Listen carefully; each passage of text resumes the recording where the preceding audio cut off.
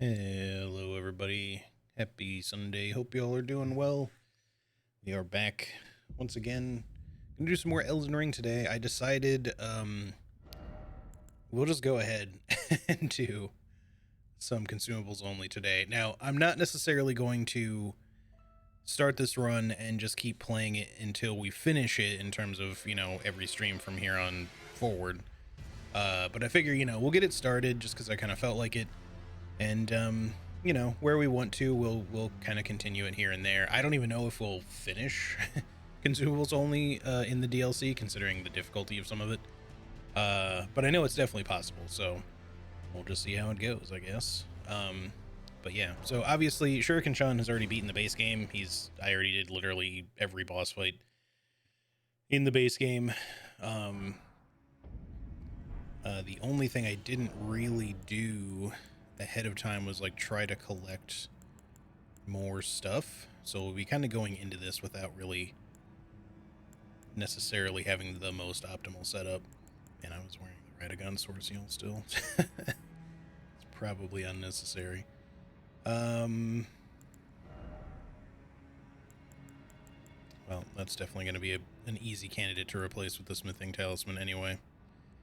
So, let's see. I guess the plan, well, the reason I'm here, of course, is because the last thing we actually did on this playthrough was kill Millennia with consumables only. Because I think, it was definitely the last thing. I couldn't remember if I just came back here for some reason, but yeah, the only fights I really even got stuck on, particularly in consumables only, was Millennia and Radabeast.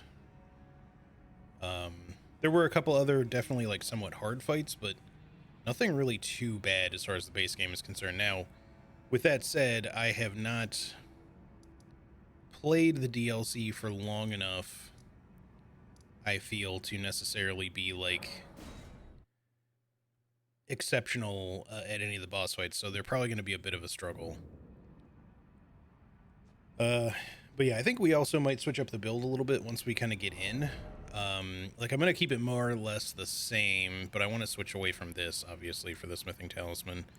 Fire Scorpion Charm we don't really need, outside of just, making Volcano Pots better, I guess. Perfumer's Talisman we don't specifically need on right now. We'll kind of just figure it out as we go, I guess. Also, hey Anna, how's it going? Happy Sunday, hope you're doing well. Were you guided here by kindly Miquella? I am Leda. And like you, I was guided by faith along his honorable path. Touch the withered arm, and you too will be transported to the realm of shadow where Miquella the Kind now dwells. My compatriots are there already, like us. Oops. They have heard kindly Miquella's call. If you can find them, they are certain to lend you aid. Didn't mean to skip part of her dialogue there. I was gonna look at my inventory like while she was talking and forget that's not a thing you can do. I'm gonna unequip some of this stuff because we aren't likely gonna need it all right now.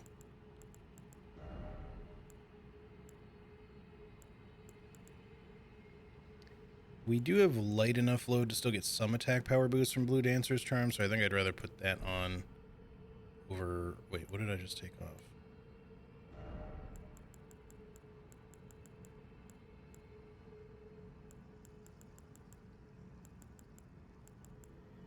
Oh, the Perfumer's Charm, right. I was thinking of the Fire Scorpion Charm for a second there. Kindred of Rot. I'm not sure that the Rotten Wing Sword insignia really does much when you're just throwing stuff. I feel like we tested that and it wasn't really doing a lot for us consistently.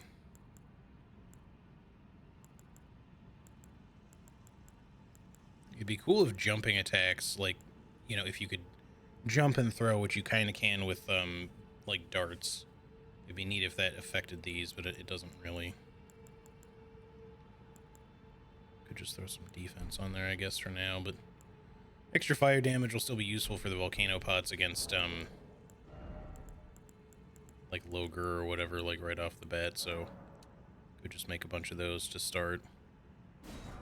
I don't know how easy he's going to be to even beat right now, to be honest. Man, It's going to take some getting used to this whole setup again. We will probably pick up the big jar too, although I'm not a huge fan of how large it is. Touch, I will not be. In terms of like obscuring the screen, but might as well, especially if you want the big pots to be even better. As long as it doesn't make the I'm pretty sure it improves the damage of all pots, but just including hefty pots. I'm not sure if it does more for regular pots than the regular jar helmet does, because I never really looked into how much it increases. But if it's less, then I might not take it, because we'll probably be using a mix. I don't want to exclusively be worried about only using like the big jars. But yeah, what I might do to kind of switch up the build, so to speak, here and there is like I may, instead of like using this, I might eventually use like the Rakshasa set just for extra damage. In which case we'll probably need like the, or we might need the Windy Crystal tier for light load, possibly. It'll depend. But we've got a lot of stuff we got to go out of our way to get first. Like, I don't even particularly want to fight Logur right off the bat just because he's not going to be the easiest to deal with.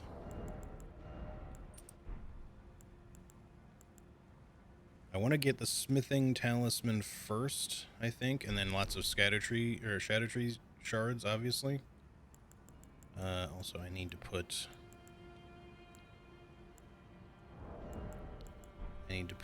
Torrent back on the bar. I guess we don't really need freezing pots on here at the moment because we're not specifically worried about fighting Millennia and such anymore. So we'll put it where it normally goes, and then just put the freezing pots on the bar for now, and just in case we need them. Doing all right. Less tired than yesterday. Hope you're doing well. Yeah, I got more sleep. I'm still kind of tired today, but my neck is a little bit sore, but otherwise I'm doing just fine. So I have runes. Can I level? I didn't realize I had so many. I guess because I just didn't level after killing Millennia. We're going to want more vigor, just for general survivability. I think getting more endurance is going to be necessary for this run, especially if we want to try to maintain light load with any sort of additional armor on in the future. Maybe more mind. Definitely we're going to want to keep pumping like dexterity, faith, intelligence for just some of the ways consumables scale in this. Let's start with just some endurance, I think. Start working that up, because we are going to want to like not be wearing the Radagon Sword Seal soon, but firstly, let's start running around and just collecting things. We're not going to do tons of fighting here in our initial prep. Said not. I said no, sir. You do your own thing over there, please.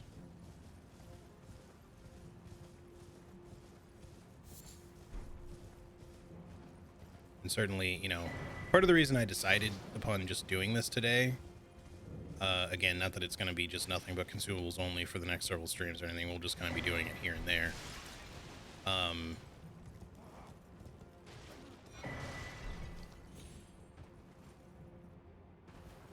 But I kind of just wanted to get back into the DLC right away instead of, you know, just doing a bunch of base game shit all over again. Not that I don't want to do potentially some other just either challenge runs or casual runs or whatever.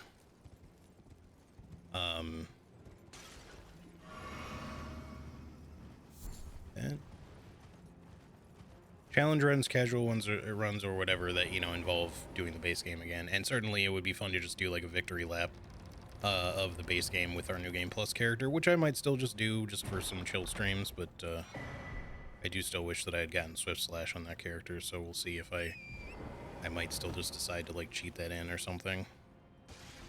Although I've not really fucked with cheat engine much at all in Elden Ring, so it'd take me a minute to get that all like figured out.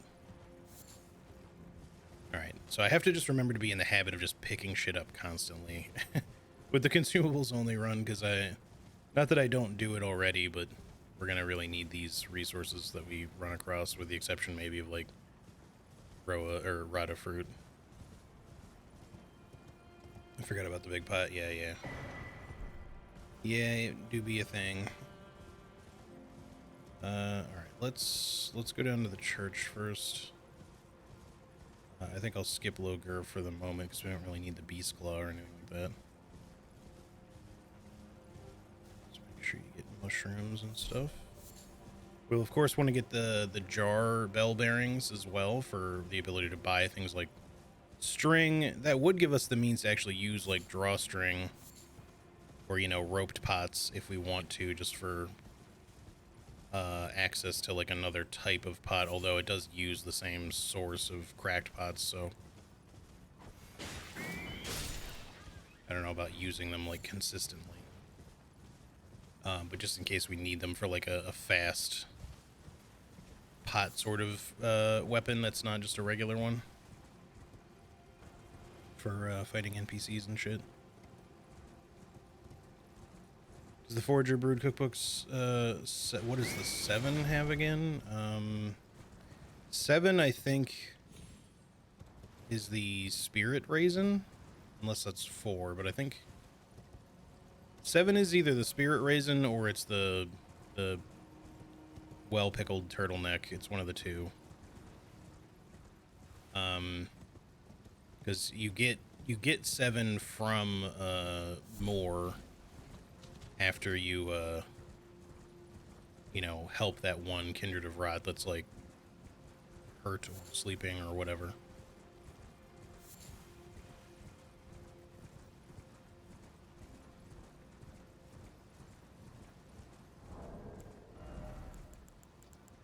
Which cracked crystal do I have? Some, but not as much as I would like.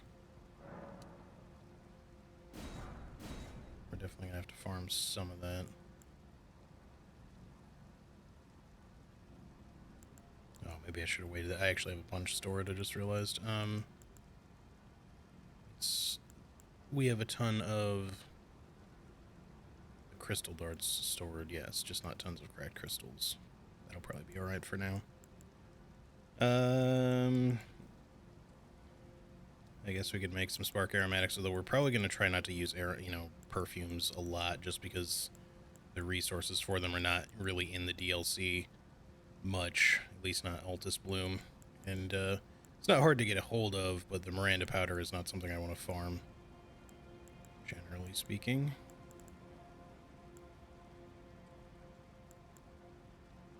I already make some hefty fire pots, but we're going to get more recipes, so I'm not going to craft those just yet. Alright, let's go.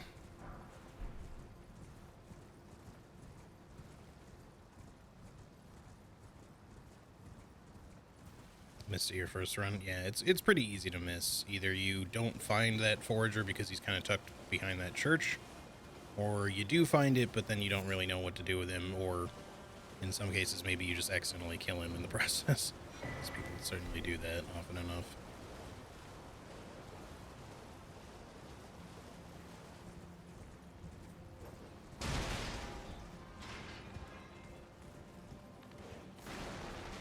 Excuse me.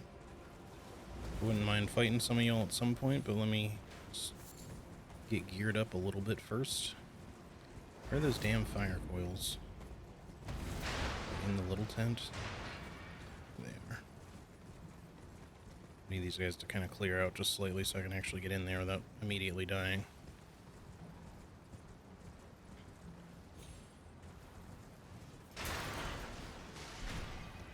That's exactly what I was concerned about, was that guy, like one of them just walking in there and trapping me.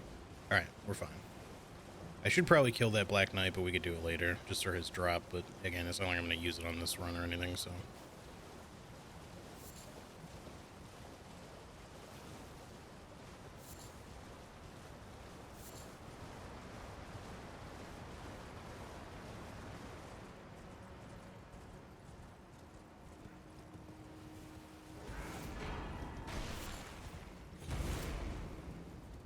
I healed the guy, but I didn't talk to more. I gotcha.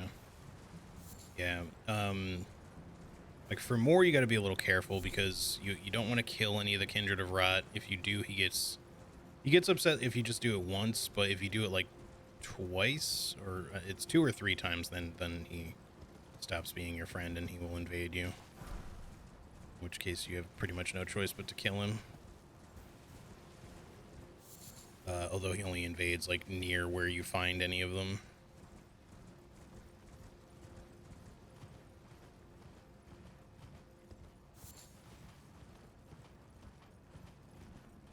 Alright, let's see. So we got the 2 down there. Got the Revered Spirit Ash. I don't intend to use any Spirit Ashes, but it feels weird not one-shotting these guys. I don't really intend to use Spirit Ashes, but if we do, you know, use any, it would probably be only the Jar White. We did not use him at all in the base game, even though there was times when I wanted to potentially try it, but I have no idea if we're going to be able to take down... No idea if we're going to be able to take down the Furnace Golem. I would hope if we just hit his legs enough, we'd be fine, but I honestly have no clue if it's going to really work out with regular stuff. And we also can't capitalize on critical hits with him, so we would need lots of hefty fire pots to throw into his head anyway, so I think the Furnace Golems we're going to have to definitely wait on.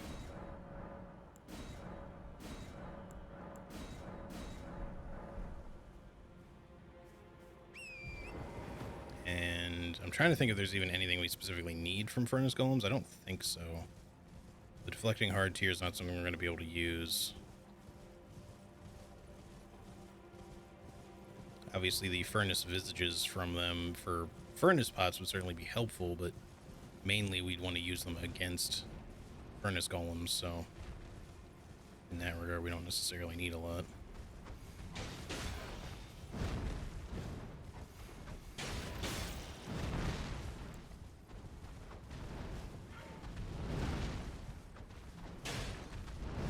Damage is not great.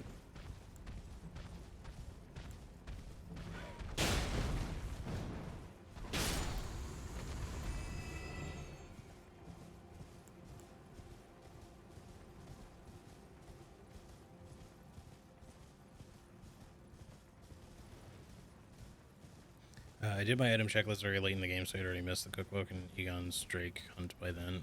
I gotcha. So yeah, also anything that we can only make via like super rare materials like these Imperium Blood Burgeon. I don't even know if you can actually pick up Imperium Blood Burgeon from anything, just because I don't know if there are enemies that drop them specifically. I would assume that there would be, but I'm not certain.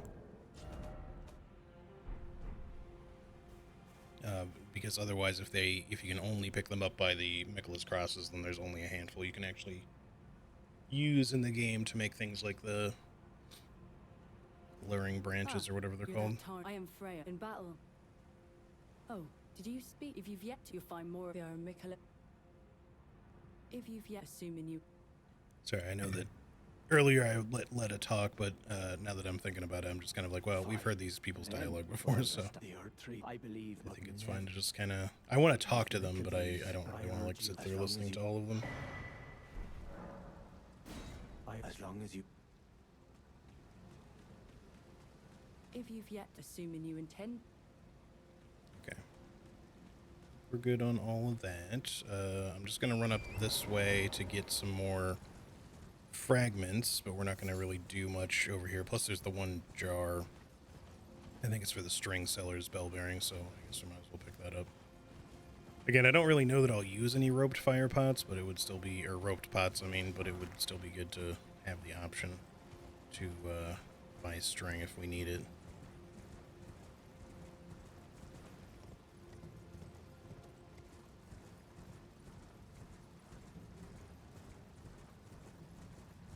Here they had an NPC checklist, but they didn't really mention any missable items when I put it together.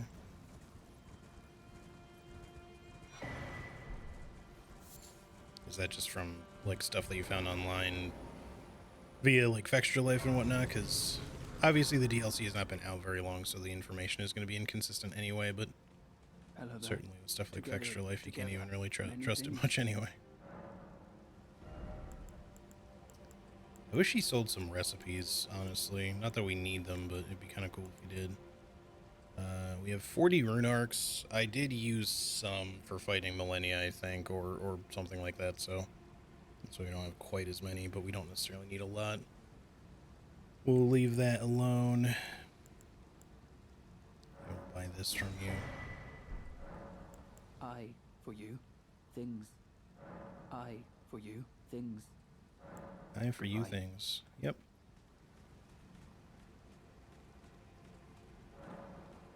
You must be the I am Ansbach, but now like I'm hardy, which is why to discern. I'd rather not.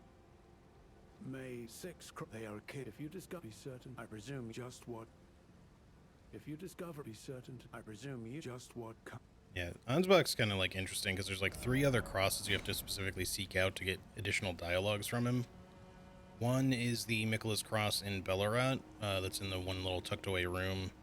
The other one is the Shadowview cross that's like way over here in Shadow Altus. And then the third one I think is the one down in the Cerulean Coast down here, just, you know, that's on the coastline. I forget the name of it. But if you do each of those, you can tell him about them for some dialogue, and then once you found all 3, it gives you like a little bit more dialogue. But it's completely like just all optional shit. You don't like have to do any of that. Problem is like actually getting to all 3 of those before you've potentially moved certain things on can be tricky to do if you're not going out of your way to do it. Checked a couple of articles on NPCs, but I just made a list of the NPCs that had quests and didn't double check until way into the game when I did the Shadowkeep. Gotcha. Yeah, you can get 2 different talismans from Leda. You can get, obviously, that cookbook from Moore. You can get a number of things from both Ansbach and Hornsent by either doing like their, like helping them against Leda and stuff like that. You can get Scorpion Stew and Gourmet Scorpion Stew from Hornsent Grandem. You know, the old woman in Bellarat. But you have to go back to her, like, not only after killing the Dancing Lion and putting on the Divine Beast head to make her think that you're one of the sculptors, but then you have to, like, also rest and come back, and she'll start giving you Scorpion Stew. Which I think you can only carry 1 of at a time, but you can give that to the Hornsent for, he'll give you some free visages the first time you do it, I think. I don't remember if it's possible to give him more than just the 1. You might be able to give him some of the Gourmet Scorpion Stew, but that I'm not sure of either. But she doesn't give you that until after you kill Mesmer.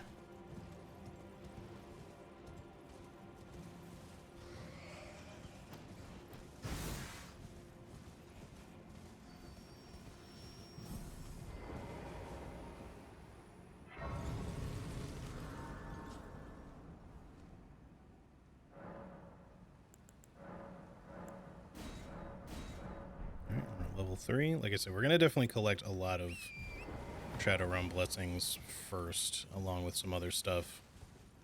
Just so that our power level is not completely fucking super underwhelming against a lot of this shit, since already we're not going to be doing super high damage.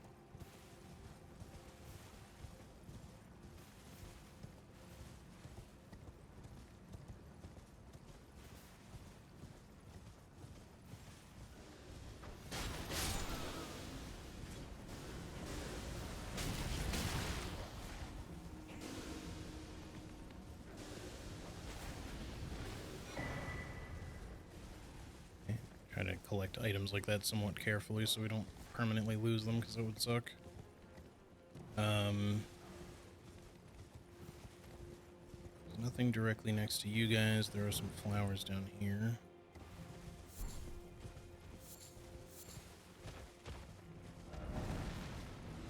And that jar is here somewhere.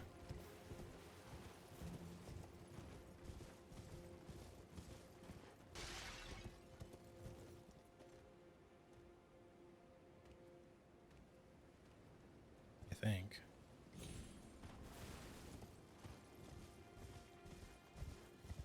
Where is that at again?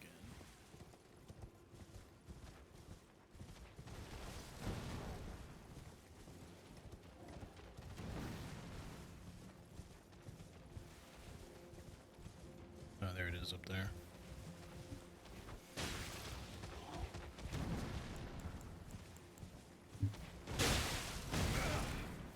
wish that would stagger you.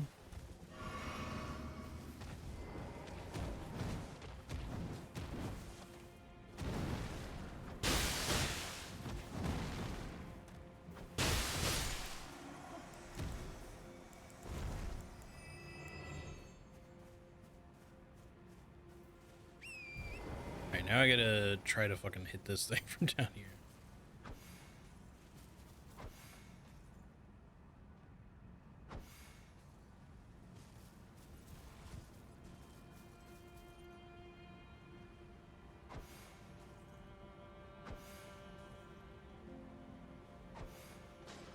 There we go.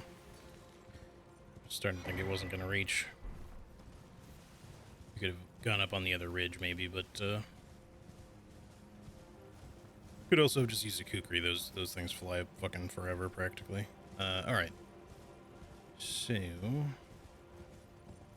I'm trying to think if there's anything else like here specifically that we should gather. Not really, but I guess we might as well just get the stuff that's here since we're not really bothering to kill things just yet.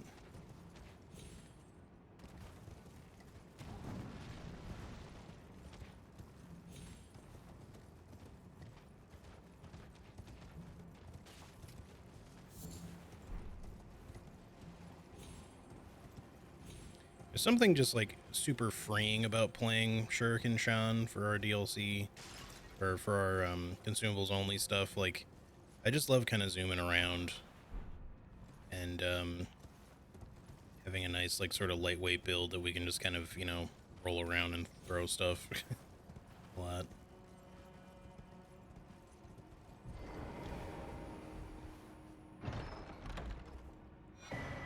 I don't really expect it to be anywhere near as like strong as it was in the base game for certain things, just due to the challenge level of the DLC.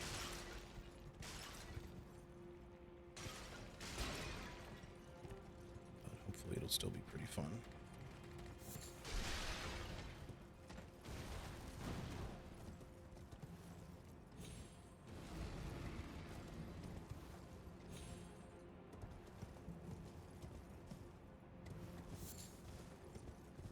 Okie dokie. So that's done. I guess the Outer God Heirloom could potentially come in handy if we need Arcane for some reason.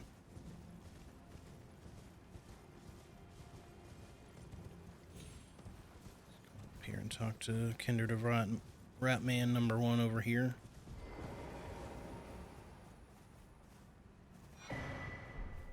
Thank you. Alright, so which one does that give me again?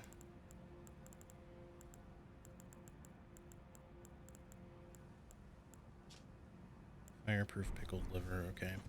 Yeah, because they all their stuff is mainly for like the livers and whatnot, except for the, like I said, the spirit raisins.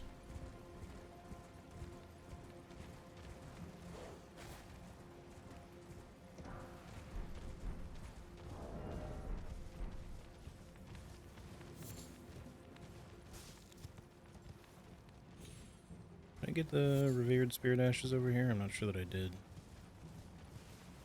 Again, not that I specifically need them, but might as well be picking them up.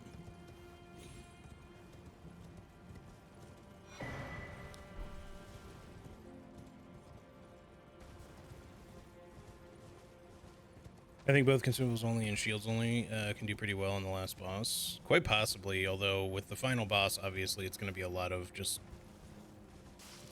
perfect dodging, which will always be a bit of a pain with that boss. Like I said, a lot of his attacks can actually be parried, and I just didn't really feel like doing a parry setup for the build that I had, because, well, when I was doing the lightning stuff, that was about the furthest thing from a parry setup to begin with.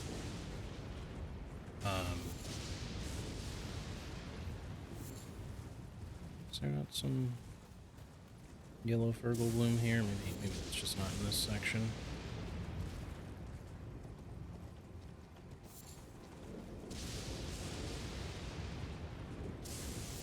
Vulgar bloom, I mean.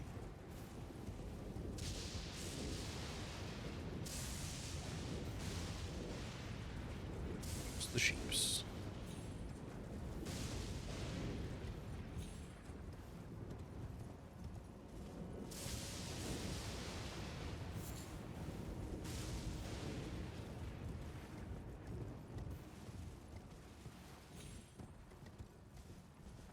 Anyway, yeah. I think, you know, obviously, shields can do a lot of work for just about any fight in Elden Ring. Certainly the last boss too, as you're well aware. Like if you just want to block, I mean, which I don't think, again, that there's anything wrong with that particular strategy. It's just, shields in general are kind of not usually my playstyle. I prefer just dodge rolling, which is why I usually don't parry, because I'm also not really practiced with parrying much, but it's mainly because I just don't like carrying shields. Unless I'm doing like a shield only run or something like that, or if I specifically want to make like a crit build or something that works a lot with parries, then it's different. But yeah, definitely you could always just go with like if you're good at parrying, you can actually parry a lot of Radahn's attacks even in phase 2. That wasn't really what I specifically wanted to do for setup. I think maybe you can safely fall here. Just wanted to kind of get around him instead of trying to go through him.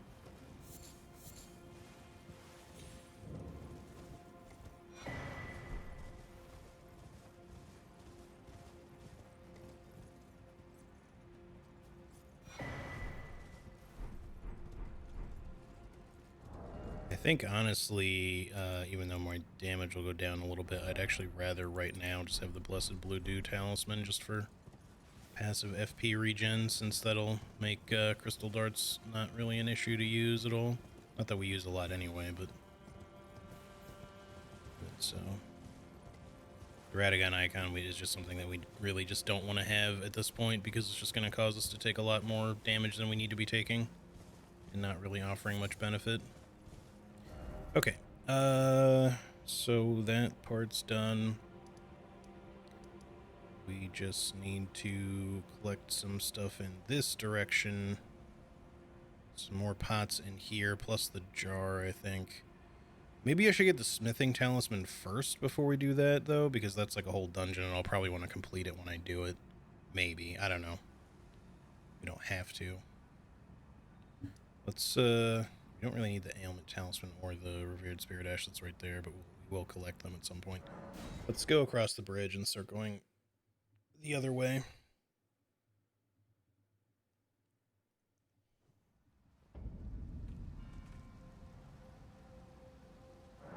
What do I need for leveling at this point? Anyway, 200, okay.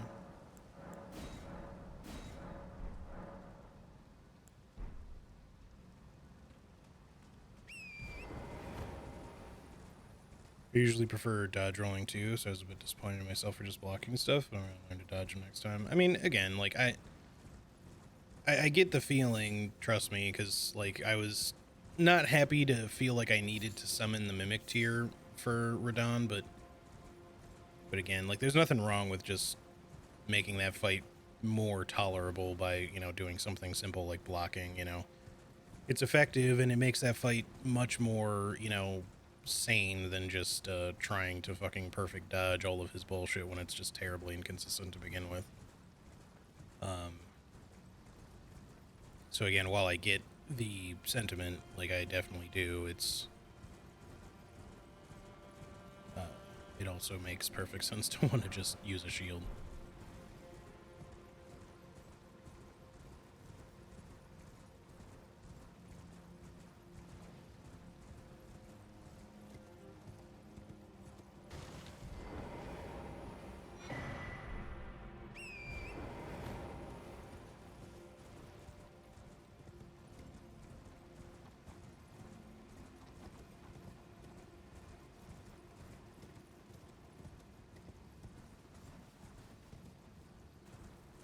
None of my builds have been blockers, except occasionally I've been surrounded by several dogs or rats, and maybe an imp here in there in the beginning. Yeah, I think not really since Dark Souls 1 have I really been much of a shield user, and even then, that was mainly just because it was my first, like, Souls experience.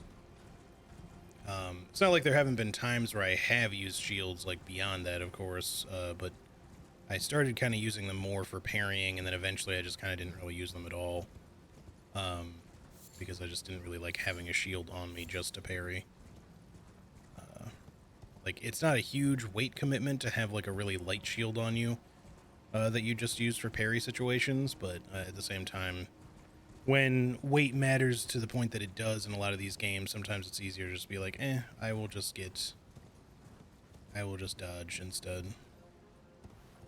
And if there's something that you kind of like have to parry, or otherwise it's really easy and good to parry, then I'll just throw the shield on just to do that and then take it back off again. I guess we're over here, so we might as well just do this.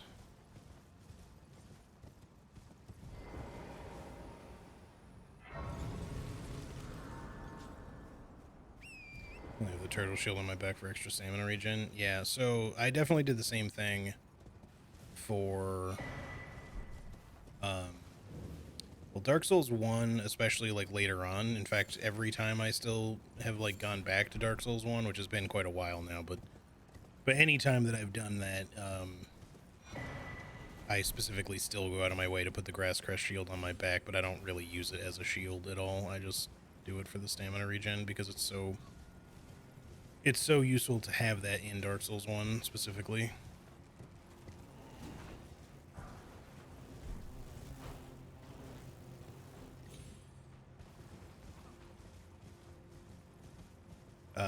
And then I'd also usually use it actually in DS3 as well, once you get to the Farron Keep swamp area where you could get it. Other than that, though, not really super necessary.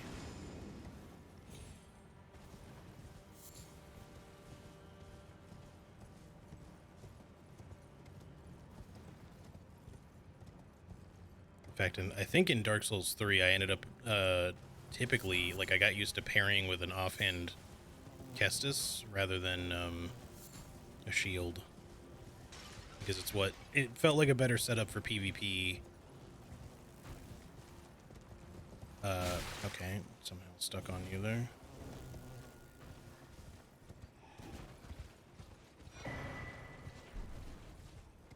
But yeah, it felt like a little bit of a better setup for PvP in that situation. I don't remember what this item is. Nothing important, but just 3 extra mushrooms, okay. We're not going to go into the jail just yet, but we will at some point. Nor am I going to fight the dragon right now, but again, at some point. I figure since we did all the bosses, we may as well do all the bosses in the DLC, or at least try to, you know.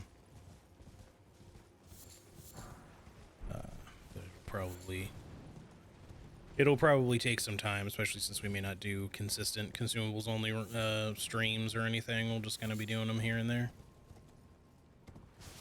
Yo, Sass, what's up? Good to see you. Happy Sunday. Hope you're doing well.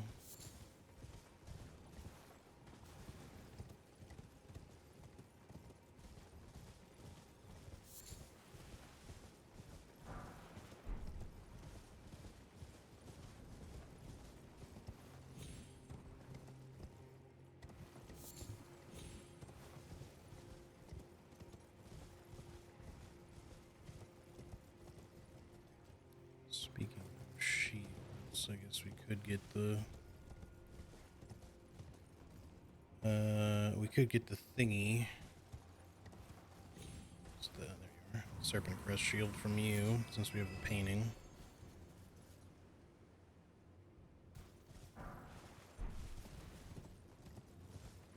Doing good. Still the small pot hat, right? Yeah. We will pick up the big jar too.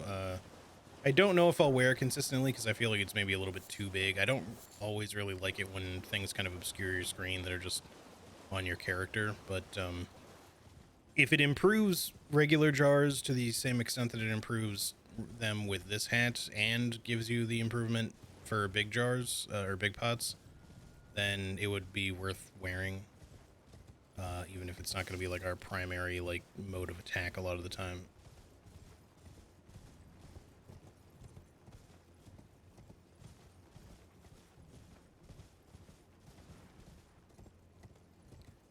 So let's see, we got everything from over here that we need for the moment. So we'll start heading in the other direction. Paint beyond bridge. Actually, no, we need the furnace stuff from under here. So I did not get that yet.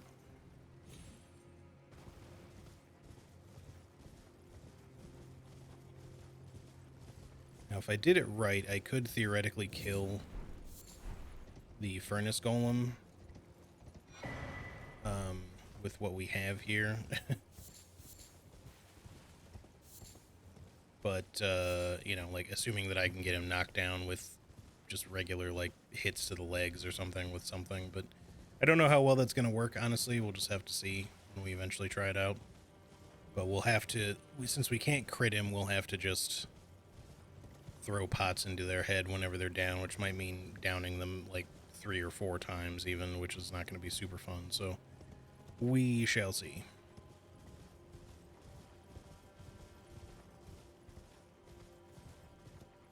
But again, there's not really specifically anything that I need from the furnace golem, so we don't need to prioritize them anyway.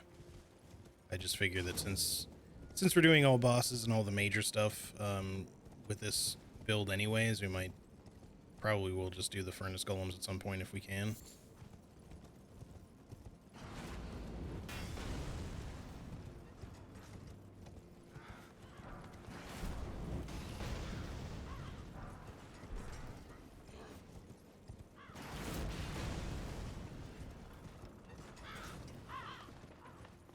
Excuse me, sir.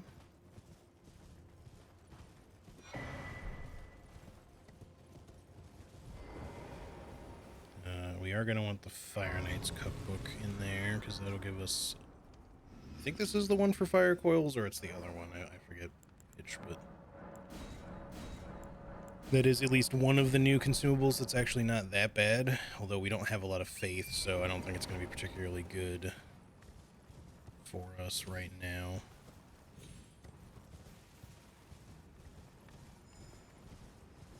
Suppose I could pick up the perfume bottle weapon if I can get in there and grab it somehow. These guys to like come away though. Not that we'll use it, but I still like collecting things just to do it, you know.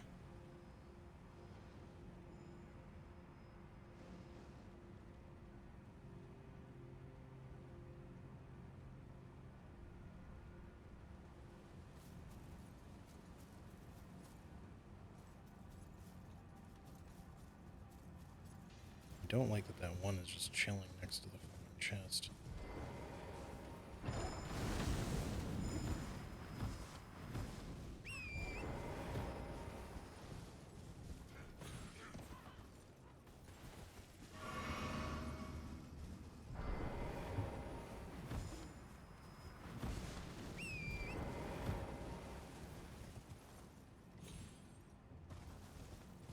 Decided I need to collect talismans with casual fun because she doesn't have many. And they implement a way to get the hammer talisman if you miss the Henricus invasion, or is my brain totally Mandela affecting? I don't remember, honestly. You might have to look that one up because I don't recall if they put in an alternate way of getting it or not. Just don't remember at all.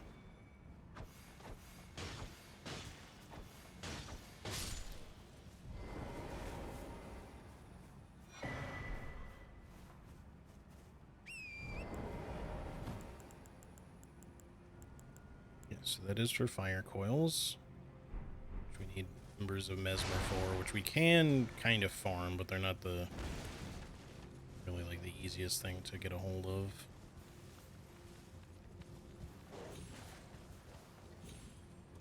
There's one in this tent here, but... And they do drop from certain enemies, I believe, but...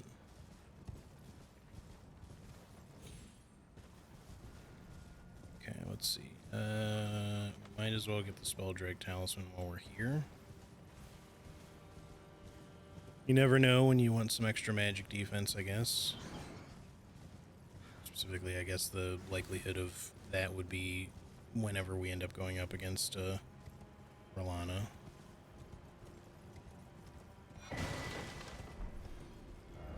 Okay, so... Need to check over here because I don't remember if there's anything else really worth grabbing here other than just like what's in the catacombs. But otherwise, we can just start filling out the rest of this shit and getting all that done, and we will go. Otherwise, we will prioritize getting to the Spirit Spring, the Sealed Spirit Spring, so we can get up to Shadow Altus, and then from there we'll go to the Ruined Forge of Starfall Pass so that we can get the Smithing Talisman. So that'll be kind of like the first one that we really want to get.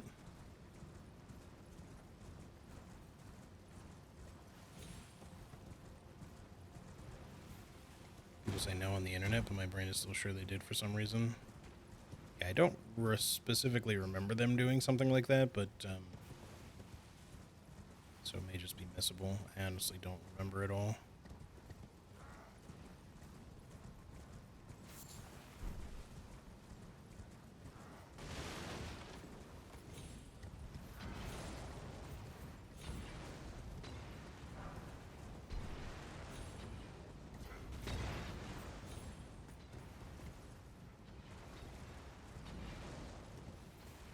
We don't need anything down there right now. Other than maybe just some handy knot resin. We were going to have to look for some good farm spots because I don't specifically know where some of the best, like, just specific resource farms are in all respects, so I'll have to kind of figure them out a little bit on the fly.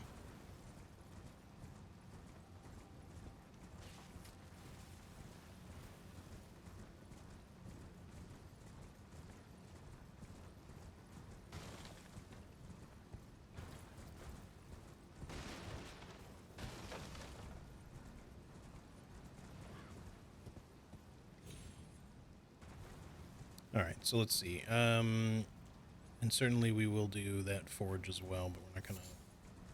We don't need to prioritize that one just yet. The talisman that we want is in the other one. At least they didn't put it in, like, Tayluz, because it'd be kind of annoying to have to go all the way to Tayluz just to get that talisman. It's not like it's crazy hard to get to or anything if you're just running, but... just be kind of annoying as well.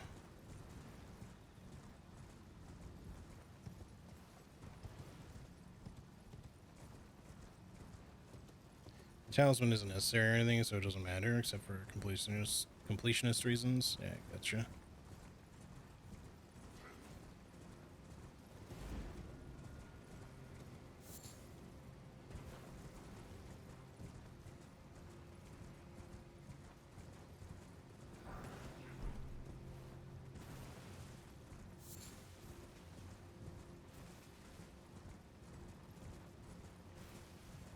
Alright, let's see here. Is there... Where's the...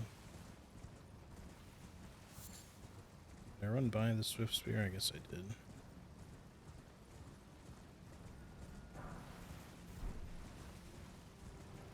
Again, I don't really need to be going out of my way to be collecting a lot of these weapons and shit. I just kind of want to otherwise, but...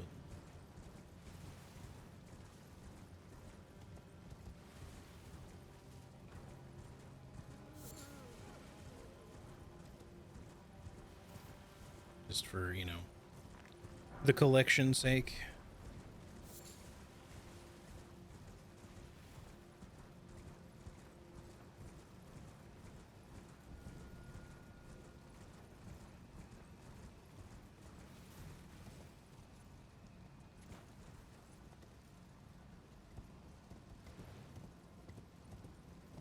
Should come down here first and get Tialier's stuff out of the way. Fragment as well.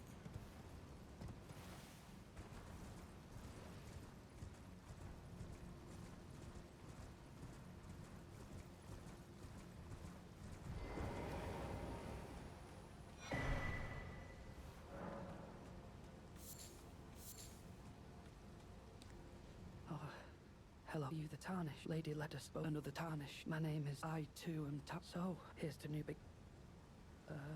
well, I'm as weak as a kitten and thick as two planks. I've always been this way. I'm afraid the only thing... Sorry. I don't know. I've always liked that line. I mean, sure, I'll take all of your Miranda powder. I'll take this just for the hell of it. Take your Trinazoles and your Altus Bloom. Might as well take your Poison Bloom. Just give me all of these materials that we won't really be collecting much in the DLC. Don't really need anything else right now. Although we have a lot of runes that we could just spend for the hell of it, but I don't know if I'm going to really need Toxic Mosslings a lot. We'll find them, and we can always just farm them from swamp areas. I don't really know if I want to spend 10k on this. But, whatever. Just give me the... Alright.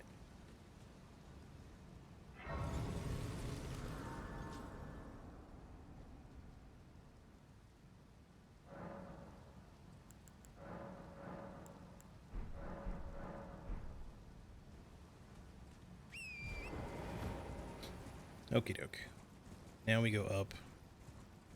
And we'll do everything kind of but the Dragon's Pit stuff up there. I guess that means that we'll fight the Ancient Dragon Man invasion. Hopefully it won't be too bad. What we've got. We have like a few blessings at least.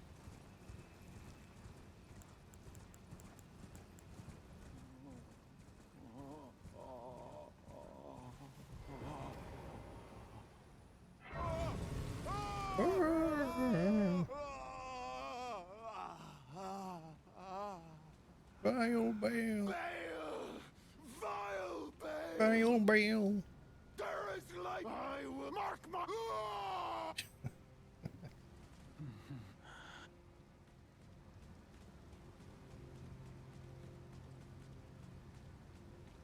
It's my spirit animal or person, yeah.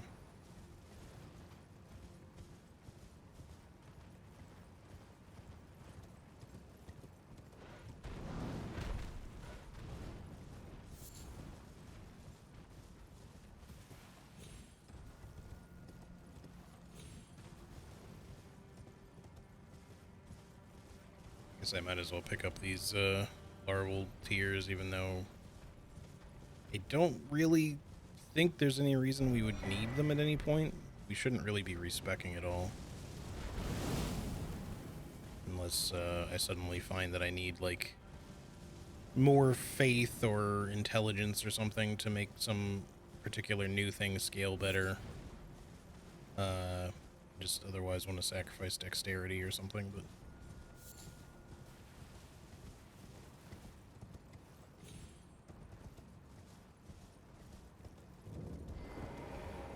There is another jar over by where the Ancient Dragon Man invades for another bell bearing. I forget which one it is. Pick it up. The only one that's particularly not useful to us is the Greasemonger one, since we won't be using a weapon, but we'll still probably pick it up anyway.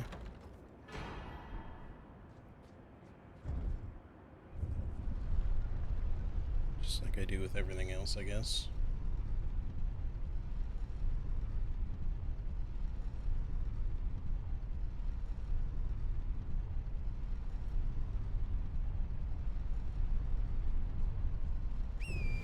And I really wish they had done more with the suppressing pillar.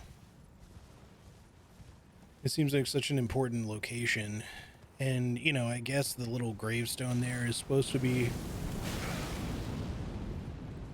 a semi-lore significant thing, but, like, I don't know. It just feels like you should be able to just come back there and do something with it. And I don't know, maybe there's, like, some really obscure thing you can do that we just never figured out and they never told us about, but...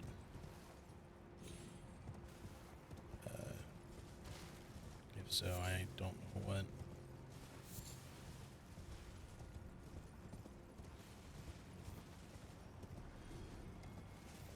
We sort of just kept expecting things to potentially happen there. You know, after like certain story significant things and whatnot, but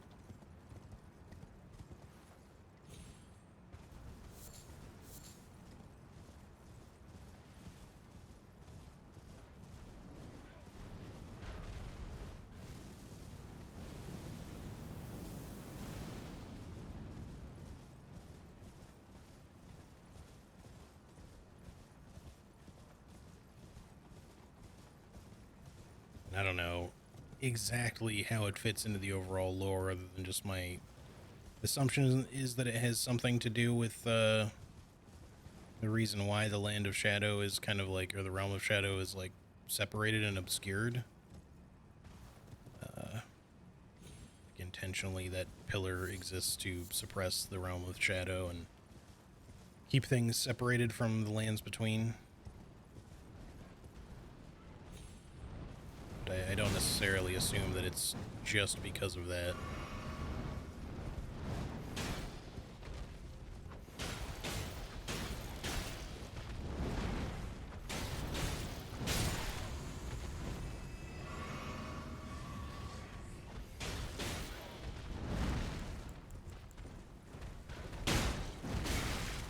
Damn, buddy.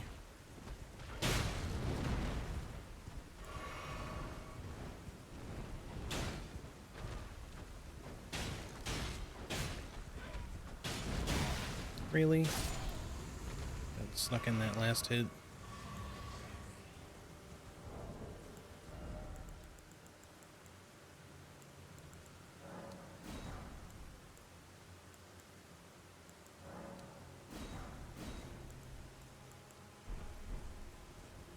Alright, I guess let's fight the dragon man. Try not to die.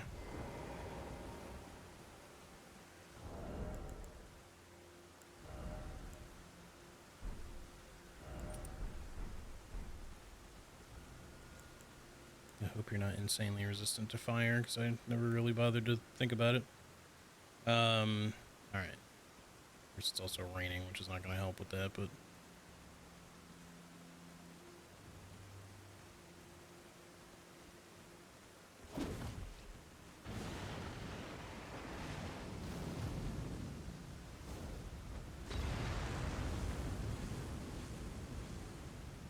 Okay.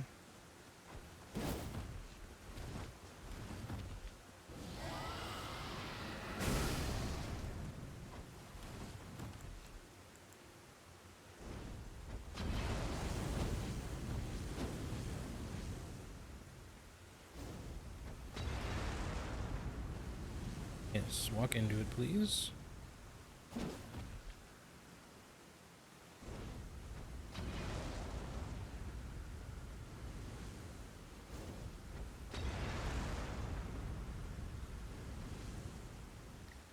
You're doing a little too much running around, sir.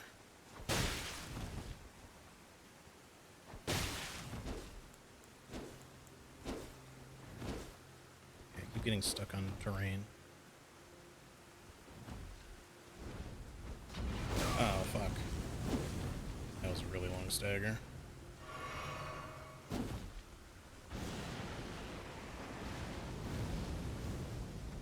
Oop, not at all where I meant for that to land. Tried to retarget to him, but...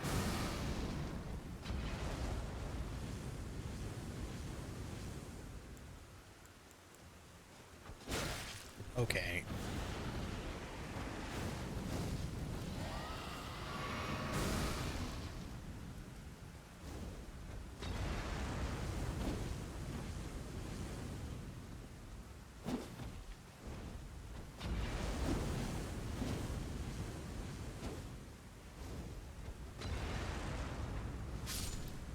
Alright. Not too bad. Could have been easier, but...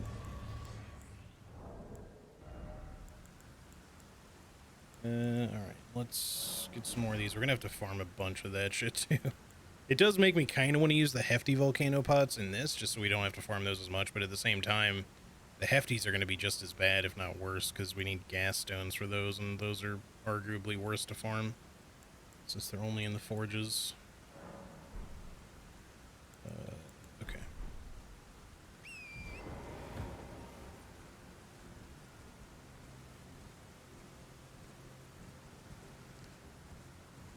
Alright, I think I'm at a patent up. There it is.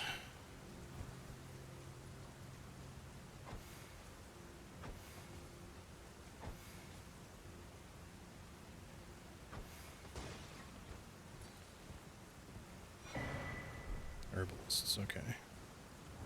What does that get you again? Rata fruit, okay. Super useless, but whatever. Alright, I am going to come in here for a second just so we can warp back to the Dragon's Pit later without having to come all the way back up here again. We're not going to do the dungeon right now.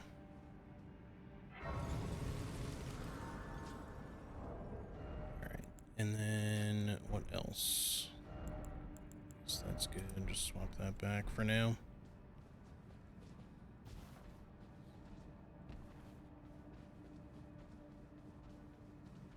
Okay, so what we need to do next is come back down and go down to the poison area.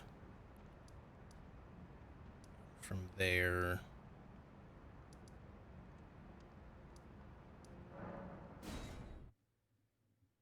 we got some shit to collect. We also want to go down to the river, of course, too. But I'm trying to think about how we want to handle it, because we might want to just still prioritize getting Erdtree fragments before trying to go get the smithing talisman. The smithing talisman would be really nice to get put on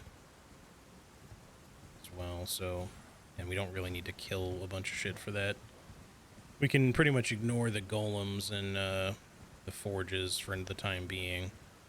Not that I wouldn't like to kill them, but since we, again, can't crit them, they're kind of one of the handful of enemies that will be pretty difficult for us to really do anything about. Thankfully, there's not like a boss that requires, you know, critical hits in that regard. Not that you can't kill a golem without critting them, of course. It's just much easier, but it would suck, like, having to fight a golem boss with a bunch of ads or some shit, or just in, like, a tiny room, and then just, you know, feel like you're stuck on them for a while because you're just not doing much of any damage.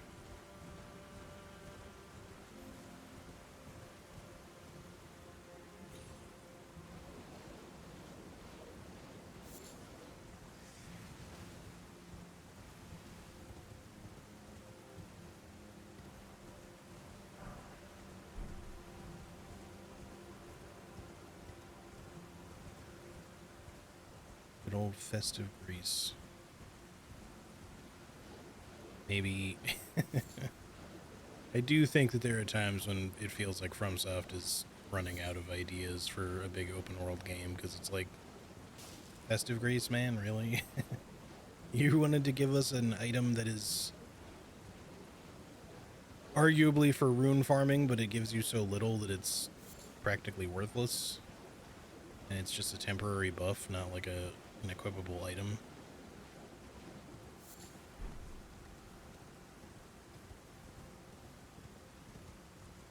It's at least like, you know, gold pickled fowl feet, at least those, despite being a temporary buff, you know, just boost your rune acquisition percentage by like a good amount, so you just get a bunch of extra runes when you kill something. But festive Grease, you know, just works like the buff from like all the celebrant or Dominula dancers, as they're officially named.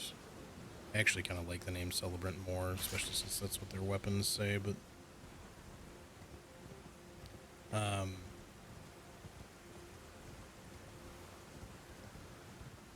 yeah, their weapons give you that little bit of free rune acquisition when you hit stuff. I don't remember if the festive set does some shit with that too or not, or if it's just the weapons, but yeah, so even stacking that with like the grease just doesn't really give you a lot, because it's like at most you're getting like, I don't know, 20 or something runes per attack. And it's not like, you know, you're going to be attacking fast enough for that to just do like a ton for you or something. It's just kind of pointless.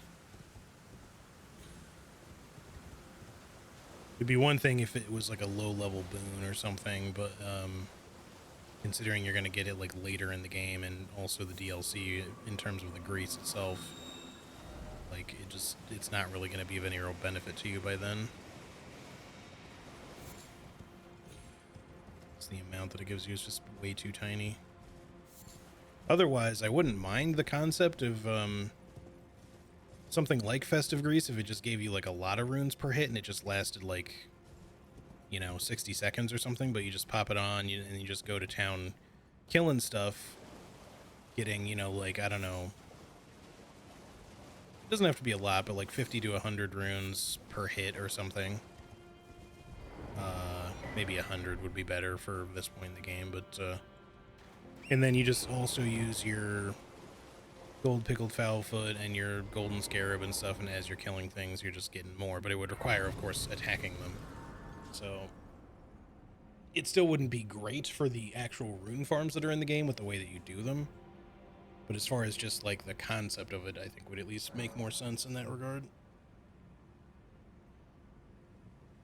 But instead it's just like, here's 10 runes per hit.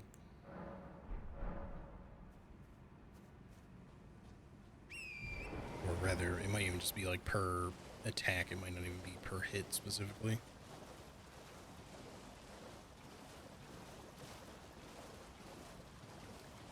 Alright, so down here, we need to get to the Elder's Hovel, which we kind of went past, actually, now that I think about it.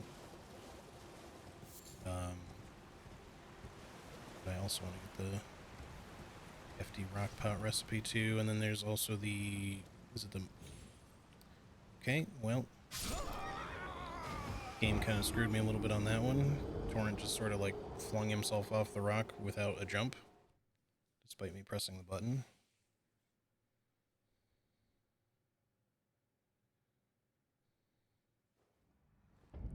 It's okay. I feel like trying to do a quit out there. It's not like it's a setback.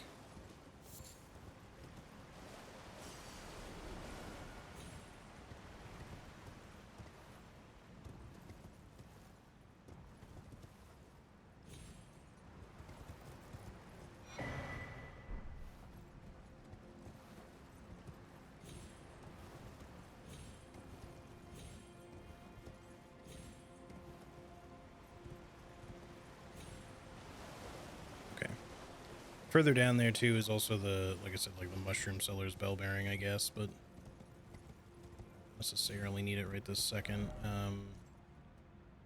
Just trying to think of what else is in the area, if there's anything specific that we need. It's really not much. Because there's no shadow tree fragments down here, right?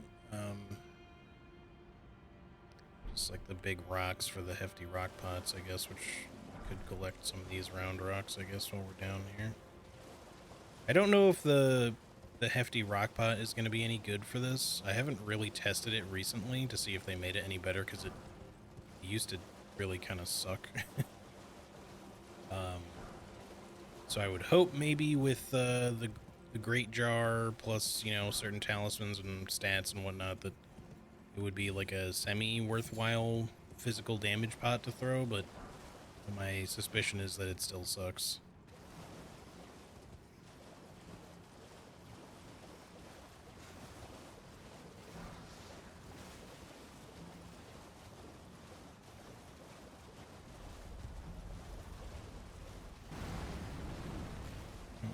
Fight you right now. Alright, we'll come back when we, There's also another pot at the other end, now that I think about it too, though. Well, he's already aggroed.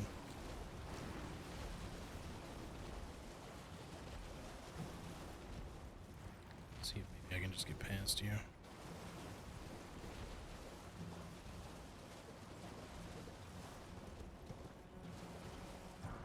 Like I said, we'll fight all these guys. We'll just do it once we've collected a little bit more resources and recipes and yada yada.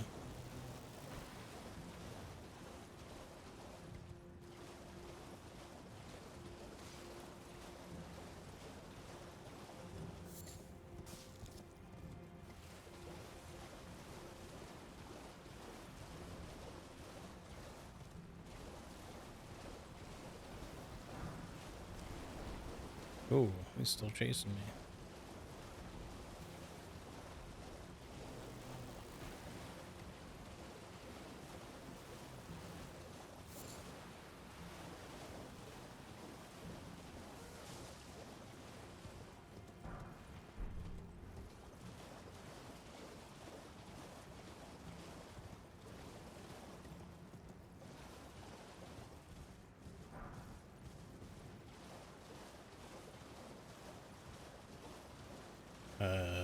let's see. The two-headed turtle talisman might be worth having. If we ever feel like we really need a lot of stamina regen or something, we might as well pick it up regardless.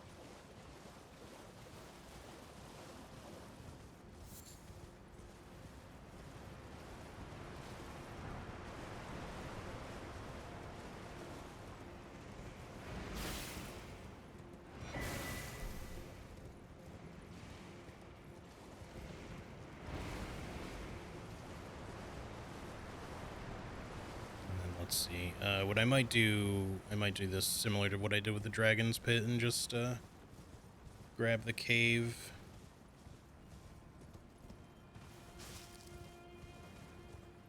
Grab the Grace in the cave so we can warp back here later. I should probably start marking things once I actually have them done again, because I did that for the base game, but I don't want to just treat like their graces and whatnot as a indicator that I went to a place and finished it, because like I said, we're kind of pre-grabbing some of these to come back later. Hey, first try.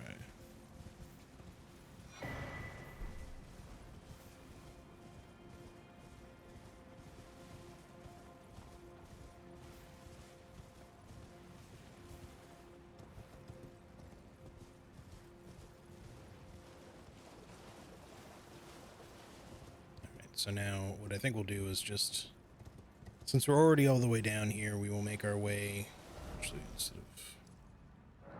we'll make our way down south and go all the way to the Cerulean coast just to grab the Grace that's there, and then we'll head back up and do the Elder's Hovel, Spirit Spring stuff, etc. I suppose it wouldn't hurt to actually go a little farther than the Grace and just get the one Shadow Tree fragments that's there too, by the other Grace further in.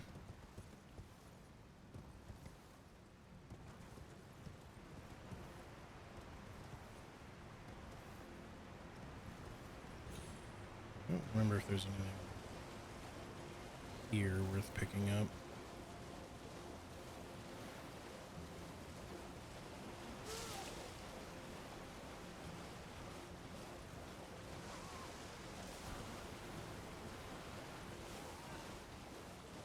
Looking like the answer is pretty much no. Alright.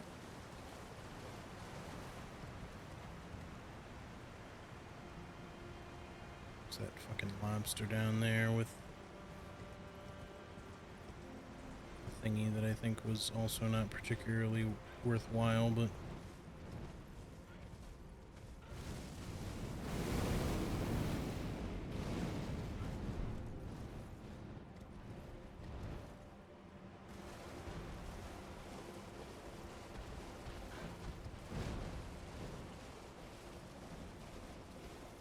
see if we can maybe get this without dying. That would be good.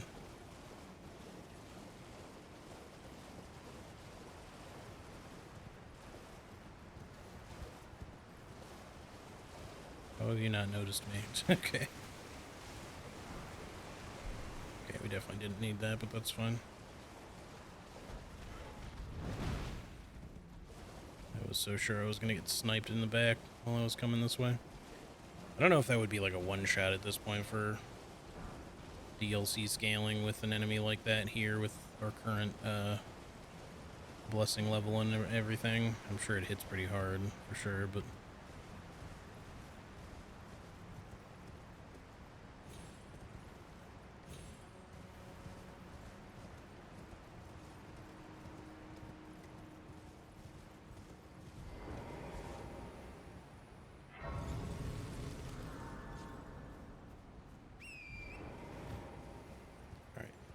is acquired. Stranded soul guy, we'll just ignore for now. Okay, so yeah, the other jar thingy with the bell bearing is over here.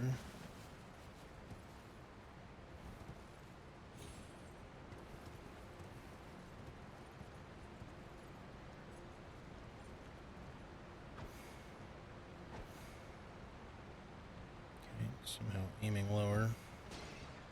Yep.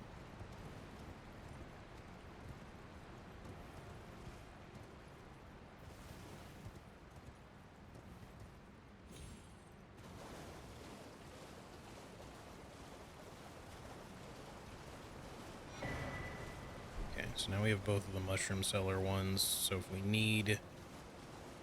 Should we ever need just an abundance of red or white flesh, or even just the more regular, like toxic and regular mushrooms, we can... Or white mushrooms, whatever they're called, we can just buy them. I don't think there's any that give you like the melted mushrooms, but since we only really need those for like oil pots, I think, or just for soap or whatever, I think we can make do without, you know, having a thing that lets us just buy them or whatever. Okay. Pick up the lightning perfume, even though we're not going to use it, but I also just specifically want the vulgar bloom here.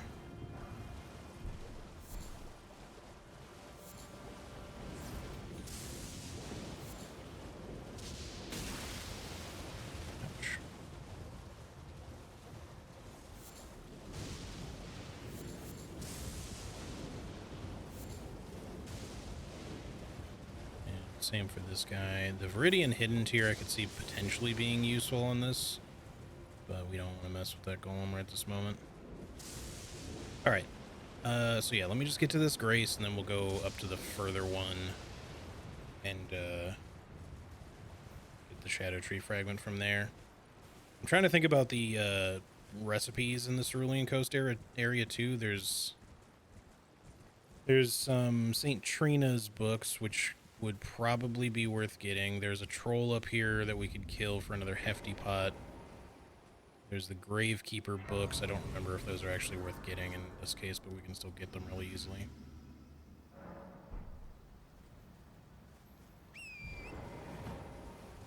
So I guess if we just make like a real quick trip through some of this, we can grab those.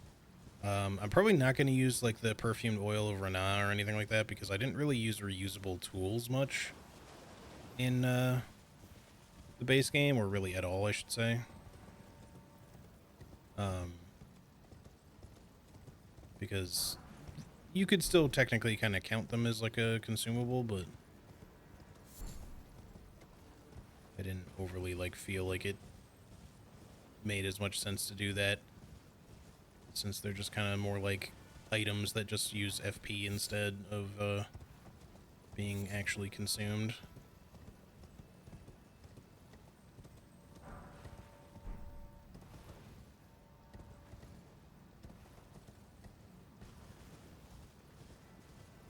Spent so much time trying to kill the rolling sheep because I thought he would drop something nice. Yeah.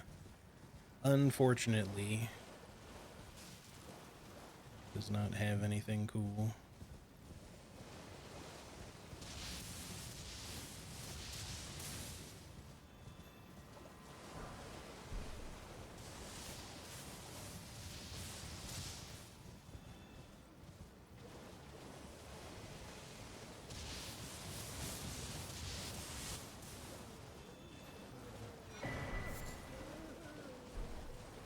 Sir, I would like for you to not give me a particularly hard time here.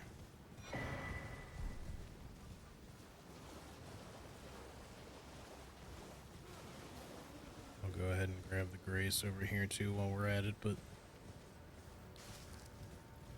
I don't think there's anything else specifically back there or over in this direction that we need. I'm just grabbing some of the easy to grab stuff that we will probably never use, but again, it's for the collection. I gotta get some loot, you know. Bit of a loot addict. What can I say?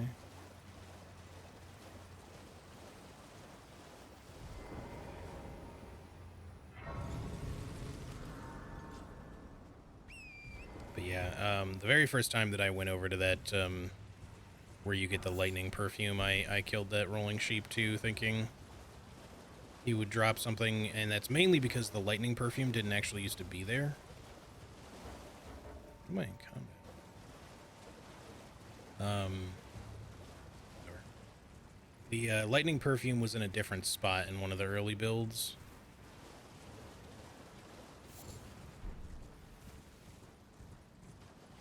I'm trying to remember even where it was. I want to say, oh yeah, I remember. It was, you know where the Rolling Sparks Ash of War is? It's up on top of that hill where there's just like generic loot now. But so the Rolling Sparks Ash of War, that scarab is still there, of course, but the hill near it is where all those perfumers are, is where the lightning perfume bottle weapon used to be before release. Actually, like a while before release, because they did change that before in one of the pre-release patches.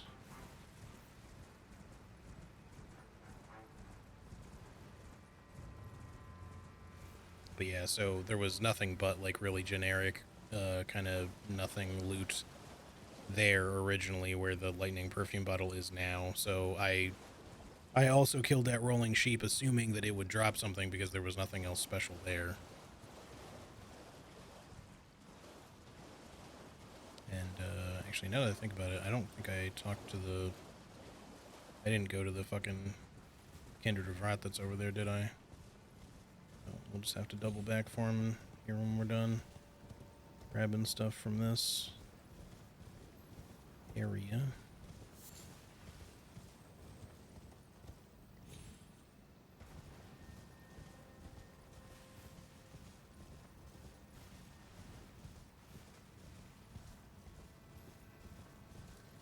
And that's map number 2 as well. Alright, so firstly...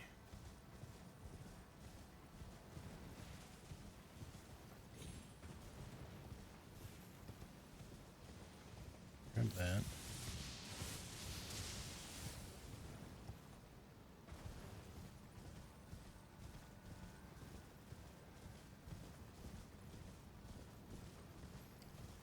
And what we're gonna do is go up here, grab this stuff. We'll go grab the 2 St. Trina's disciple cookbooks.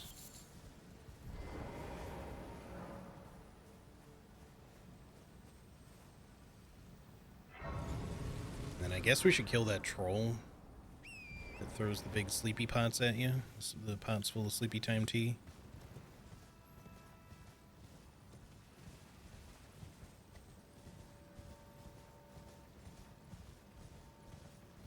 Just because he drops another hefty cracked pot for us. And I think that should be all we need from here because... well, there is one more recipe book we could grab from the Finger Weaver's hovel. I don't know if I care that much about it. I should probably get it anyway, but I don't know how much I really want to collect, like, glinting nails and finger mimics all that much right now. Because they're kind of a fucking pain in the ass.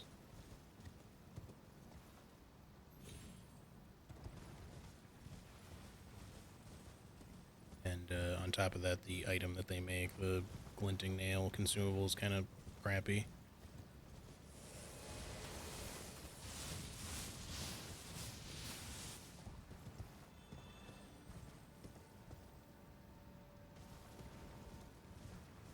Alright, I guess let's go kill us a troll. We'll see what kind of damage we can do with what we have, but we have to switch it up a little bit.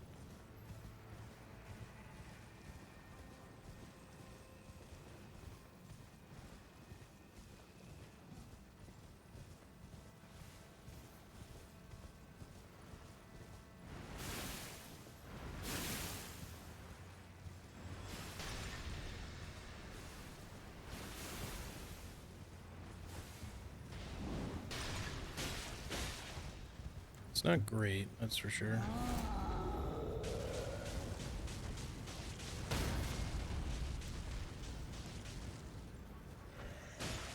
Start working some bleed on you, I guess.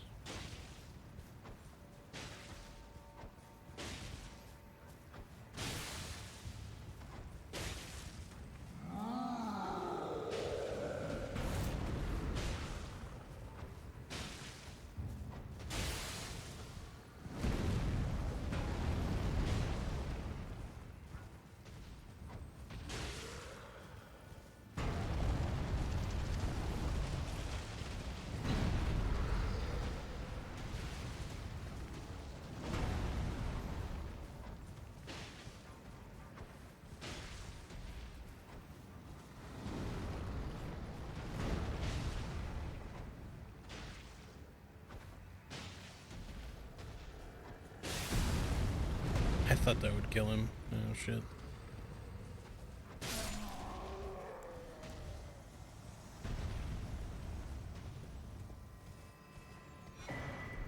There we go. All right. Kukri, still really, really handy.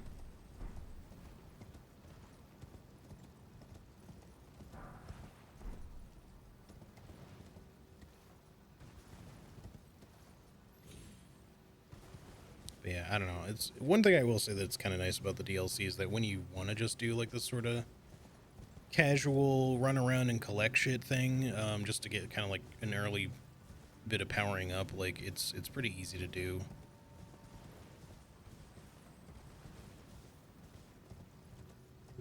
So I don't know if you can hear it in the background just because it's right outside my window, but I think my roommate is mowing the side lawn at the moment, so just in case you're wondering what that whirring noise is.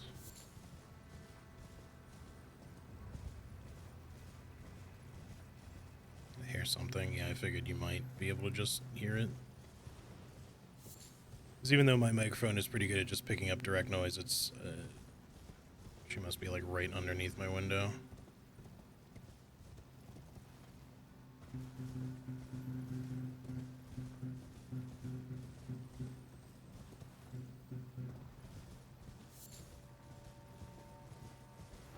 Okay, that should be all we need for there right now. Like I said, I don't really care about... I mean, I guess what we should do is just go collect the book so we have it. And then just, you know, the graces to warp back, and then we can... we just won't collect any... We won't worry about collecting the resources to make glinting nails right now because, you know, I'd rather at least have the recipe than not.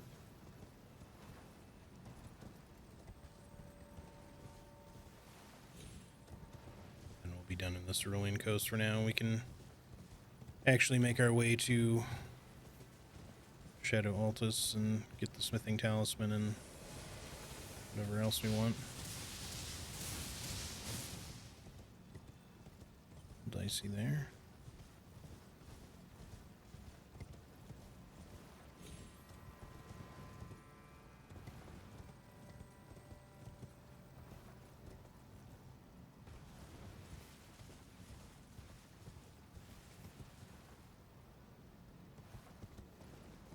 A little surprised I didn't take damage from that fall. It looked farther than it was, I suppose, but it seemed like I fell kind of a ways from the angle that I took. It just did not hurt at all, I guess. Okay. Yeah, so let's see. I mean, I guess we could grab the thingy up here, but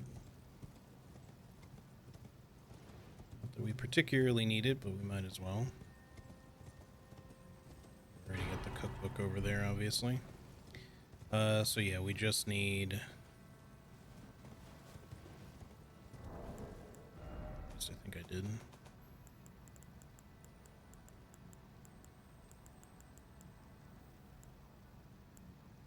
Because that's just for the two St. Trina's ones, right? The other Gravekeeper book is in a different... That's in Charo's Hidden Grave, I think. Unless I'm misremembering. Not overpowering or anything. Yeah, I figured it was probably fine. I just wondered if you guys could actually hear it.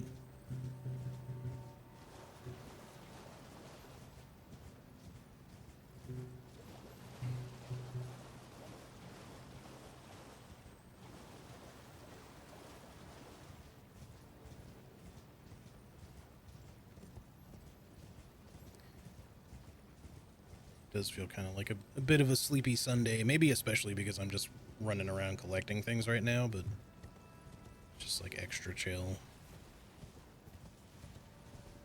Of course, I'm not gonna go like super long today just because the last couple of streams have been already fairly intense with well, first of all, I added like 2 extra hours onto Friday's stream just trying to do some stuff at the end and do the Radon fight, you know, which didn't pan out. But then yesterday's stream was also supposed to only be like 3 hours, I figured, and we did like a full 5 or you know, I think we killed Radon in under 5 hours. It was like 4.5 or 4:45-ish. But it's still, that was still a lot of attempts.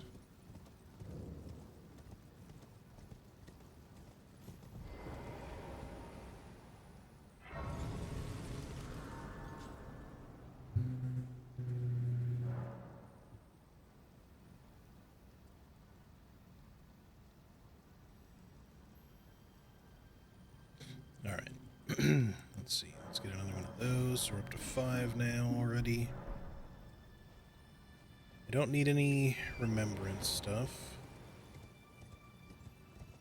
It's not that I can think of, so we'll just ignore the sarcophagus thingy, and I'm not going to go any closer to the finger ruins itself. We'll just kind of skirt around to the side there. Of course, that doesn't mean we'll be able to ignore the lamprey that, like, throwing those paralyzing bolts at you, but...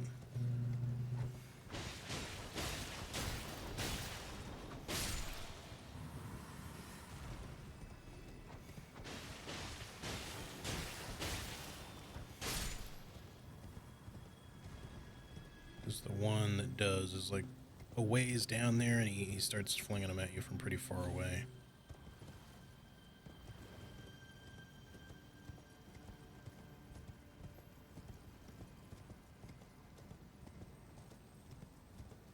So we will just take the path of least resistance over here, I guess, and get what we need.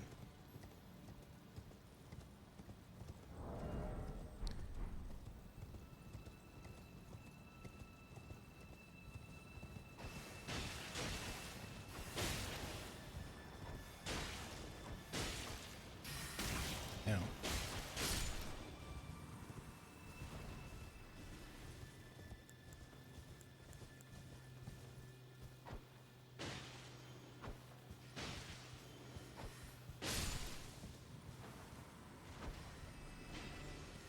at least the nice thing about the DLC is that a lot of these enemies are going to give us pretty decently high amounts of runes. Yo, Miss Grant, what's up? Good to see you. So we can kind of somewhat freely use things like kukri. Not that we have a very high amount of them that we can carry, since you can only carry like 30, but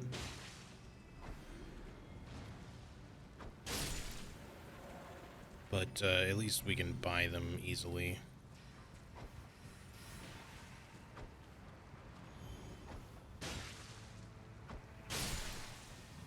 Would prefer to generally not miss, though. Alright, I'm gonna run by the rest of these guys.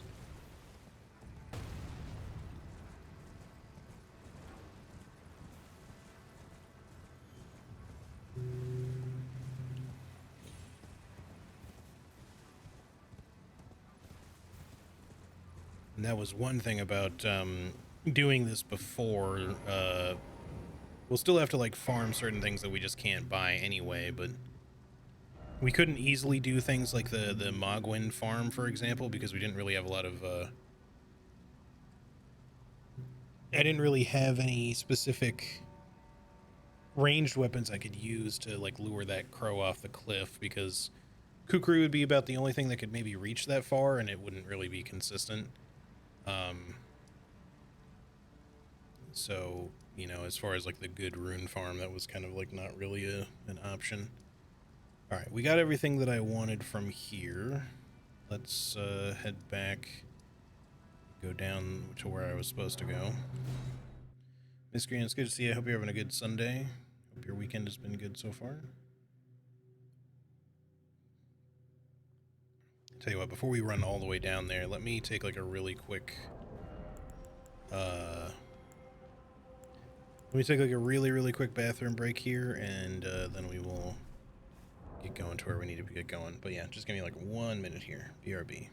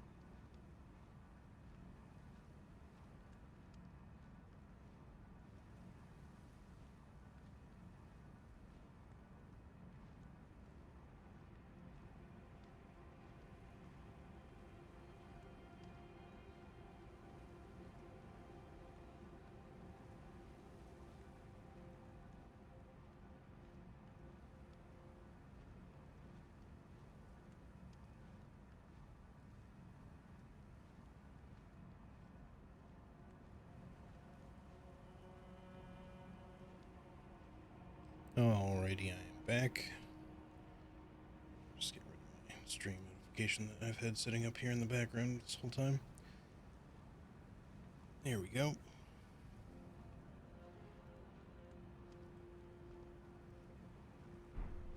Okay.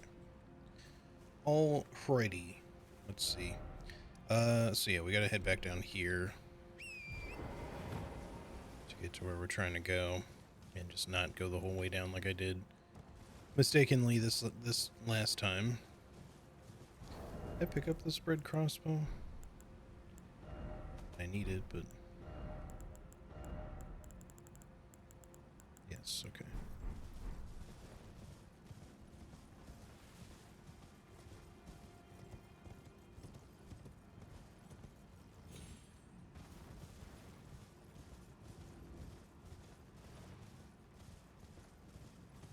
Anyway, we should be able to get the smithing talisman relatively easily, I think, from that forge, plus some other materials for other things.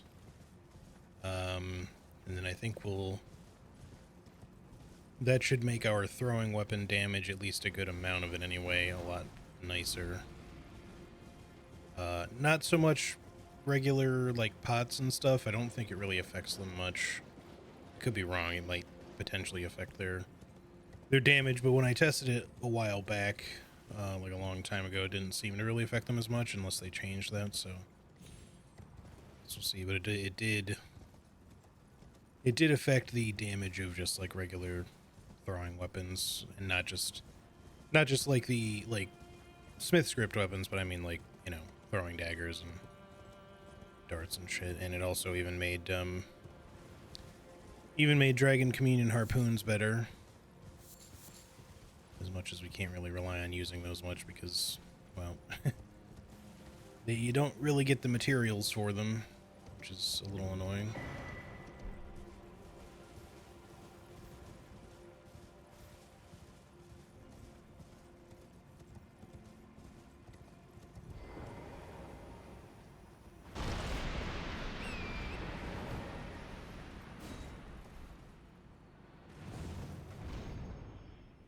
Alright, to Shadow Altus we go. This will, of course, put us into the Fort of Reprimand, but we can just kind of get out of there relatively quickly. I have to actually do the place right now.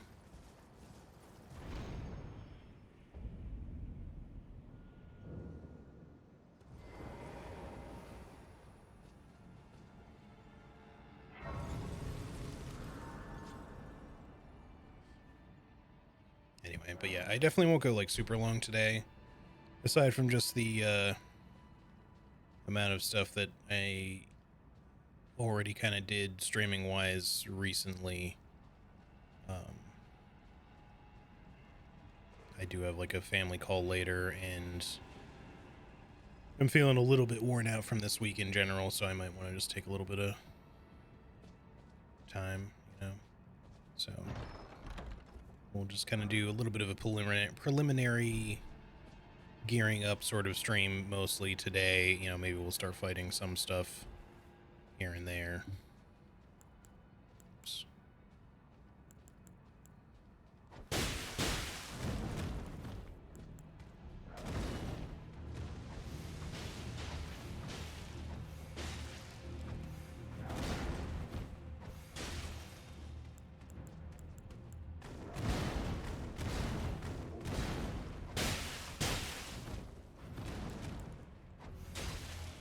Oops. A little overcommitted there.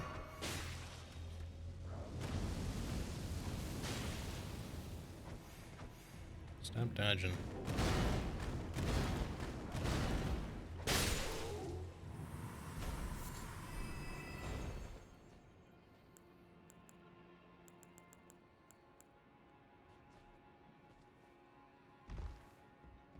I think the one thing that I'll do while I'm here, before we just fully leave,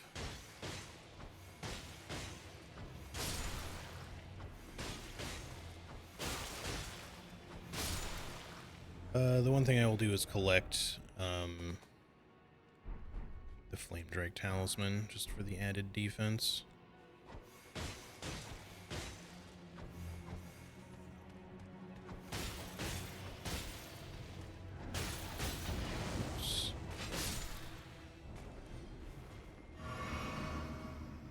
Come hither, friend.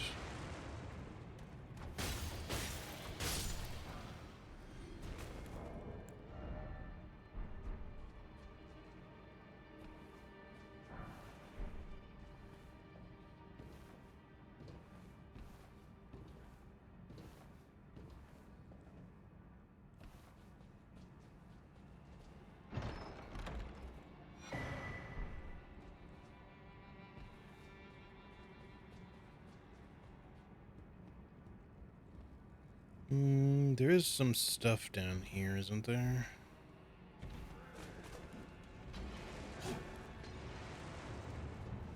Stuff we specifically need to okay. We specifically need to collect right now, but this was probably a little bit more than a little bit foolish, but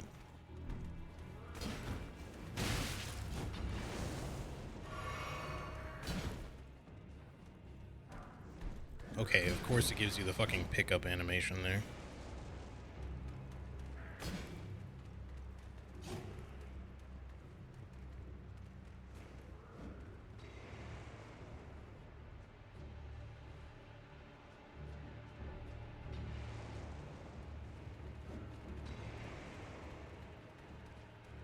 Excuse me, fellers. Not really interested in a fight right now, just want to move on.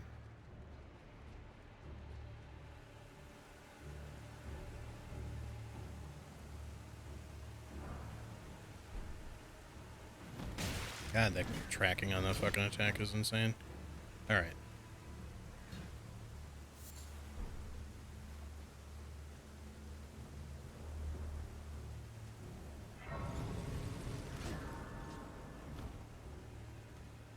Man, really? Can you just get away from the fucking thing, please?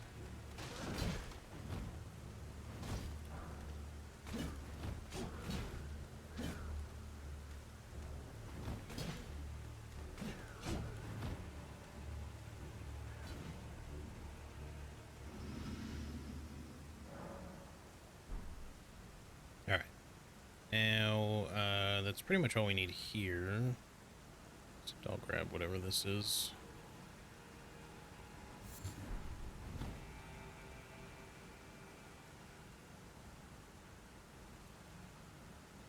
Okay, well, that is not how I wanted to drop there.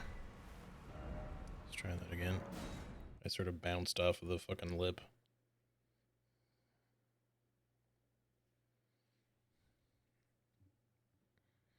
We'll collect all the other items here later for sure, but there's really much of else, anything else that I need. Just do that.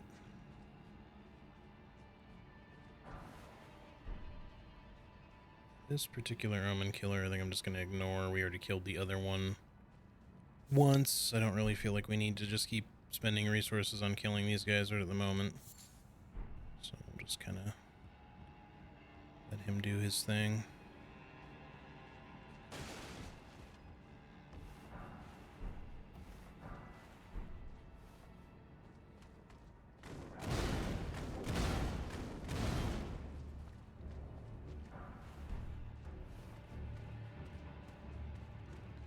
See you later.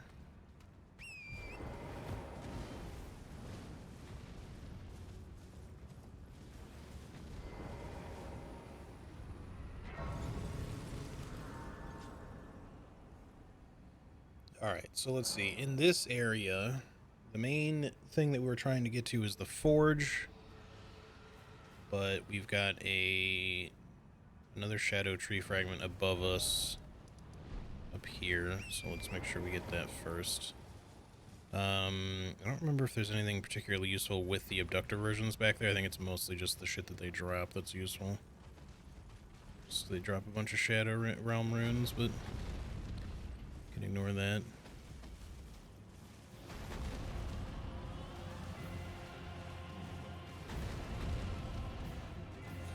Excuse me, dragon and friends. We will reconvene at a later time.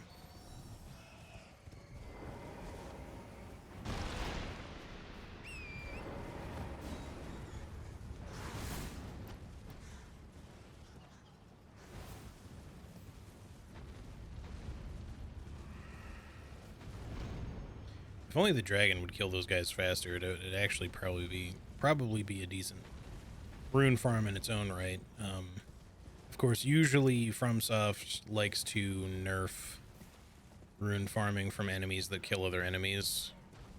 At least, you know, when it's like super drawn out like that and stuff, so that you're not just getting a ton from just kind of like sitting there and resting and then sitting there.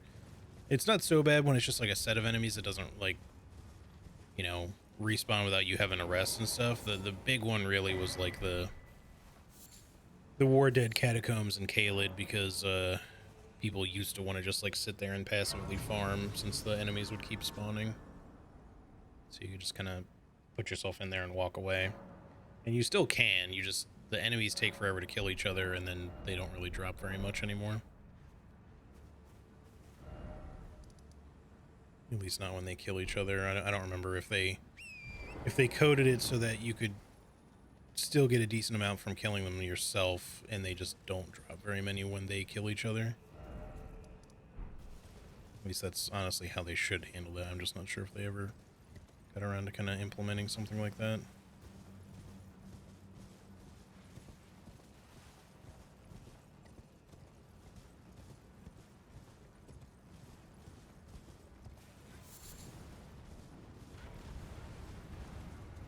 Just get stuck on every single tree.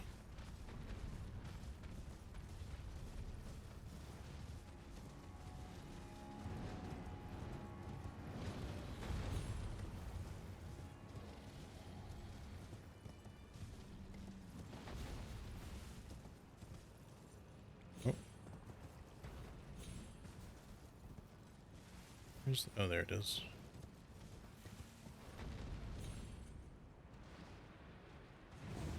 Okay. Now, let's see, with that, there is another Shadow Tree fragment here, and Revered Spirit Ash as well, so I guess we should probably get those. Try not to die in the process while you're these guys here.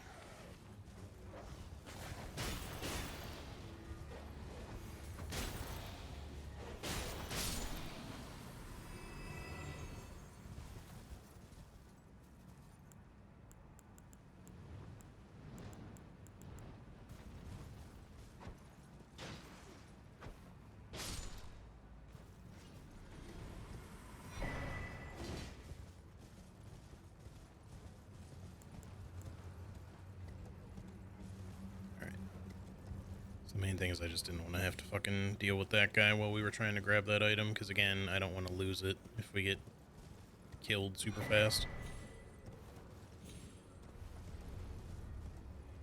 Oh, that's not good.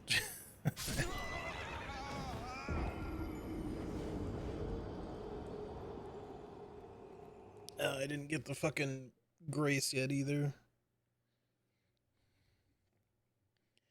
Where there is another Shadow Tree fragment as well, but that's okay. Let's go to here so we don't have to find the stupid Spirit Spring and travel down. We'll just go through the straight away instead.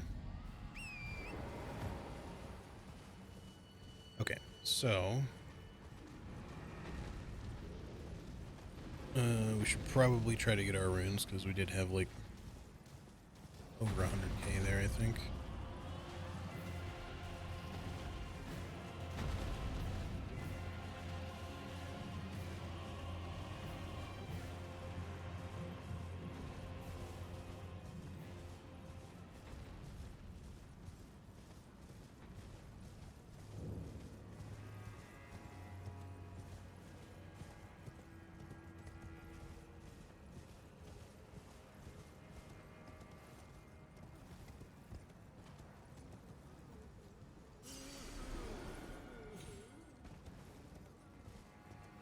Oh my god, I almost did it twice.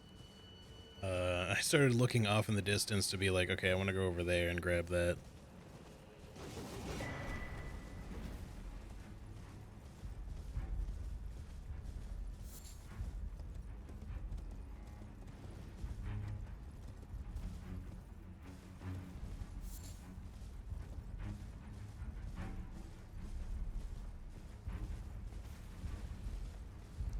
Alrighty, so that's the main bits from the internal part of the ruin, or well, the above ground parts. There's stuff inside it, of course, to get, but we can get that later. Dane will talk to you when we have a gesture to challenge you with, I guess.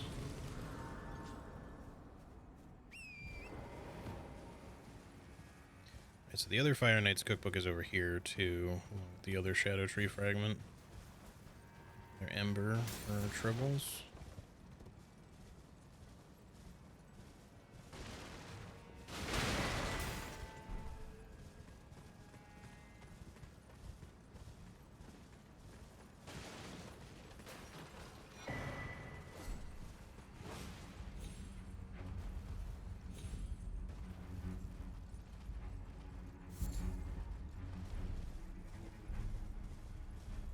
And there's actually a lot of Shadow Tree fragments in this whole area if you just know where to look.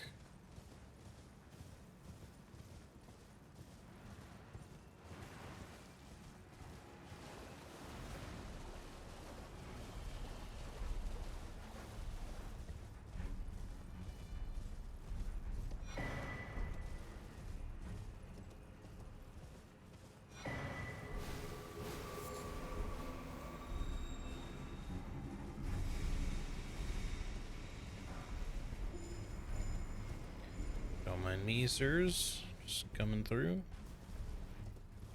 Don't let me forget I gotta go back to the Cerulean Coast and speak to the Kindred of Rot that I missed there, because I kind of forgot to do that on my way back. I'm remembering now because of this one.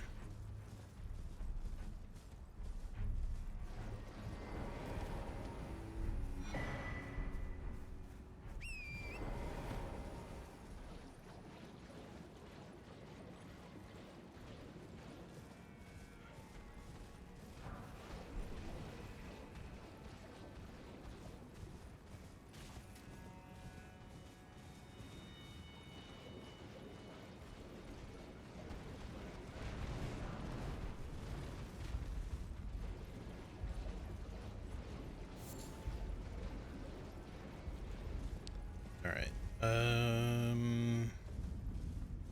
Just gonna grab this grace for later. I think. Here's another Shadow Tree fragment in the ruin. That way. And a Revered Spirit Ash near it.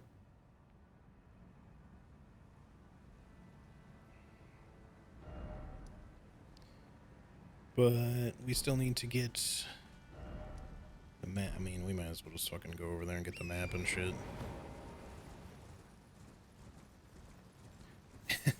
Just like the base game, the fucking DLC is full of just like, well, I should go over here and get this. Oh, but then there's also this over here. And well, we're over here now, so we should go further and get this now.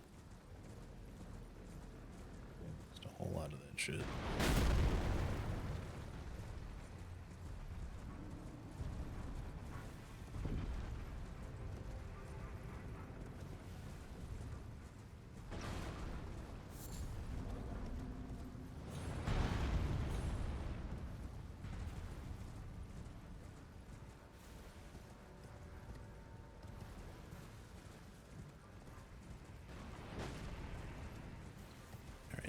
Try to grab this stuff without getting shot.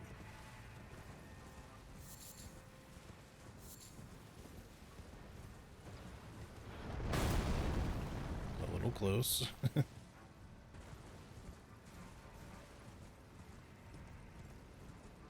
I mean, I guess I'll go ahead and break this, but there's no reason for us to go up there right now.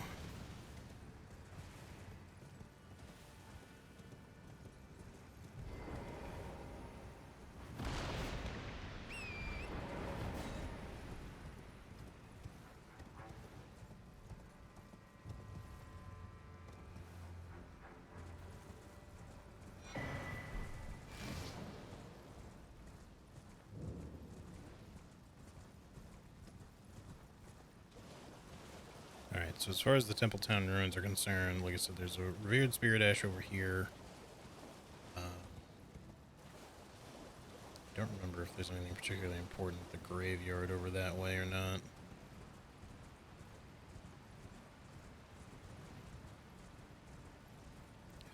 answer to that is no. Unless they... I don't think they put like a cookbook or anything over there. But inside the ruins, there's one shadow tree fragment. Which I might as well just grab.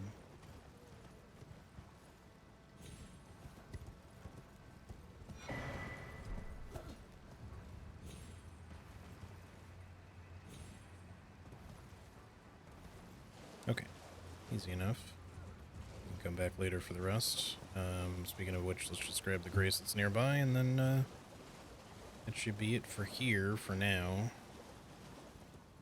So actually, I tell you, there is one cookbook over this way. Actually, there's two cookbooks, one of which I should definitely get.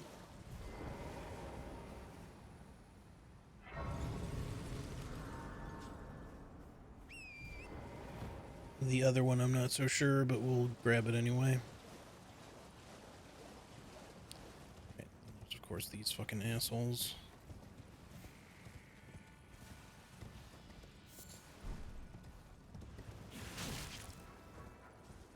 I'm just gonna get hit by some of that shit. Let's see if we can just try to ignore most of the fucking red Kindred of Rot here, because they're not really fun to get sniped by.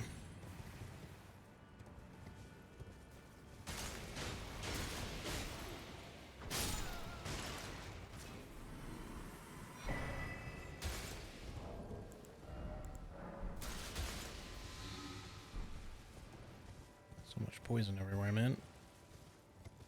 It's one in the pile of poop. Yep, exactly. That was the second one I was thinking of. Which is the one that I definitely want to get, because that's for... I think that's for fetid... hefty fetid pots, which I don't know that I'll use a lot, but... just because they're likely to poison me as well, but they do still do deadly poison, I believe, so... it's a decent way to just quickly build up some poison on something if you need to.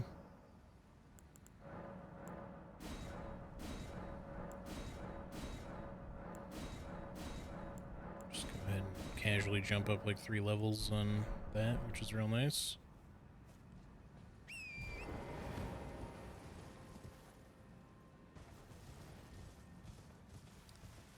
Yeah, so let's go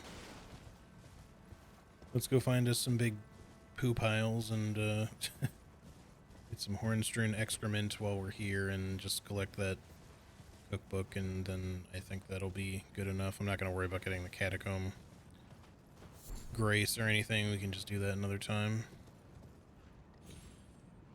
This doesn't take long to run from that other grace that we just got to there.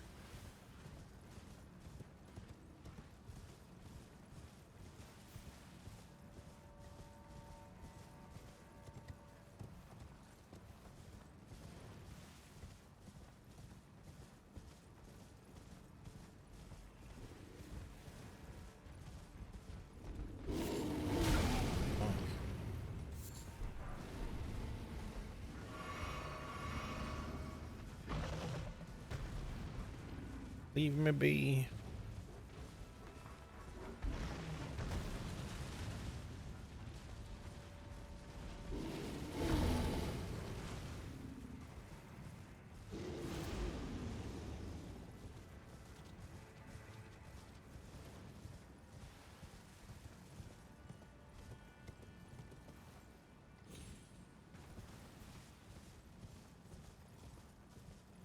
All right, I think we're good. Okay, so here's the thing. And whatever you can of that. You know, it's not a lot, but some things drop that stuff, just not very many things. But okay, so now I guess we'll just come back up here. We got to get to that map still. Grab the thing in that area, but actually, let me go get that Kindred of Rot I was just talking about a minute ago.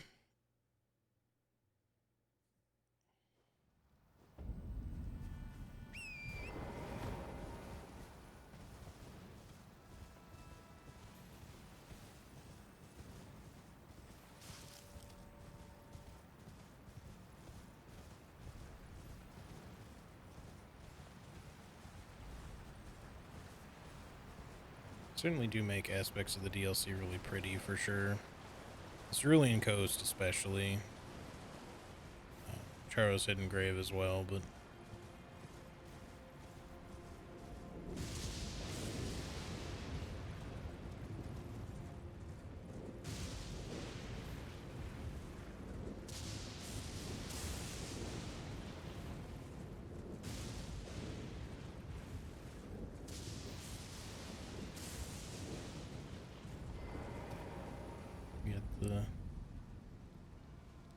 the weird upside down thing. I'm still pretty sure this is a glitch, by the way. I don't think they're supposed to do that. Okay.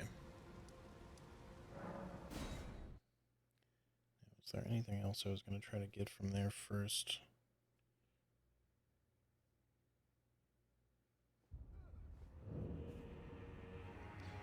Wonder if I ever bought the cookbook for the poison bosses. Oh, yeah, gotcha.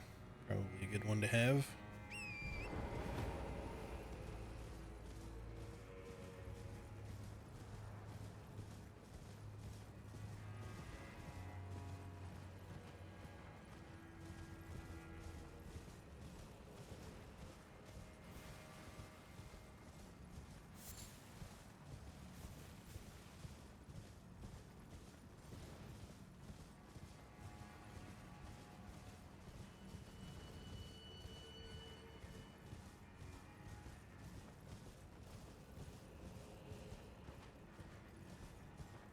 So really all that's left in this portion of it, I think, is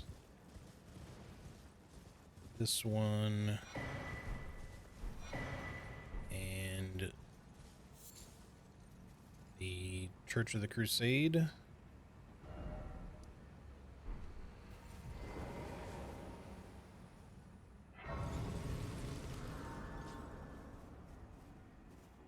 Hello again. Did you meet my compatriots? They're quite the congregation, from places as far and wide as you can imagine. Doubtless it'd have all come to blows at first glance, were it not for the charm kindly Miquella put upon us. This is what allows us to serve together, the work of a living god. Oh, that man is known as Dane. He's been in the service of Miquella the Kind longer than I. He might be solemn of cheer, but is a fierce warrior nevertheless. There's no cause for concern. Dane's reluctance to speak to you is no fault of your own. We've been acquainted for quite some time, but even I am yet to hear his voice. Perhaps He one does. day. I'm trying to remember. Does he have? He has voice lines during the penultimate battle, I think. Wondering about the horn scent, are you? True enough. In any other circumstance, he'd be at our throats. Long ago, Queen Marika commanded Sir Messmer to purge the tower. Oh, this is so nice. Yeah. A cleansing by fire. The No VA. wonder the horn scent Everybody's holds the fucking Erdtree VA did contempt. a really good job. That aside, man is by nature a creature of conquest. And in this regard, the tower folk are no different. They were never saints. They just happened to be on the losing side of a war, but it's still a wretched shame.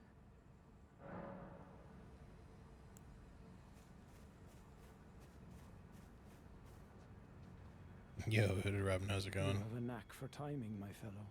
Groupmaster got found some the sick site graphic of the new update. cross. Oh, cool. Yeah, I'm gonna probably Take play some more of that on maybe the next stream. I thought about doing it today, but I was kind of like feeling a little bit like playing some more Elden Ring, specifically the consumables only Miquella stuff, has and said just as doing much our himself. preliminary He collection wishes stuff. now to throw it all away. Like I said, I'm not gonna stream He for super says long the because act, though undoubtedly painful, I kind of need to. Well, I do have to sear work clean later today Erdtree's too, but I wanton need to take it a sin. little bit easy, just so The I'm truth of not his claim can be found at each wearing cross, myself out. which is I'm evident just enough doing to too our much. belief. Go to in that first. Okay.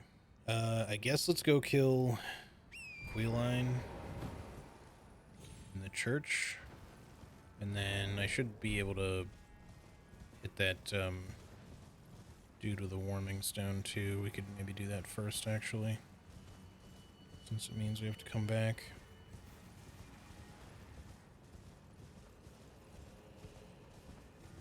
That was a joke. Oh, sorry. You referring to me playing this game. I gotcha. I just assumed you were had seen something I hadn't seen.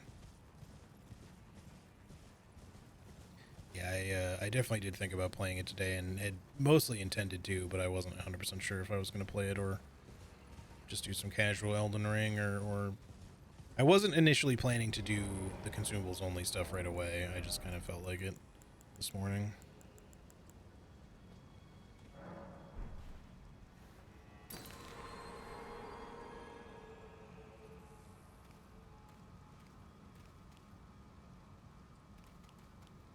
I think my only gripe with this being the way that you heal this guy is that he should talk to you right away instead of making you, like, have to go rest first.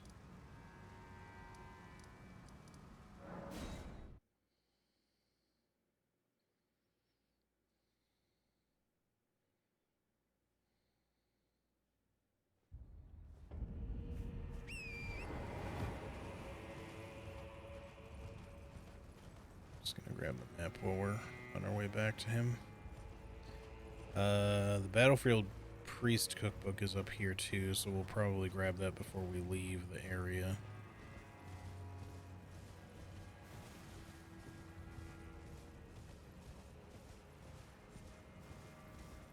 I don't really want to fight the Furnace Golem, so...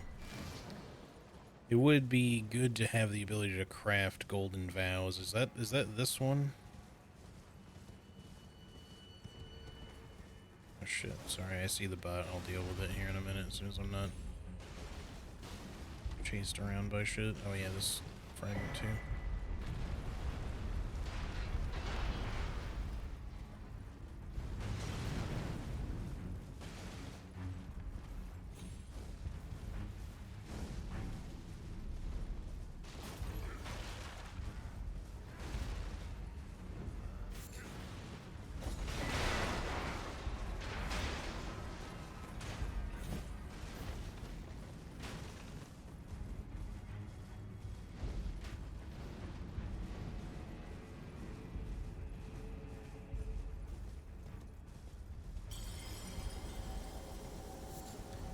Well, I guess that's broken now, right? That also means everyone's shit's gonna change. Can get off my screen.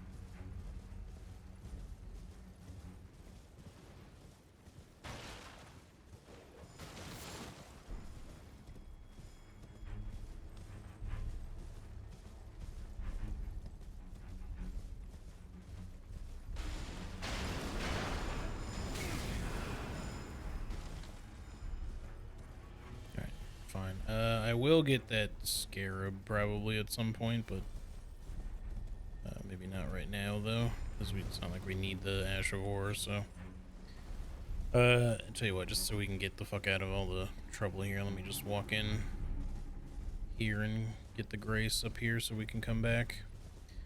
When we're ready to, we can kill the hippo for 2 Shadow Tree fragments as well. But like I said, it's entirely possible to collect 38 out of the 50 total that there are.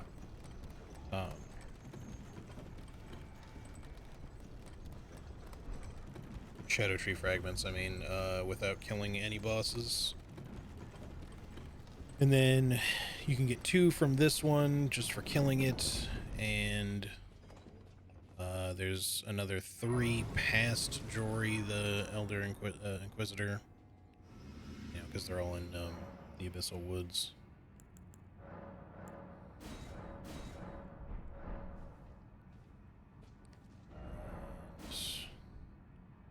There's like 2 more that I'm forgetting.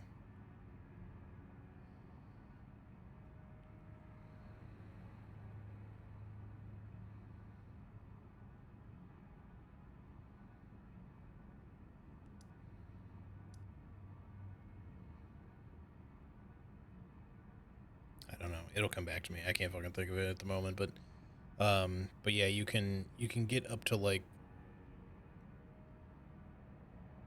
You can get all the way up to 45 just by killing a couple of like minor bosses, and then 50 if you kill Gaius, because the final 5 are back there. Alright, let's not do you right now. Let's just come back to here. I guess we'll have a chat with people real quick, but we will go get the things that we need to get.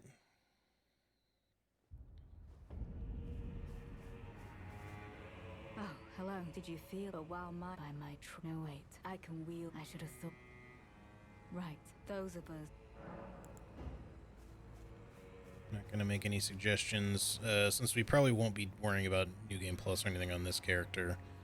I'm not going to worry about trying to do like the invasion-y things or Intriguing. like Do thereof. you presume I must uphold his then and surely. But first, the impaler in venge. How could I revenge? I am not sure what I'll do when it comes to the Horn Scent. We could potentially summon him for Mesmer, but it doesn't really go along with the whole challenge run. But if we don't, then he will show up as part of the Miquella's followers boss fight. I guess that just means that we're gonna end up fighting him at that point.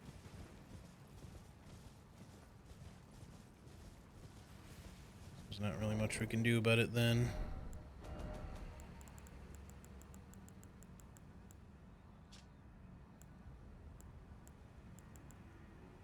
Fire Sprite Stone Glinting now.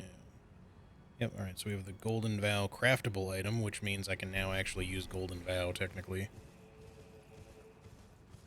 Yeah, that's true. I could invade him with Letta if I want to eliminate him from those possibilities. I don't remember if summoning, if you have to do Ansbach to get him all the way to the end, or if he just ends up there as long as you don't invade him. I know you'll get Natan if he dies, but... Okay.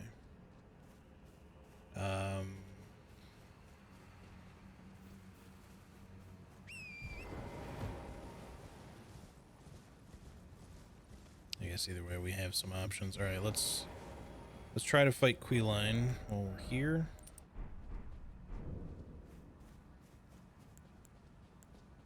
This is going to be a weird one, because I'm assuming will be somewhat fire resistant. Death in the embrace of Mesmer's flame.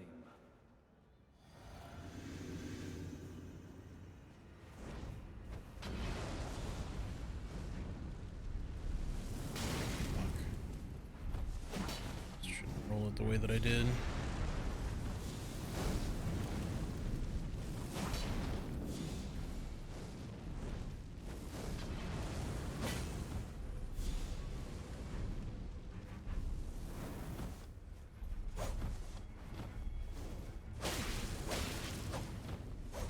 Fucking combo stagger is nasty.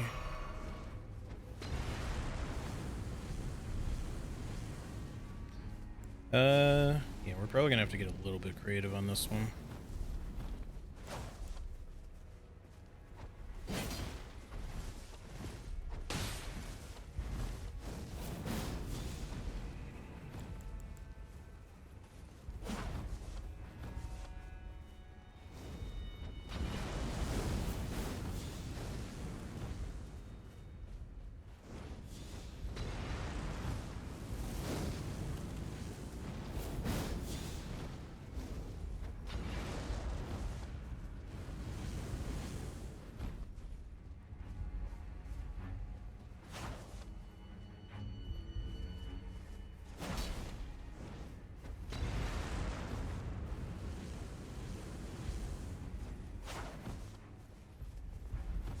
Okay.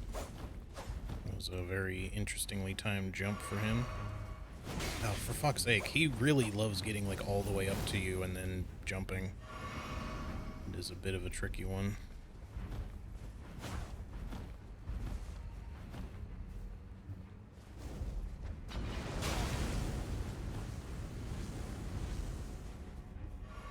Yeah, that's fucking not good. Probably gonna have to use something else here.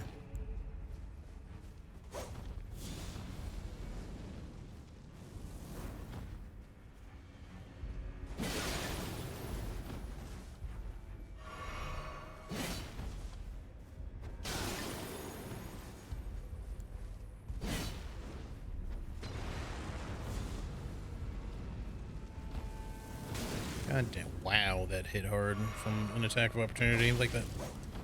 What a roll catching piece of shit.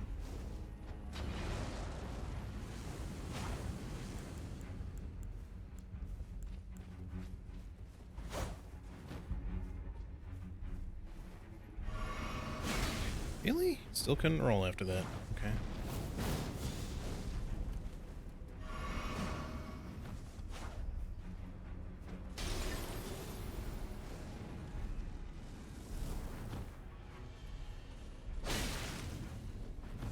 I'm gonna fucking lose this fight because of some just dumb bullshit going on here. He does not behave the way most of the base game ones do.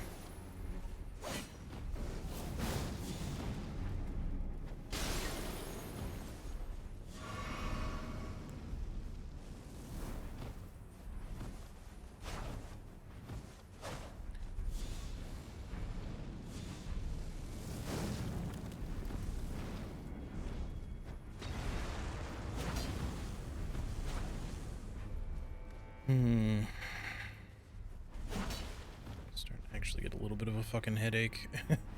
Definitely not gonna go much longer today.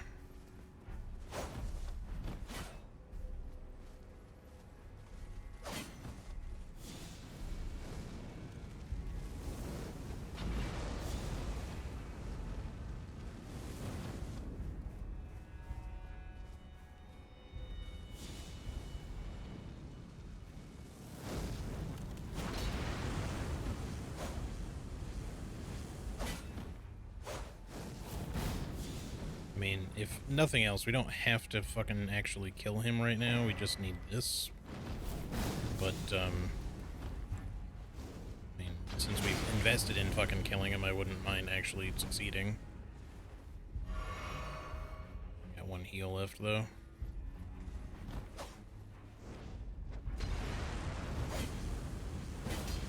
We're almost out of volcano pots, so we're gonna have to start using other shit. So I can't craft. Badly timed. That's my last heal.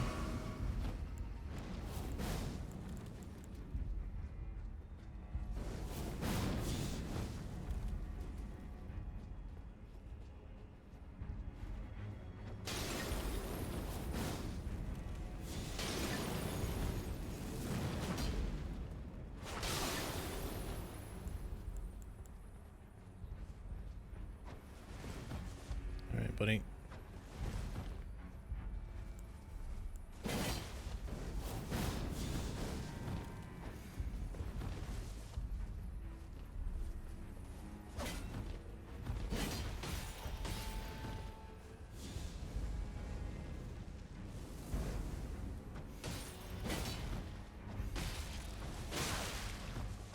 Ooh, we headshot you. Mark my words, graceless heathen. Thou shalt not evade the flame of my... Alright, so even with all those buffs, NPCs are still going to be kind of rough, I think.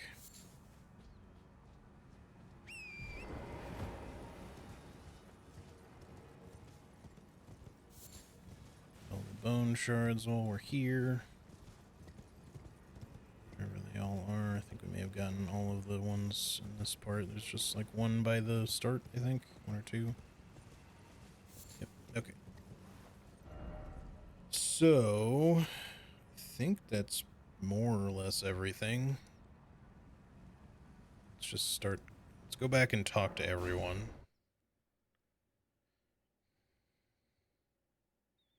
You don't have to do anything with the invasion part of Unsbox Quest. Yeah, I didn't think so. Just the scroll, yeah. As long as he's still alive by the time you get there, he'll be on your side, I believe. Oh, are you not affected? I'm feeling wrath of St. Trina would kindly befall in, for the problem is I would sack. Alright, I don't need anything from you at this time. We will... Just give me... Should have probably gone to see more in Ansbach first, actually, so I can get the black syrup from him. You don't have to do a whole lot to get that. You just have to, like, meet the two of them and then come back to more, and he'll give you the black syrup. You don't have to, like, advance a bunch of shit. I don't kind me, but together. Together. our mother, she did. Must we be? Now,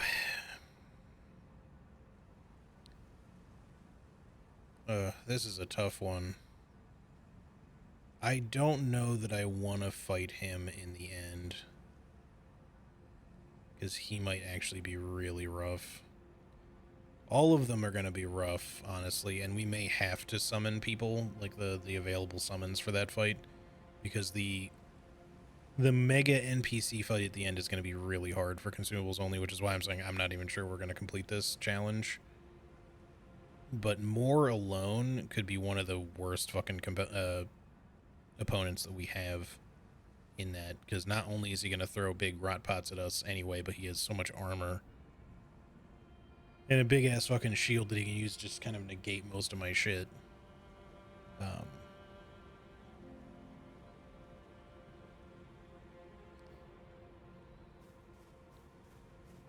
Kindly make the fog that and fall. Once I challenge, I knew not. I believed that with Sif I could not have Mikola the pure. There is nothing. Righteous I am. Righteous I am. Righteous I am. Remain sad forever, such a goofy dialogue choice. Yeah, but it does, you know, he does get kind of... I always. The thing is, I mean, I could also kill him before we get to that point, but I'd like to get the reward, although honestly, spirit raisins are not useful. Till we meet again.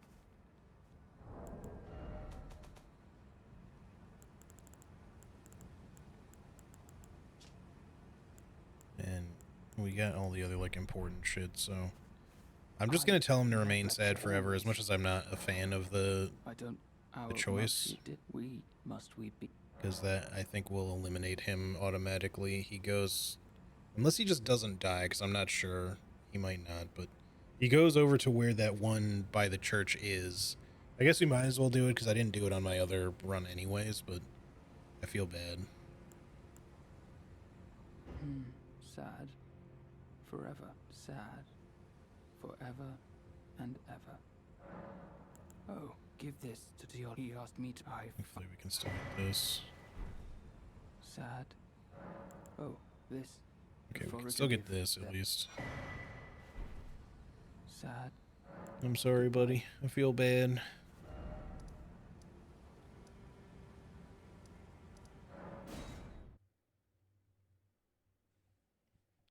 Doesn't, I don't know, just make him sit there too? I don't think he sits there forever. So I'm just mistaken about that, but I think if you don't talk to him at all, he won't show up in the final fight, like if you just never meet him. But I wanted to, obviously, so...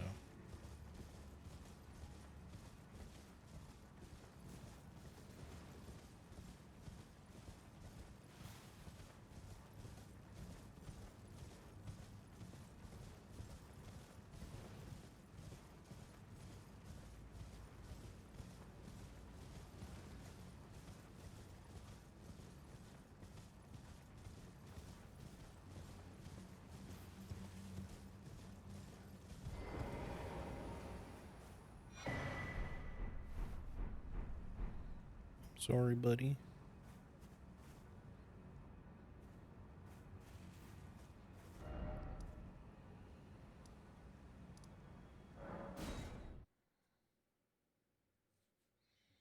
I really wish you could get more on your side. Because I don't think there's a way to do it. Unless, again, I just... If saying I don't know and, you know, doing things in a particular way would otherwise make him available, but I don't think you can. I'm feeling rather lost of St. Trina. He'd be so fucking good to have in that fight, honestly. I have to say, Sab's wonderful. I don't think I'll have to think. Ah, you two deserve your... I'll mix up. If you find your sleep is a... Is that so? Then take this conch for you, for all. I'm feeling of St. Trina.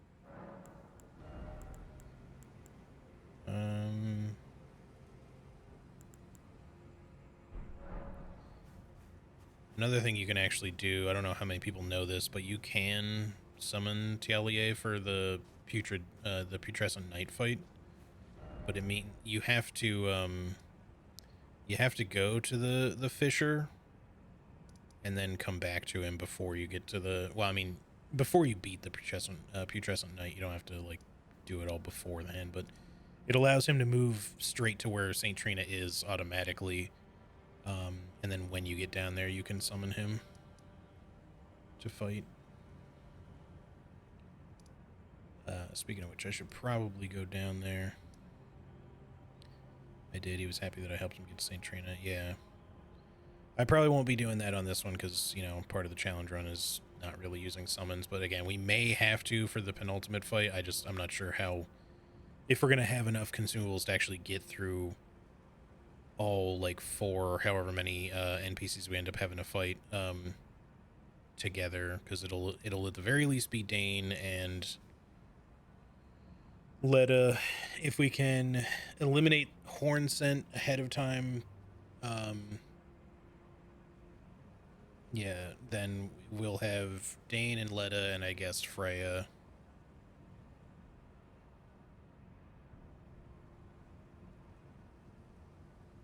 Because unless they changed any of it, I'm pretty sure you're not supposed to be able to eliminate any of these characters, with the exception of, like, you can eliminate Horn Scent by doing his quest line, or part of Letta's quest line. Ansbach, obviously, but he ends up on your side, so that's not overly useful. But of course, if you do, then you can still get Natan, which they put in there because they knew that they made the final fight super difficult, or, well, the penultimate fight super difficult, so they didn't want you to have, like, nobody available to summon.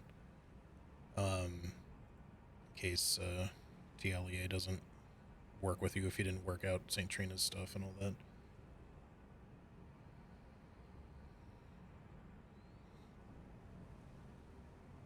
You know, unless they didn't fix the one issue, because there was apparently some sort of way that you could kill Freya and Ansbach directly, but I don't think that was ever intended, so hopefully they fixed that. Otherwise, if we could kill Freya, it might be worth killing her before we get there, but I don't overly want to. She'll be tough, though, too.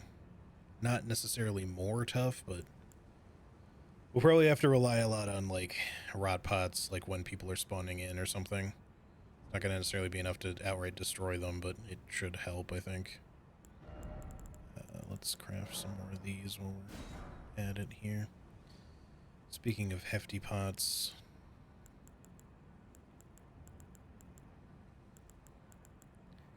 let's see, we only have 2 hefty craft. I guess we haven't really gotten to that many places where you can collect them yet. We can make some eternal sleep pots, which might be fun.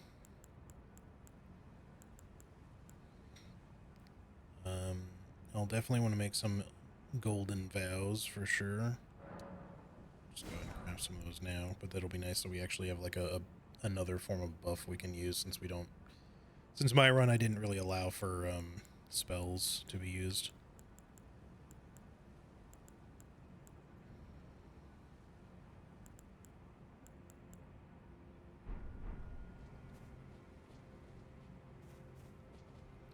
Will she still fight if you don't give her the letter from Ansbach? That's a good point. If her quest doesn't move on from that point, she might not, but I honestly don't know. She may just appear there anyways, but it might be worth, since I don't really care about getting her shield, it might be worth just not advancing her quest the whole way so that we don't have as many enemies to fight. Not that I don't want to have, like, potentially a good challenge to do this, challenge run with, but I just know that fight is going to be absurdly difficult with only consumables, because NPCs are already hard, even in the base game, and fighting several of them that have just, like, insane amounts of HP with limited amounts of consumables is going to be really rough. So we may have to do what we can to kind of mitigate how many we end up fighting, if we want to have any chance of actually succeeding. All right, let's see. So we can go to the Fisher to get another Erdtree fragment, just if we want to grab that temporarily, or quickly, I mean.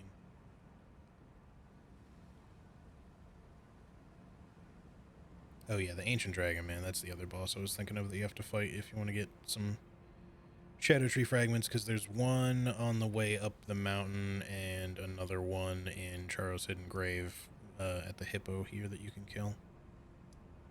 So that's the remaining two that I couldn't remember.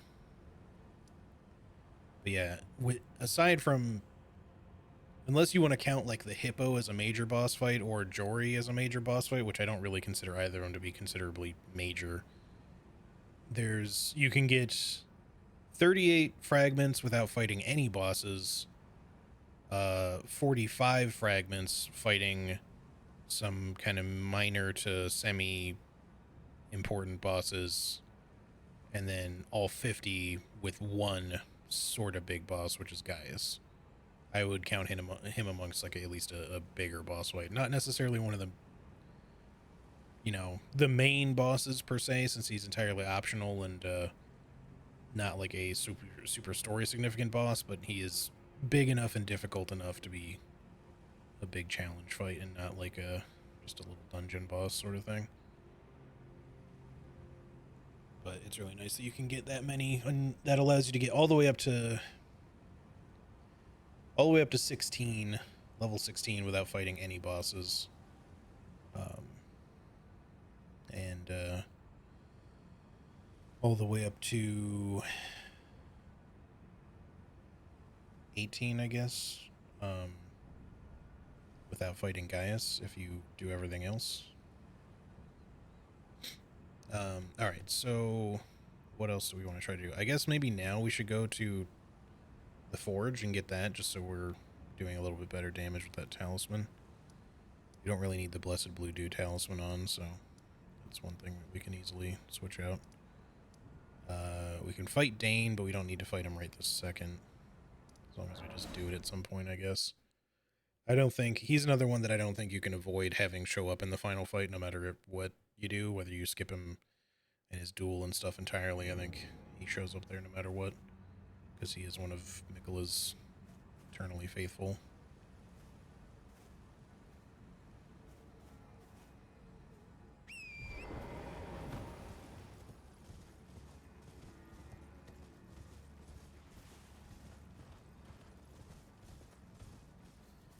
Speaking of nothing, I finally saw Grank howling in the rain in my game for the first time. Yeah, I think a lot of people either still don't know about that or at least haven't really been able to work out how to get it themselves. Because it's a cool little detail, but it's a little obscure.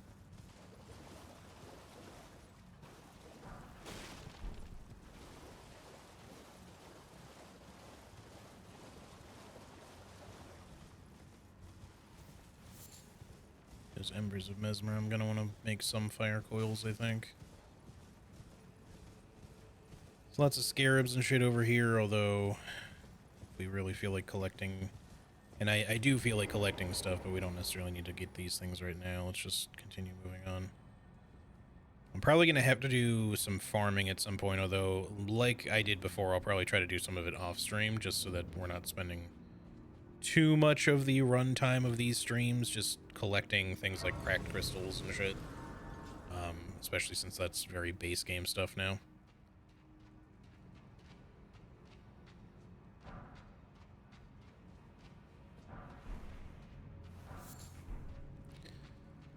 Give me your gas stones.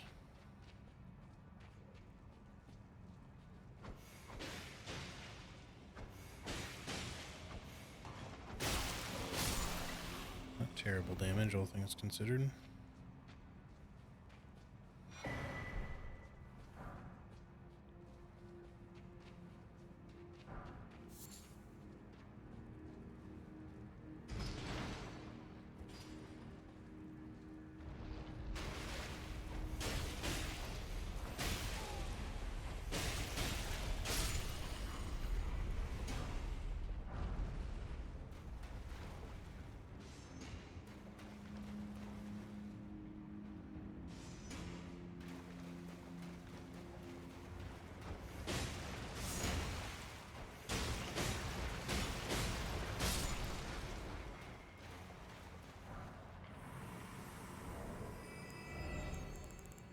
Let's make some more of those real quick. I think we're probably going to want to just run by this dude. Because again, I'm not sure that we have a good way of fighting these. Once we get up above him or something, I can try testing some stuff out on him just to see if we have any means of, like, just good raw damage versus a golem.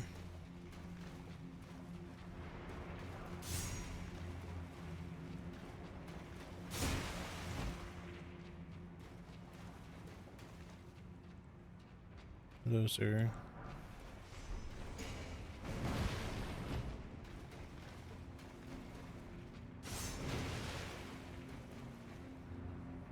Please don't knock me off the ladder. Okay.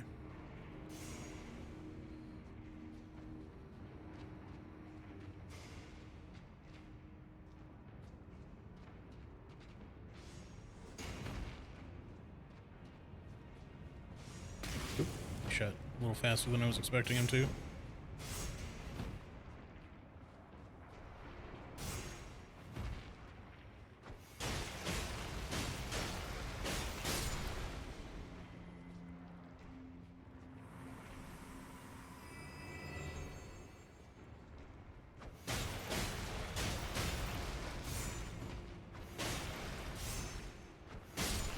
I don't know if I've ever seen a slime sort of dodge an attack like that before. Not that he really did it intentionally, but... Alright, Soupy McGee, I'd appreciate it if you didn't give me too hard of a time while I'm grabbing this.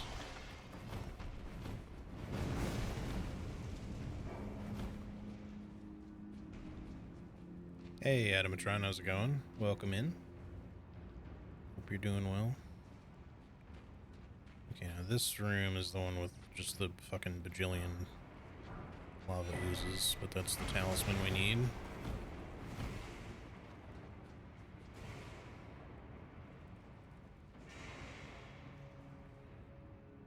And while we're here, I guess we will finish the...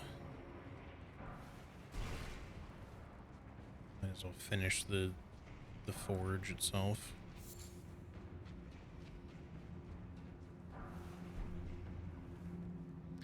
Man, fucking glass shards are something that I really wish they didn't put, like, anywhere in the DLC. They're just... they're an item that didn't really need to come back at any particular point in time. That damage is really not good. I don't think anything we have is going to particularly hurt them, so I think we're just going to ignore that. Now, is there anything in the room that we specifically need?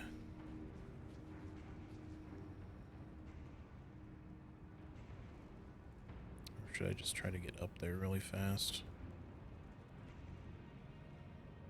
There's items in there, but...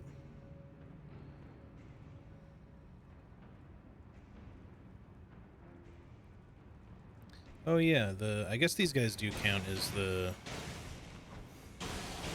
Yeah, they are constructs, so technically the whole disruption thing does work on them too, but the thing is you need an enemy for them to target for that to be useful.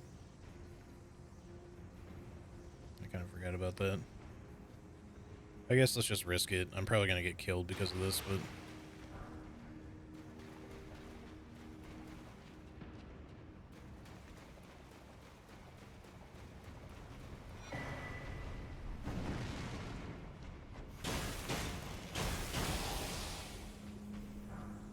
Fight. Not me. Fight each other.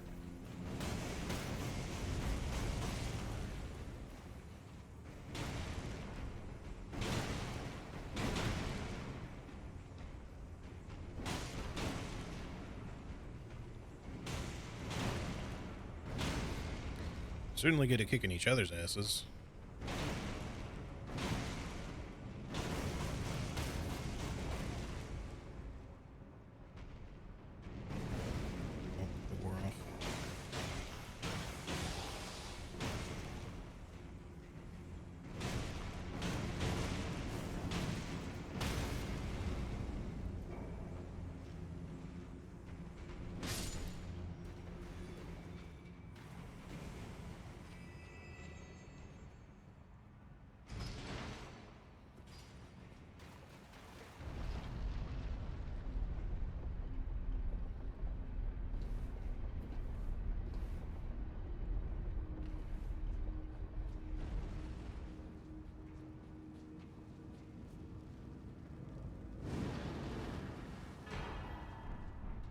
Alright, there we go.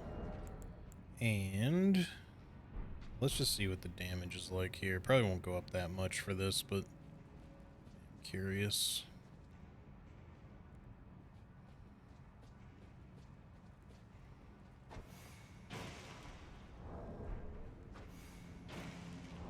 Yeah, 59.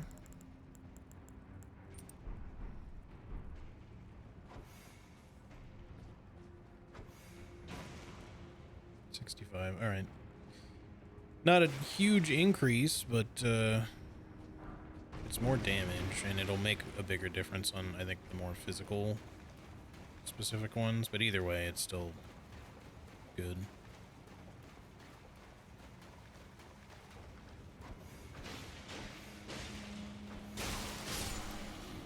Like that. I did get a headshot in there, so that might be why it only took 5 there, but I do feel like I was still doing more damage. Overall, it does add up, especially on like the bigger fights. It'll make a bigger difference when we can just do more damage per hit.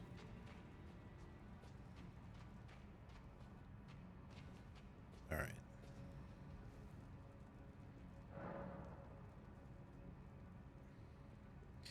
All right. I can't tell if this will be harder because of the higher difficulty or easier because of the widely expanded consumable options. I can say mainly that the extra consumable options mostly aren't going to be that beneficial to the overall run, because unfortunately a lot of the new consumables kind of suck. I'm hoping maybe they'll rebalance them at some point, because a lot of them just aren't really worth using. Now, currently, a lot of the base game stuff will still be fine, so we can just kind of use that anyway. And some of the other things like are pretty good, like the hefty pots are largely pretty decent. Some of them aren't great, but for the most part we should be fine there. And then obviously having stuff like the smithing talisman and certain other things should also give us a little bit of a hand. Alright, so with that done, do we want to collect some more shards? Scatter tree fragments, shadow tree, or... I'm trying to think. There's like 2 down here. That requires going into the shadow cube to get down there, but 3 down here. There's actually 1 there too, I think. So it's technically 6 going down that route, plus a revered spirit ash or 2. There's a revered spirit ash here. Not that I don't care as much about finding those because we don't need them. There's another bell bearing over there. What else? There's 1 in lower, in the church district of the Shadow Keep. There's 1 in Bellerat. Just a lot to collect, man. There's 1 in the Fisher we should probably go get. Maybe we should prioritize getting that one so we can talk to Tialier. But I also want to do a dungeon soon. Maybe before we finish today, I want to go do at least this jail so we can get some more hefty pots out of there. And that'll have the hefty freezing pot recipe too. And the great jar. Let's start by coming down here first. We're not going to do all of the Fisher. I'm just going to get to the cross, I think. Get the shadow tree fragment.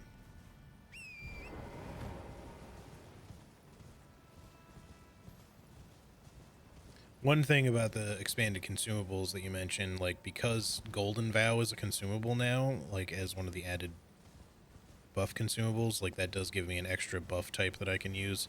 I believe it's the same or similar as the Ash, to the Ash of War version, so it's not as strong as the spell version. But it's still nice, because previously I was not allowed to use, per my own rules, I mean, I was not allowing for usage of spells on the side of consumables only. I wanted it to be a pure consumables only run. So the only buffs I could use were things like, from stuff like,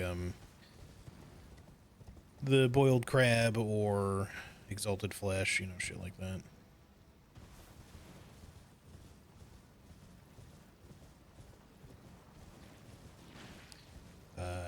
having slightly too spicy vindaloo for breakfast. Nice. I do really love a lot of Indian food, Indian curries and whatnot. Just Indian cuisine in general is a big favorite of mine.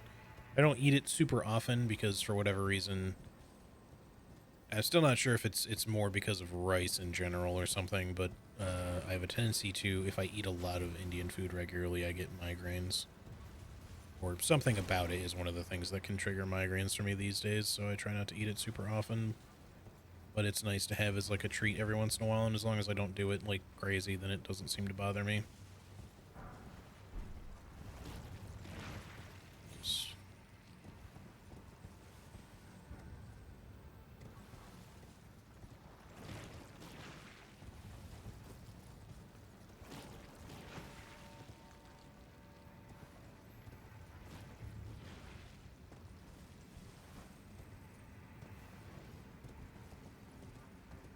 Avoiding migraine is a solid reason not to eat it. Yeah, I don't even necessarily think it might not even be anything particularly about Indian food that does it. It's just that because I love Indian food so much, I have a tendency to just kind of overdo it a little bit when I eat it.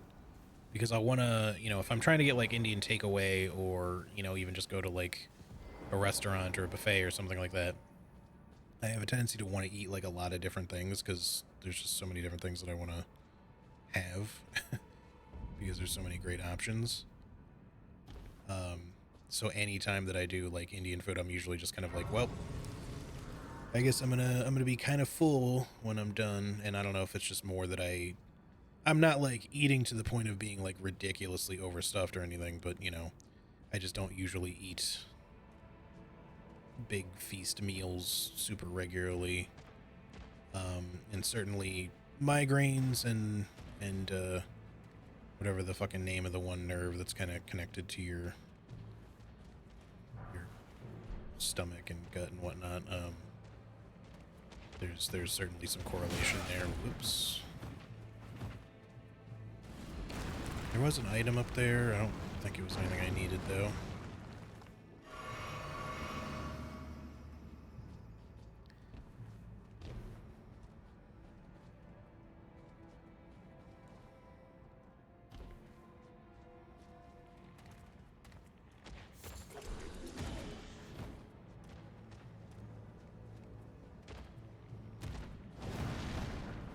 You guys and your sleepy time tea.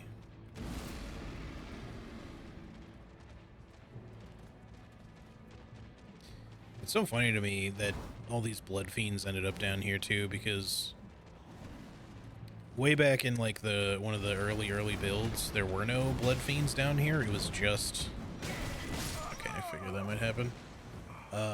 It was actually all skeletons. So obviously there's still some skeletons down here, like the weird kind of gloam putrescent skeletons. But yeah, it was like the whole place was full of skeletons, and then those like laser beam sentry stones and shit were still there, but in the one weird kind of slightly out of place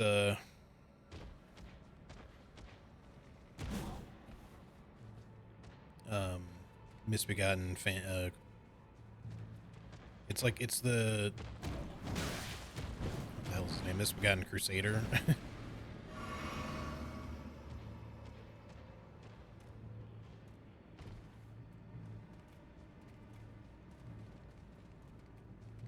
But it's a phantom version. I'm not entirely sure why he's here. Like what the...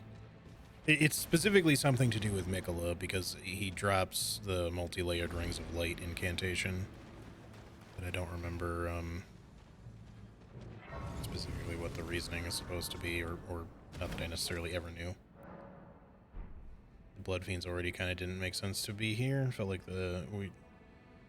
they felt like, hey, we need enemies here, just have them do sleep instead of bleed. Yeah, the skeletons made sense because of the Putrescent Knight, and the whole, like, all manners of death wash up here. My assumption is that it was meant to be just something to do with the fact that, like, Moog was here and all that kind of stuff, and that these ones just kind of...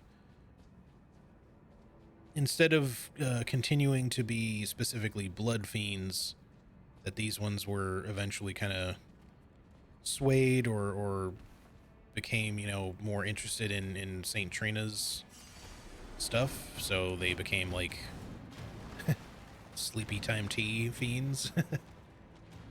That's kind of my best guess, is that they're just kind of like, they're not necessarily like traitors or anything to, if they were in any way followers of Moog or specifically the Foremost Mother, but they've all kind of become entranced by the whole, by St. Trina and everything.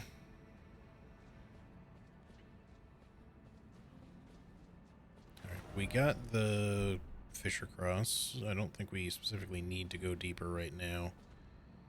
There may be a cookbook or something to grab further in. I feel like there is, but we can worry about it later.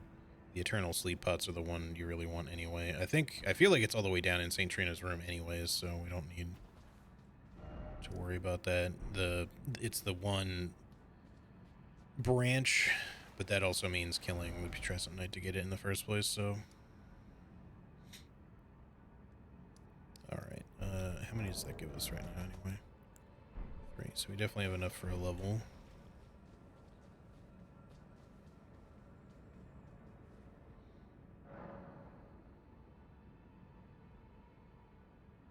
They had made them visually different to show that they were drawn by St. Trina as a lure, then I'd be more okay with it, but oh well, it's not a big deal. Everything doesn't have to be lore.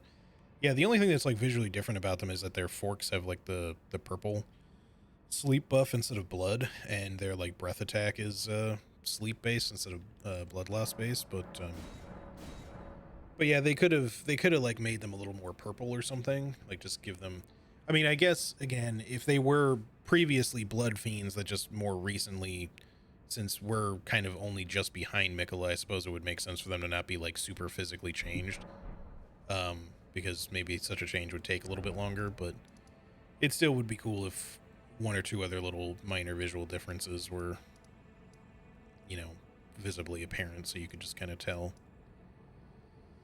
Okay, so we're at level, what, 10 now? I'm trying to think. In order to get to 16, we need like 18 more.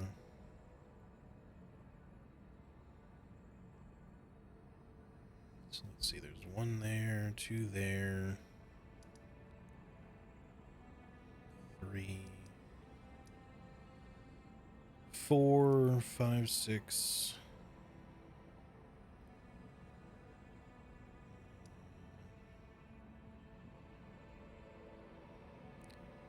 It's like another 3 or 4 in this place.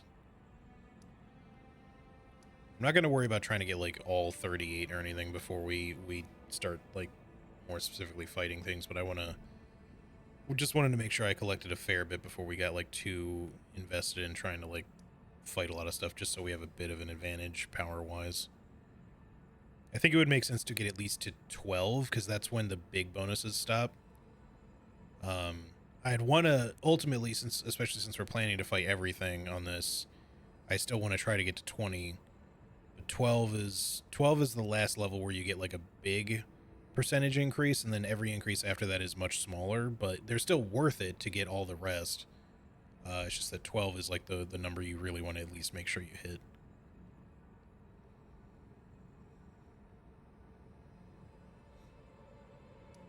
Yeah, because we got that one.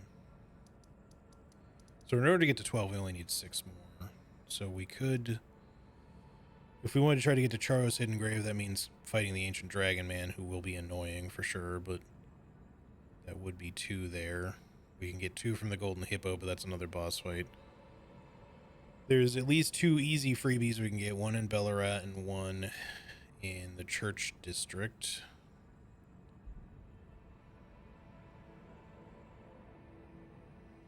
What else would be easy to grab? There's not many more that are just easy. If we go through early Shadowkeep, like enough to do the Hippo, we get 2 from the Hippo, and then we can go down and get the, like, 3. But we'd get all that we'd need from there, really. And we filled out so much of the map so quickly just from running around. Even make them asleep when we find them. Yeah, that'd be cool. Like, mostly they're just kind of sitting around. They're not really, like, snoozing. But yeah, I think that I agree. It would make sense for them to be sleeping. At least some of them, anyway. Ran to the jump down in the first hero's grave and almost one go, and I scared myself. Nice. Only ducked into cover once for the chariot to pass on its way up. Yeah, honestly, I know there's no heroes graves in the DLC, but that's something I frankly kind of don't miss them. They did add new traps, of course, to the new catacombs, like the big spike traps and shit, but and the Scorpion River one having the like basilisk deathblade orbs and shit.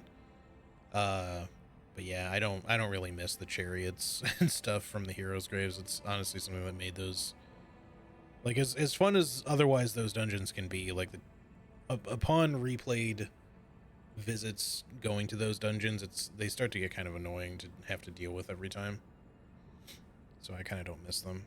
And now, mind you, they could have potentially had heroes graves here if they had decided that the culture should be similar in the Realm of Shadow, which they decided against it. But if they did, they could have just had different stuff instead of chariots, you know.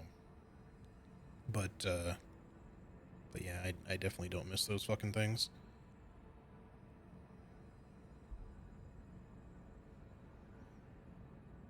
Don't mind shackling them whenever possible. Yeah, specifically, like, that's probably the worst of the heroes' graves, and the fact that you can use the shackle to get rid of all the chariots in that dungeon once you get a little close, makes it, like, super nice. Because then it makes that whole dungeon, like, way less stressful.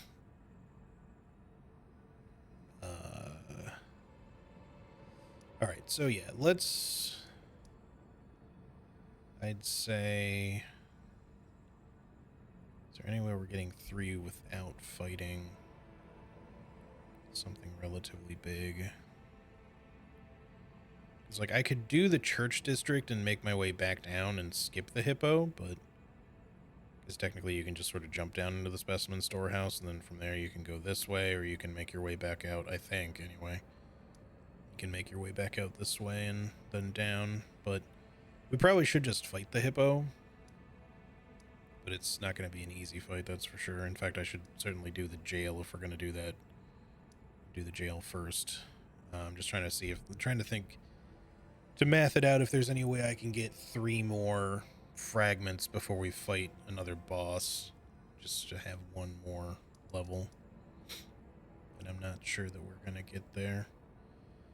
Unless I'm forgetting something easy to pick up. Because, yeah, there's 1 in Bellarat and 1 in...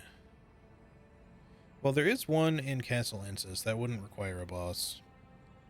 So we could get the 1 in Bellarat, we could get the 1 in Castle Ensis, and then what was the 3rd one that I talked about a minute ago? Shit. Oh, the 1 in the Church District. I guess if we get those 3... Yeah, that makes sense to me. So let's go here. We're just going to make a beeline for getting those 3 upgrades, and then we'll go do the jail.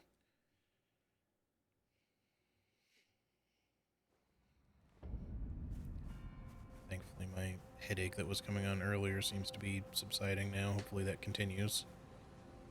That was poorly timed.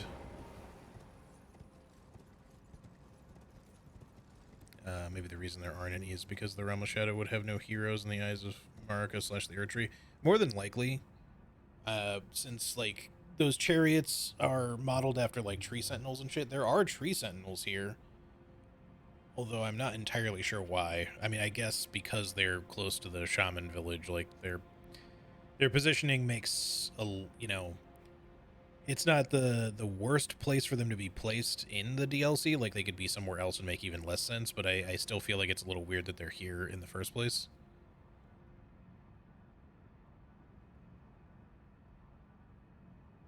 But my assumption is that, yeah, because they have Marika's blessings on them, that Marika herself might have placed them here as, like, guardians for her village, but or just the land where her village once was, knowing full well that there's nobody left in her village.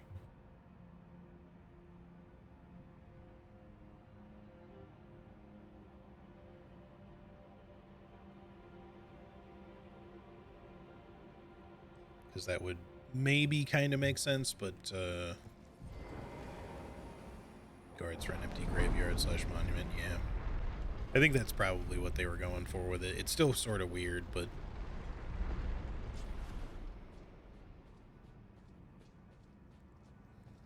I gotta see what kind of damage we can do to you. That's not bad, actually.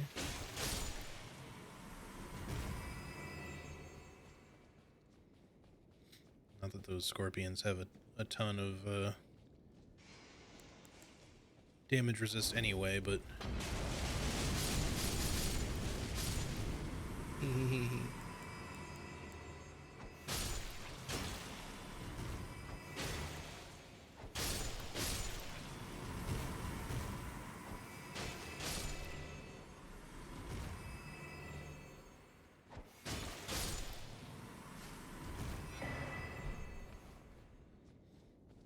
volcano pots once again the MVP, most valuable pot. Yeah. Yeah, outside of like 2 fights in the base game, they were like super good for almost everything. Maybe more than 2 fights technically, but for most of the shit in the base game, they were really fucking good. Like even though their damage isn't like insanely high, just the consistent damage they do is really good.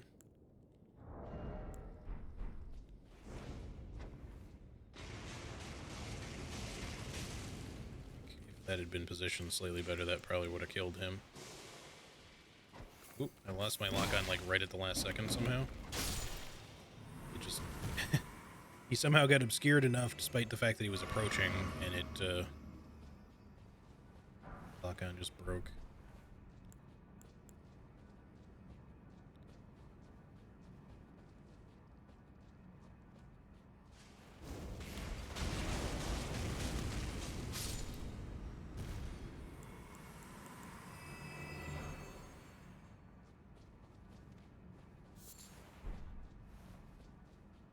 Alrighty.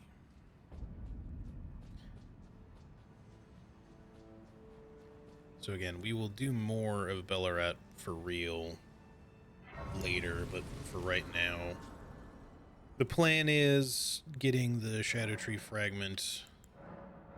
Oops. And then we'll head on to Castle Ensis and get that one. And then finally the last one in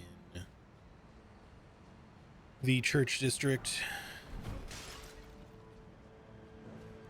So we'll worry about getting all the loot and collecting all the things and yada yada later. Oh, that was unfortunate timing.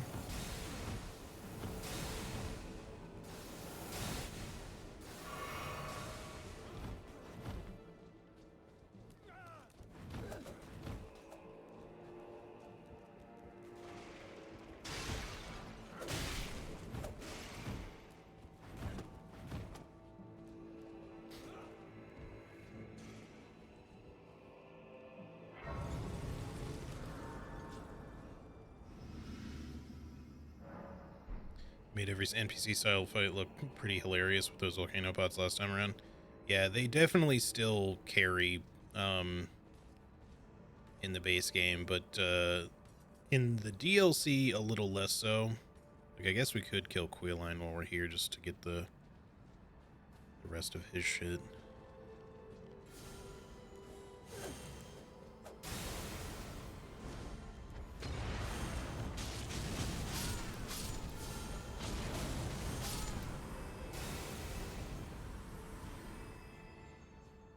Or at least we can try to, because he was kind of a fucking pain in the ass. What I need to be getting is the hefty volcano pot recipe. I forget exactly where that one is. Is that in one of the forges? I assume so, but I forget which one. Does anyone know off the top of their head?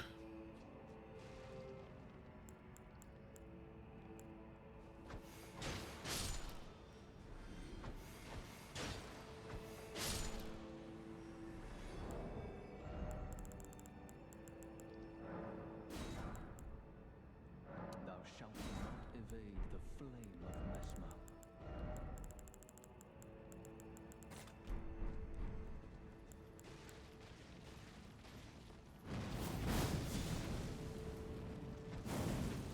That's not what I thought I had equipped.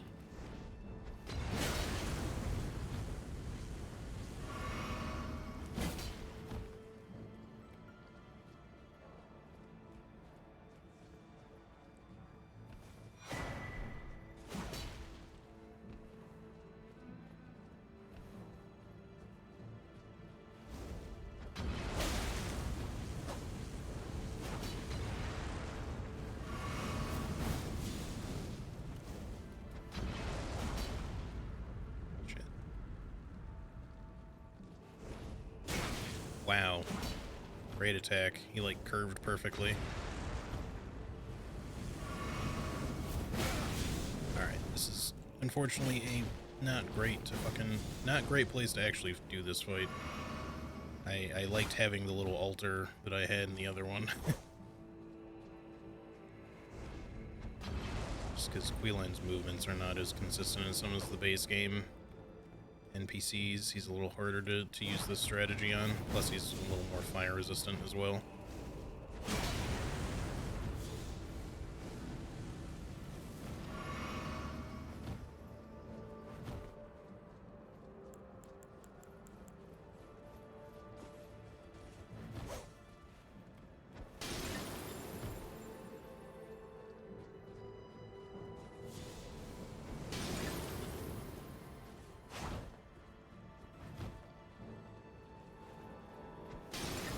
What the fuck?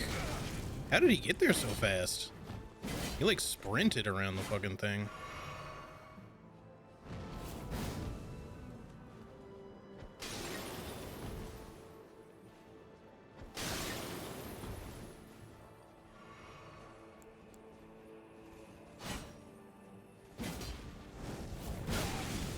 Jesus Christ, that move is giving him way too much fucking mobility. I swear to God. Oh my God, fucking true comboed. Queline's not hard at all to kill. He's just hard with this build. It is annoying that they gave him the world's longest fucking thrusting sword. Because he's really fucking annoying with it. But, I should probably just fucking rot pod him, honestly, if I can.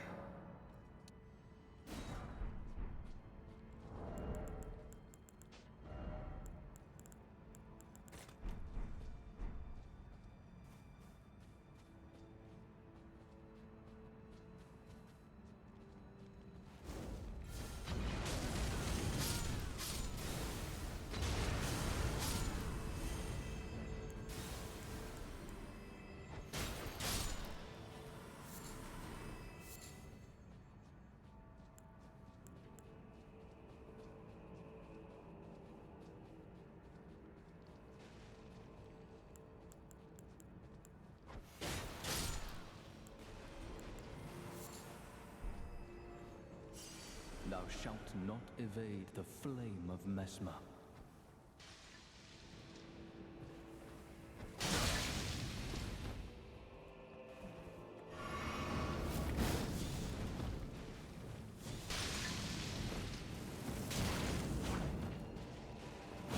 That's the shit that fucking pisses me off, is that he actually does weird roll catch jumps. Like, his entire moveset is designed to roll catch. Okay, gotcha. Just barely. Does not do very much damage, unfortunately.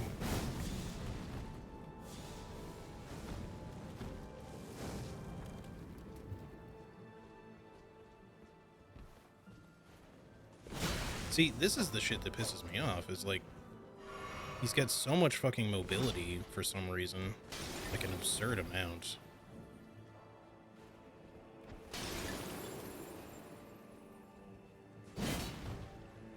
I don't know how he jumps and clears like halfway across this entire thing with a single jump. Like, it kind of doesn't make any sense.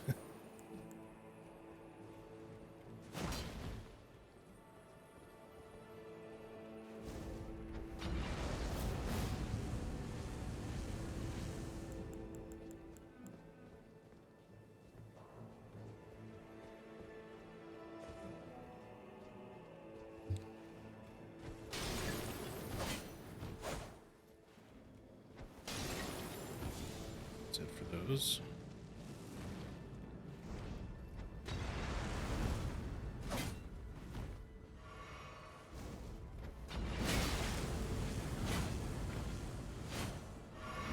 Like, I think the issue that I have with his jumping attacks is that he somehow does the distance of a running attack when he's standing still. Like a running jump, I mean.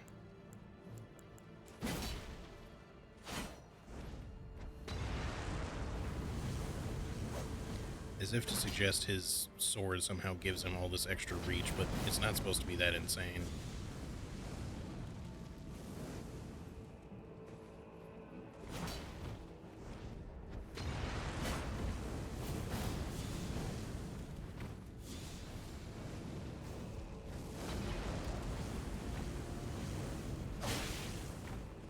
Roll catcher.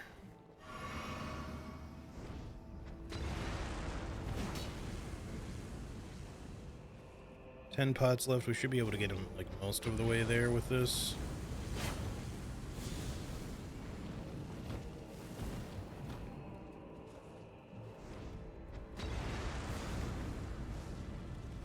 Just anytime that he's not fucking moving away from this shit.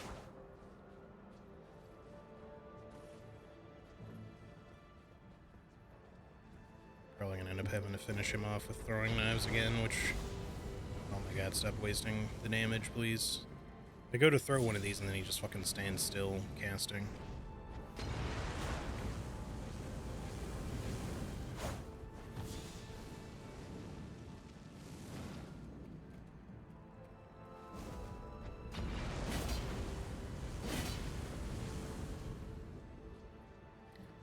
Still, it's working.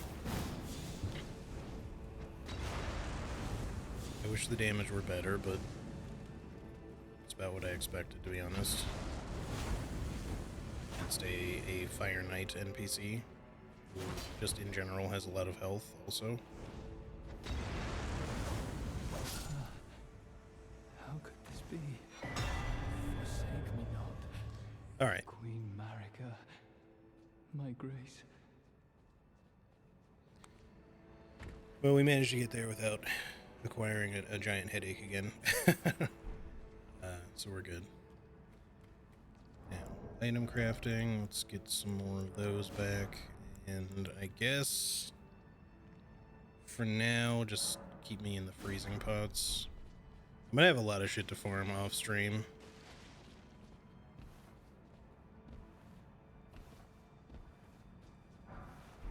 Which was always the case, but I did notice that I've been able to do it myself occasionally, and if I can kind of buffer the run, but for him it feels like, oh shit. For him it feels like M. Bison throwing out Psycho Crushers without having to charge, yeah. He's a little ridiculous.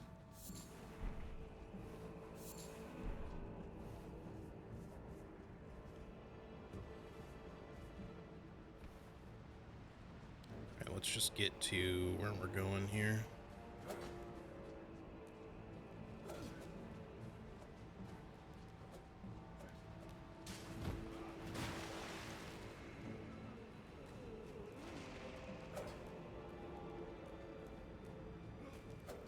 I actually have enough for a level, which is nice. I'm gonna go ahead and get the key for later too.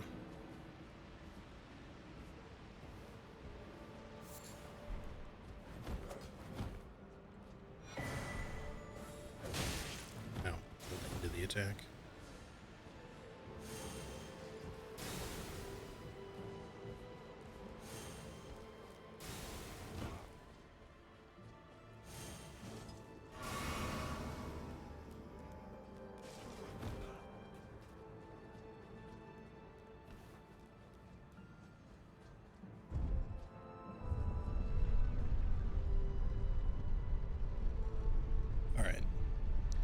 Going to open up the shortcut for later in case we need it for some reason. Right. Set the lever. And then so the thingy that we need is through the little passageway, although we don't necessarily have to go through there to get to it. We can also just sort of jump off, I think.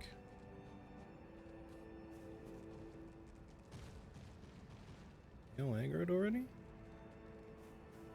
Well, maybe we should just deal with y'all then.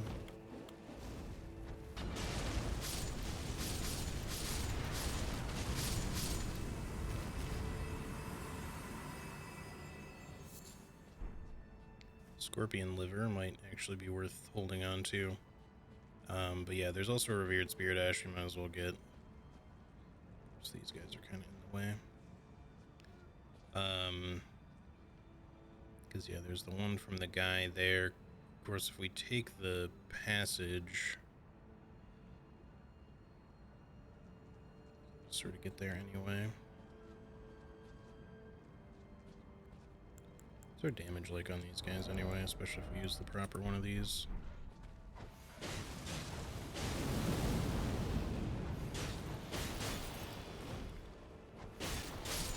Not terrible, not amazing.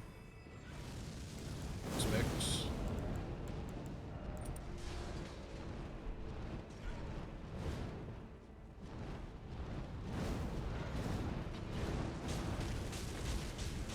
Sit down.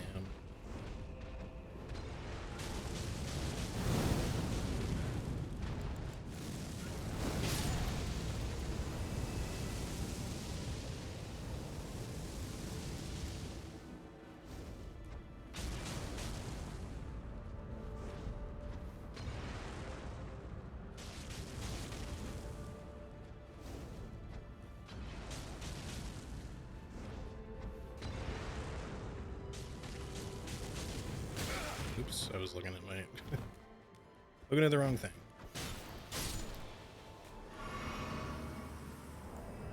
Alright, let's see. Some more of those, please. And give me a couple more of those as well.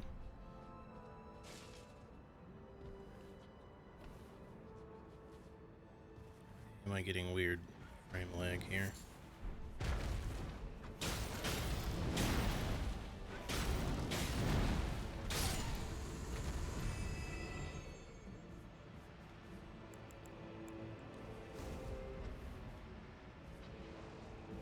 Far enough.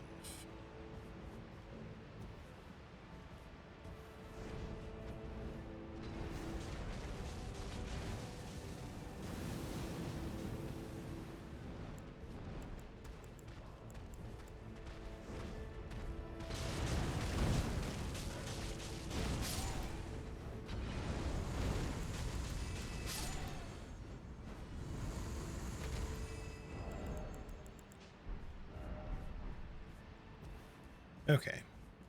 Definitely I feel like our damage is still not like anything crazy. It's not bad, especially for consumables, you know. But like one thing about the base game with, you know, the right setup for consumables only is that you definitely feel like you can do quite a lot of damage, with the exception of like a couple of bosses that are kind of rough.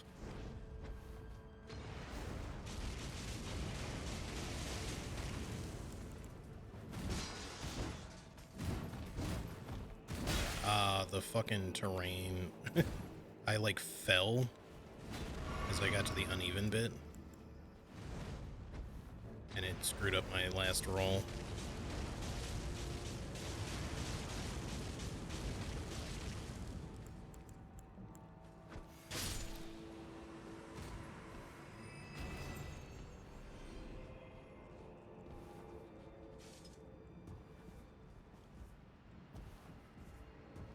This guy's the roughest thing in Bellarat. Well, I would argue that the Dancing Lion is maybe a little worse, but nothing a few volcano pots can't solve, right?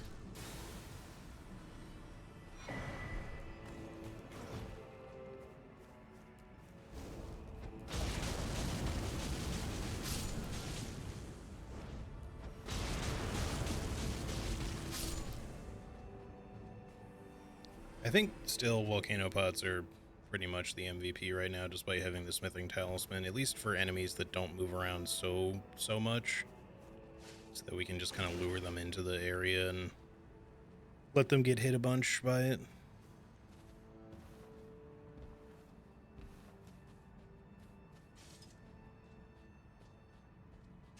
I don't remember there being a spot where you could actually still kind of make this drop down. So you have to jump onto something over here, maybe. Maybe they closed that up. Oh, maybe over here will work. It's just too far. Yeah, I think there used to be a way you could get up over this, and you could actually just jump down to there, but it's alright. We'll just take the intended way. Maybe we should get the grace first, though, so we can just leave right after.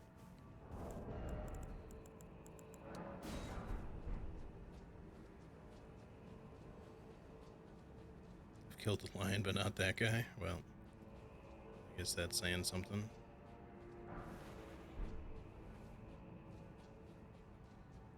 Try not to lose my runes to this curse blade up here so that I can actually level up here.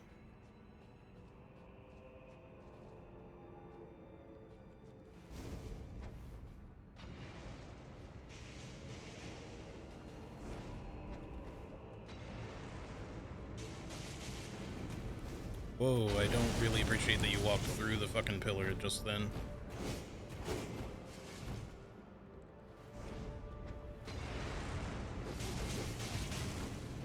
Hey, you know what? I'm just gonna get the grace. I don't really want to risk just getting fucking two-shot by this dude flailing around.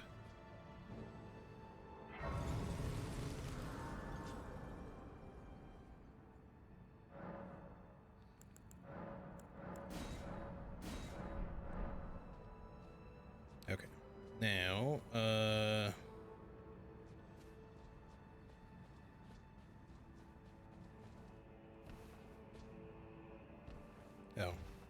Okay, well, we still lived. I thought you could land on that. Apparently it's slanted.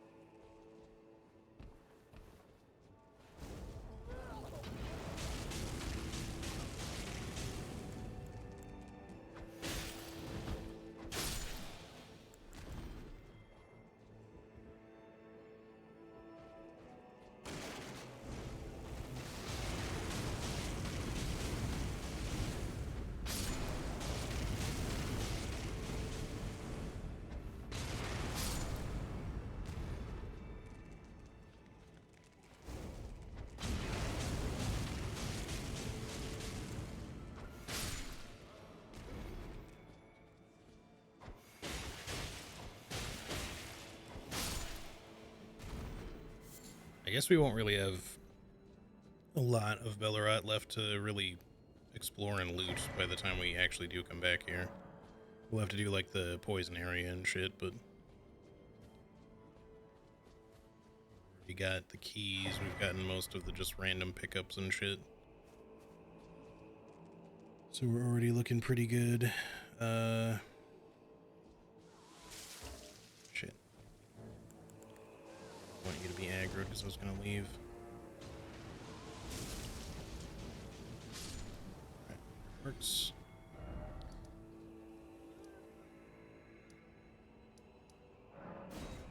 Okay, that is done. Now we just need to quickly get to the midpoint, or the checkpoint in Castle Ensis, which shouldn't be too hard, especially if we try to actually run by some things. And then the one in the Church District should also not be too hard to get. Second.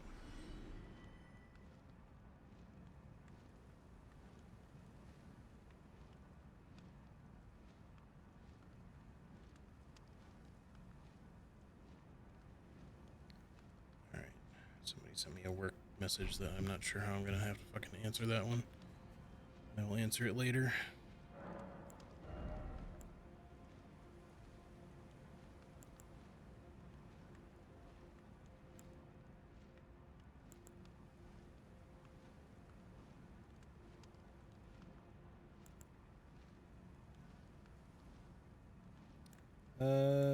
What do we want here? We were going for endurance for the eventual means, I guess, of wearing the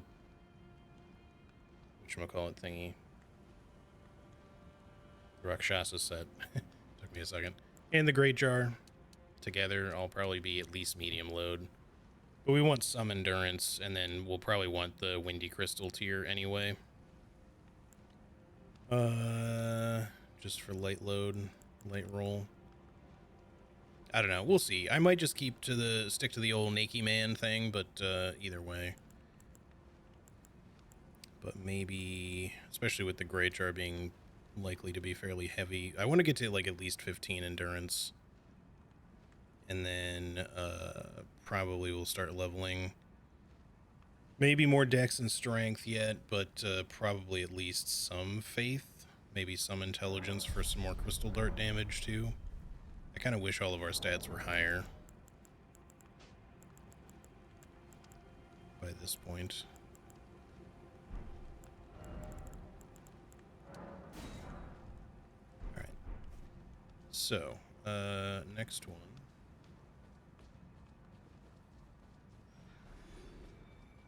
Actually, hang on. Let me just send a message to really quick so that they're not waiting on me.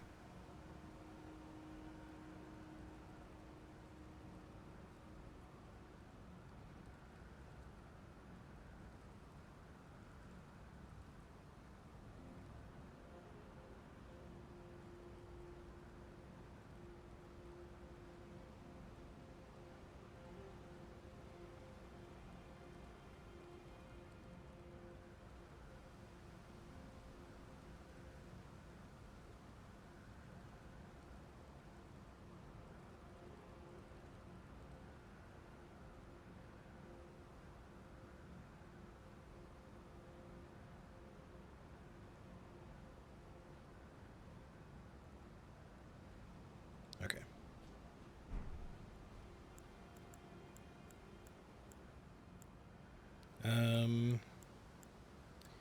We should probably kill this guy just to get him out of the way. The question is with what? He should be somewhat magic resistant, so probably just volcano pots, I guess.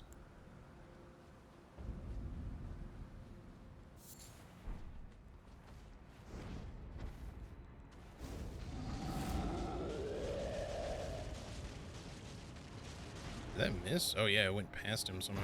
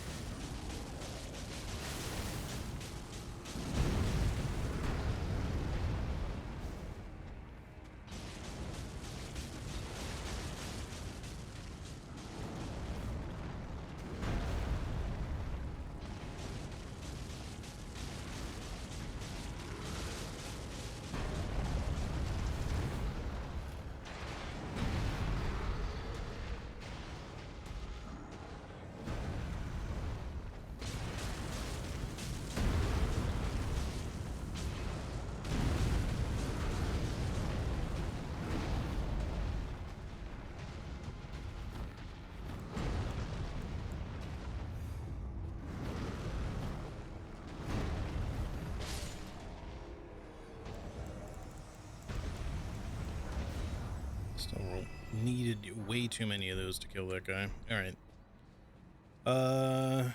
Although I do really like, one thing I do like about the volcano pods, so that's just always been fun, I mean, is being able to just throw a bunch of them at a big enemy and just watch them just get hit like a million times, even though the damage isn't necessarily that high. It'd be cool if that did like a lot of stance damage at the same time.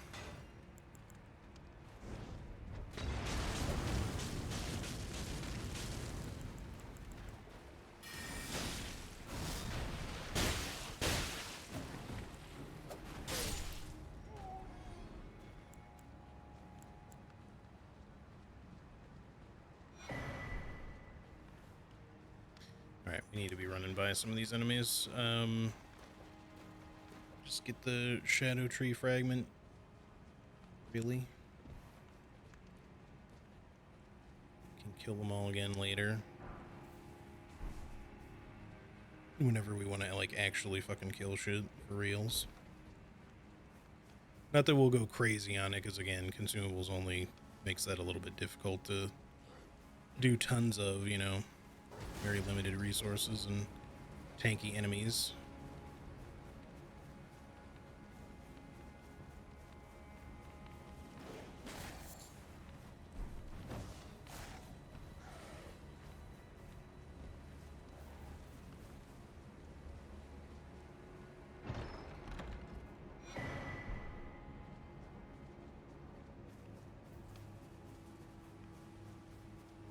Suppose I should go down here and get this.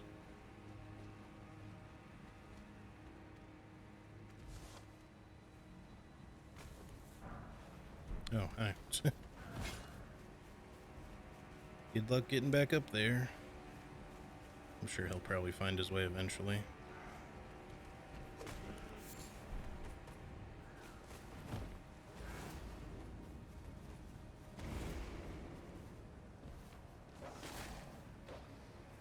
Okay, cool. We actually got the knight's attention over there, so he went well out of our way now.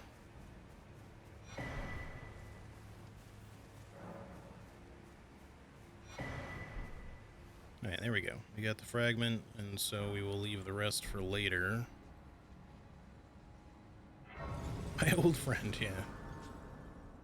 Exactly how many times did you kill this man?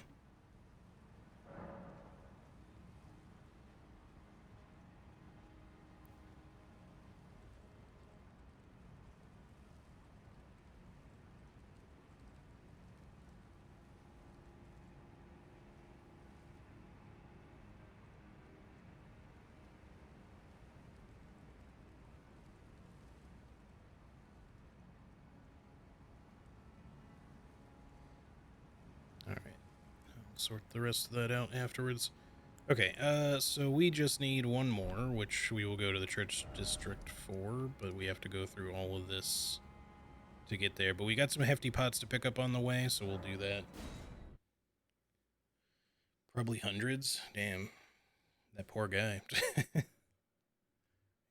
You were his own personal purgatory. Dane. I do kind of want to fight you, but I think it can wait. We don't really need to do that right now.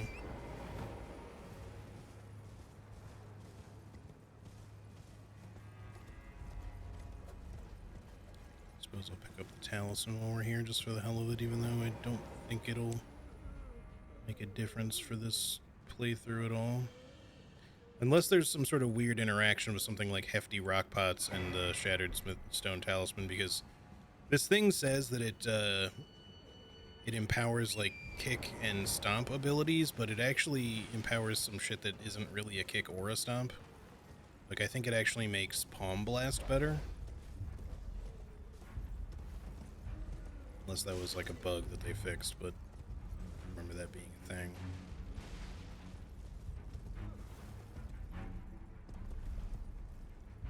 Don't quote me on that, because, like I said, if that was potentially an unintended bug, they might have fixed it, but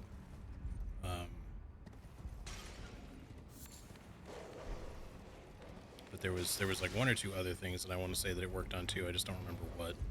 So it would be cool if it somehow had like an interaction with like hefty rock pots.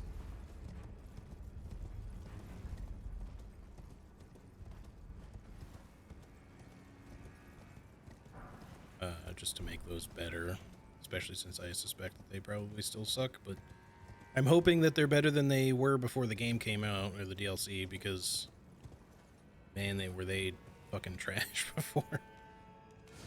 But given... Oh, they closed this. They must have done that in one of the recent patches, because wasn't that chest like always open for some reason? I don't know if you guys have always encountered that or not, but like every time I've come down here, that chest is just open already. The Inquisitors were like in the process of opening it or something. stashing the golden arc spell in there or something. It always seemed like it shouldn't be open, so I guess it was probably just some weird bug, like it would just get auto-triggered somehow upon like the area loading and just stay open. So they probably just finally found out about it and fixed it in one of the most recent, I guess the most recent patch. Because it was still open when I came here on the last playthrough, but that was a while back now. Like on for my stream playthrough.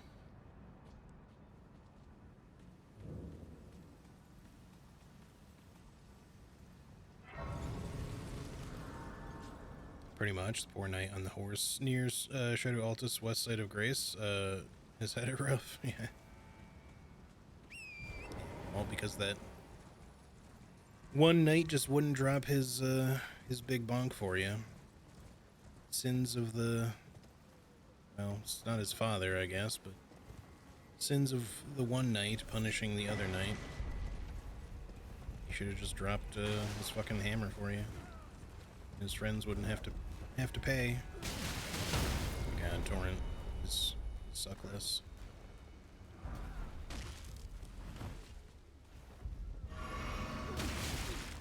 These animals, man. It's just, you know what? You deserve this. This little present.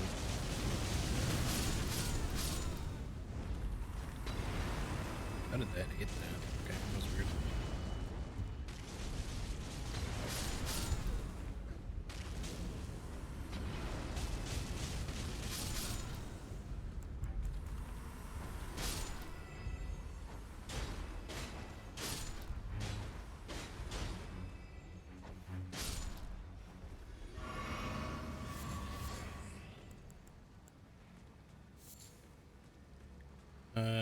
No, I don't overly feel like fighting the potentates just because they're going to be annoying for the obvious usual reasons, but,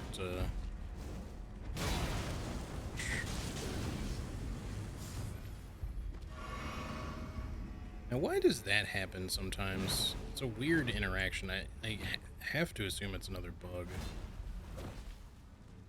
That sometimes when, potentates, and not even just potentates, but even players, when they use the, Bonnie Butchering Knife skill, sometimes they just heal instantly.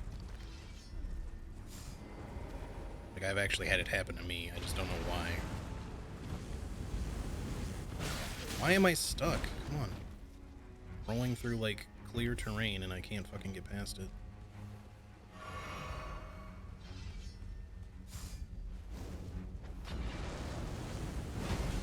Thought he was gonna stay there for a second there.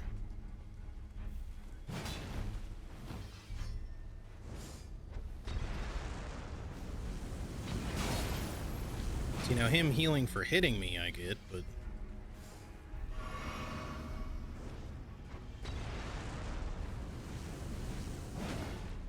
I genuinely fucking hate fighting these guys with this setup in this fucking terrain. It's so bad. There's just a million rocks to get stuck on and jars and everything, especially when it's dark because I can't see anything.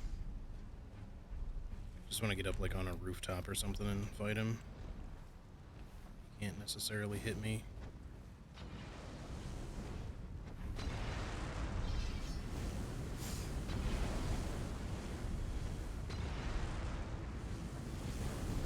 Damn it, I fucking knew he was gonna... Man, that was fucking crafty as shit, too. He fucking did a jumping attack to get up there. He didn't even need to, but... Yeah, alright, anyway, I'm gonna not fight the other ones, because they don't drop anything, so... I'm not really sure why I bothered with that one. Sounds like a bug, yeah. It's just weird, because it happens, like, kind of consistently, but also not consistently, so it's kind of hard to determine exactly what causes it. It's like, sometimes when you do the Hone Blade, the game thinks you're doing an attack to something, and you just get a heal for free. And it's not like it'll happen instantly sometimes either, like, it'll sometimes happen, like, several seconds after you've applied the buff, like you just get a heal out of nowhere. Just not really sure what specifically causes the interaction.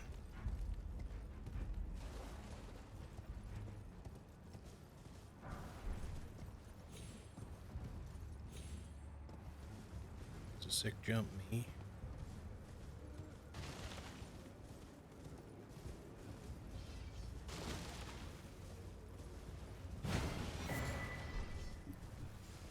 Alright, we got some more hefty cracked pots, and then we need to make sure that we grab this.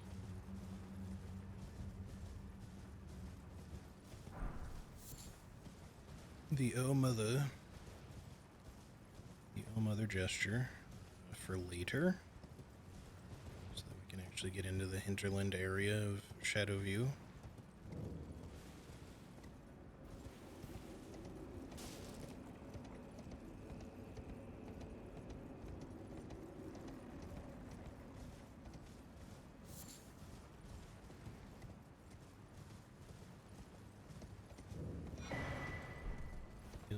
Wee little tooth whip.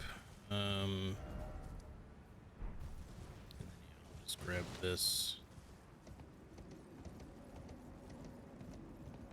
So we could kill this furnace golem. We can also ignore him if we want, although he'll be sniping at us the whole time, pretty much. If we kill this one, we'll get a cracked tier that isn't going to make much of a difference. Crystal tier, I mean, but doing anyway. Then I also need to make some of these, and we have to make sure that we don't miss at all.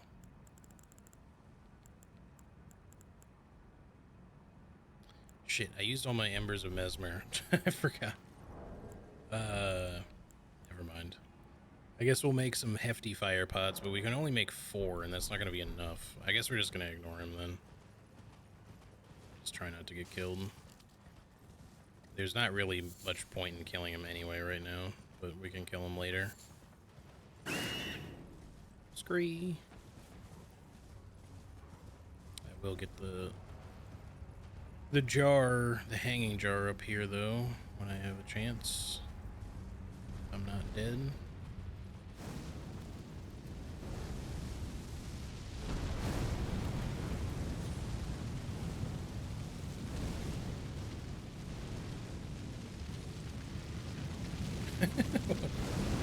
He's fucking. I thought maybe it would be like a sick move. We'd fucking run up there and the fireballs would be going down, and then they'd be going up, and we'd just kind of like evade them. And it did work, kind of, but it also they did some weird shit because they went up and then back down again. I'm just gonna get the grace first, and then we can go get the jar.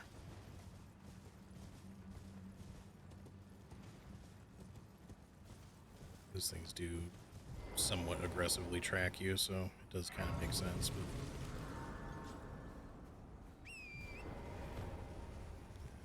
just actually to make sure he's 100% de-aggroed and just doing his thing somewhere else. Alright, now, real quick detour as well. Is it Let's Rise here? Just grab the glint slab fireflies around the area so that if we need them, we've got them. That's honestly, I'm not even going to bother dealing with this area or this tower right now because I don't think there's anything in it that we need. Because it's just the cannon and the bell bearings in the top layer, which we can't get to right now. But yeah, so at least if we need glint slab fireflies, we can always just hit up that grace, walk over and just grab a bunch and rest and repeat.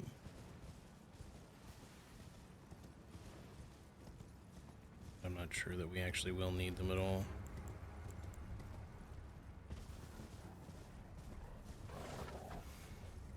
Shit. That looked almost dead on, too. No! I fucking slid off. Fucking torrent, man. I thought I'd have a second, but that one wolf, like, got super... He went into attack mode instantly. I thought he'd... Oftentimes they wait a sec. I should probably just kill them, but...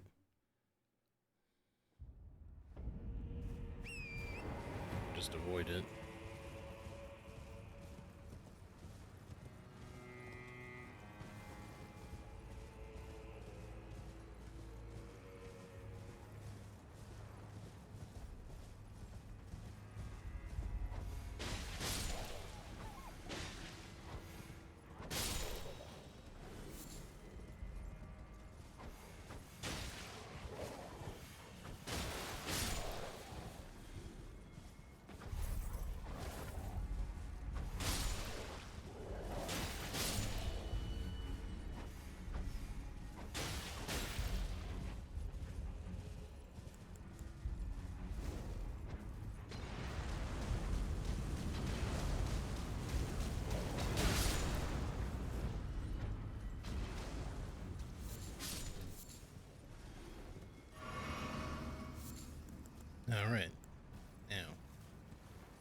Forest runes.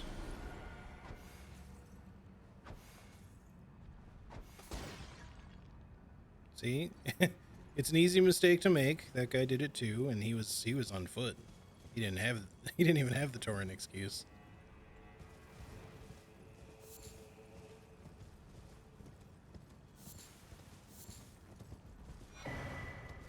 Alright, that's the one we didn't even need anyway, or one of the ones we didn't need, but still wanted to get it anyway. Okay, so yeah, just on to the church. Although there is one more, Kindred Rot up here too. Gotta go, see you all around. Alright, Robin, thanks for hanging. Have a great rest of your weekend. See you soon. I'm hoping to maybe get a chance to do some streaming during the week this week. It'll just depend, because we're not 100% done yet. This should be either like the last week or maybe the next to last week. It just kind of depends on how many like little last minute things need to be done, or if we're waiting on anything, which I know we're waiting on one or two like little things that we can't just really force forward. But everything else is basically about finished, so shouldn't be a lot more to do. Just a few like little important things.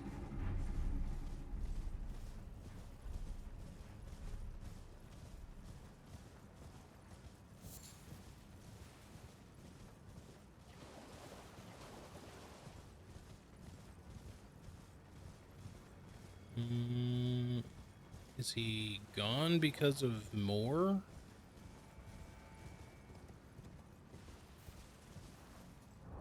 I don't care that much, but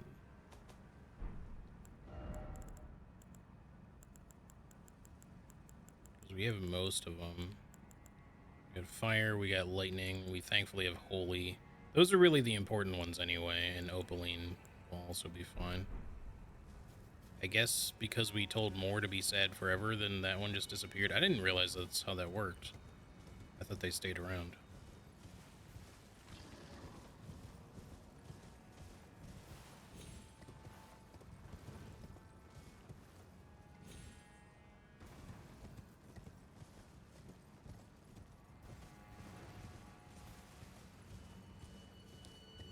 And they patch in a bunch of extra Erdtree fragments and revered spirit ashes. God, that'll be so annoying. I kind of hope they do it, at least for the Erdtree fragments, but I also don't want to have to rewrite a bunch of shit and remark a map just to include, and even if it's like just 5, but if it is like 5 or whatever, then that's not so bad. I also am not sure if I got the one that was near the forge that I went for the smithing talisman, because I might have forgotten to stop by that one. We should go over there and check and see if that one's still there. Because, yeah, mostly I wanted the ones for fire and holy protection, so that, like, mesmer and shit like, you know, Radon obviously would maybe be a little easier if we needed just, like, raw holy protection, but honestly I'm not sure how much of that we're going to get to use anyway. So I don't really overly care. Let's go check that really quick, just to see if he's gone too. Because yeah, I didn't realize they just disappear if that's what happened. But that one doesn't seem to be there, so I'm guessing, unless it's a bug.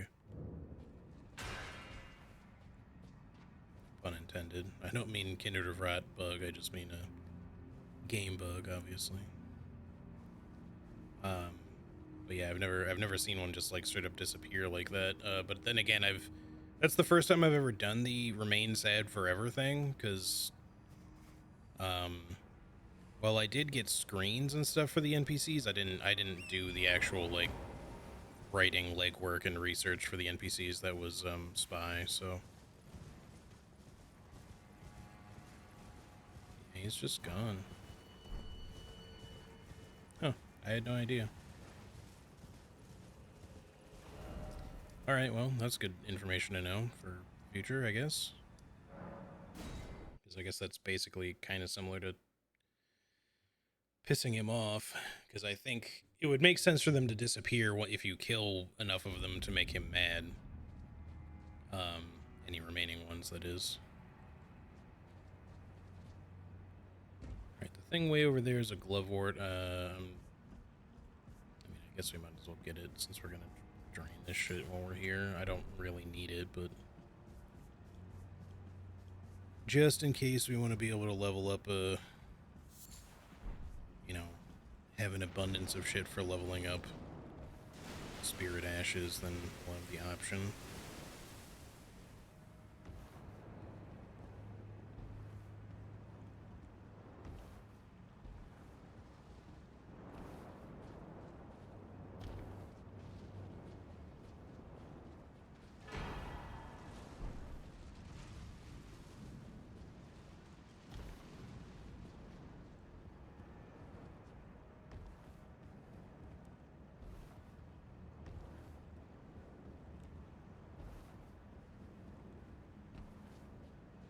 Gotta double check.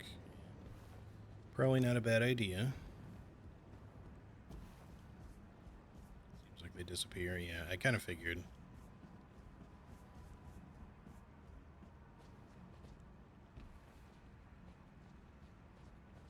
But yeah, I just didn't know that they do that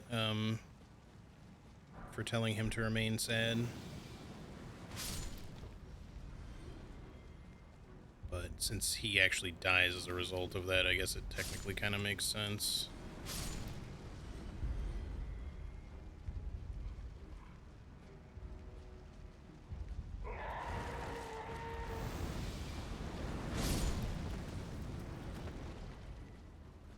I waited around for that guy to die is because he was worth extra runes.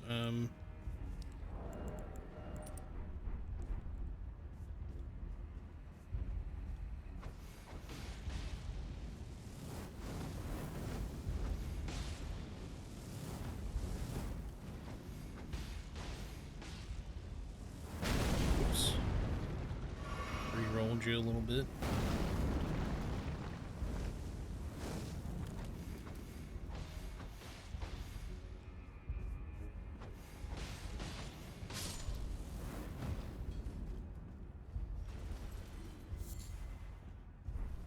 Some Embers of Mesmer. We're gonna need a bunch more of those, but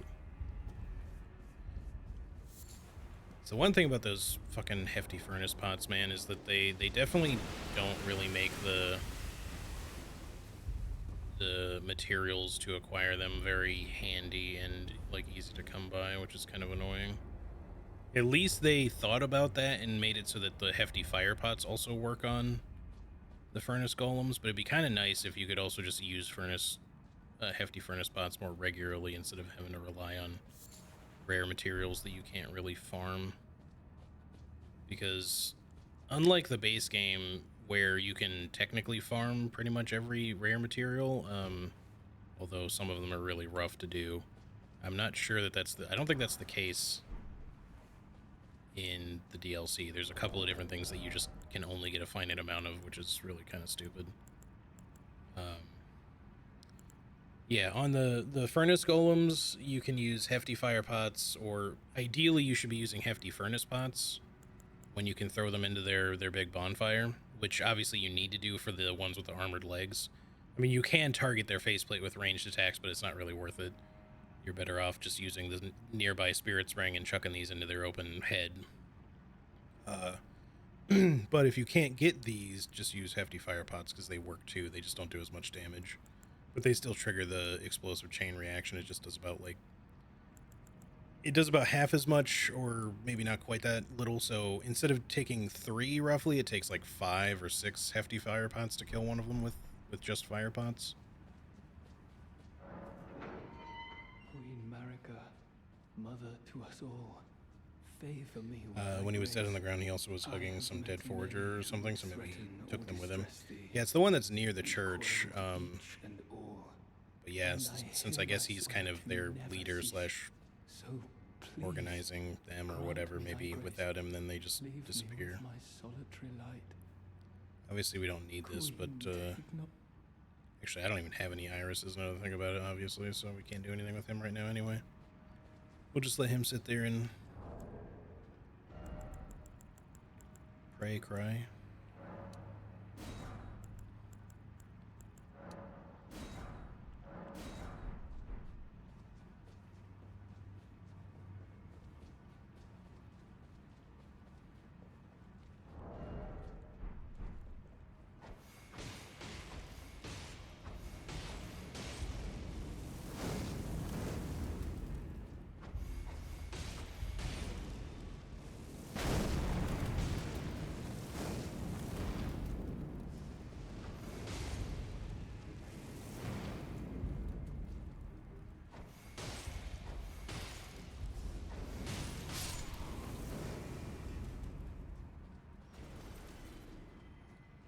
That's right, buddy. I'm gonna use cover against you, because I can.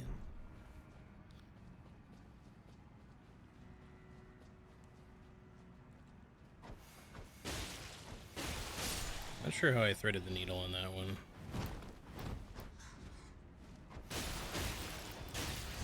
Oh, that was a little close. I thought he was gonna die to that last one that I threw at him, and then he did not. But I got like a stylish, you know, strafe around his attack, so I guess it was fine anyway. Not that that was overly intentional, it just sort of happened. Some article says that if you don't tell more anything, he just sits there for the rest of the game. Yeah, that's what I was saying earlier, is that he will not show up in the penultimate battle if you don't talk to him, but you have to never talk to him, like, at all.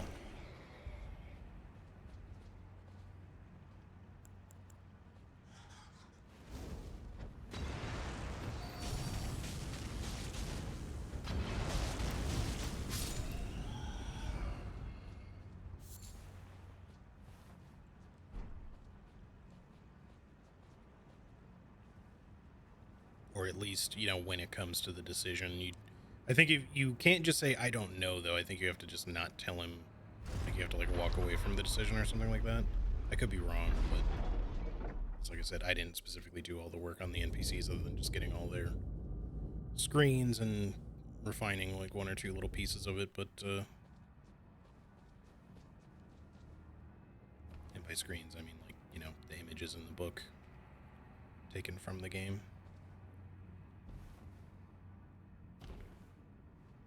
I came down here first. I need to get that fucking fragment, but I guess we can get the grace anyway. Because I don't think there's anything down here that I need. Like, the irises are kind of like a big who cares, because we don't really need either Queeline or Yolan's spirit ashes or weapons.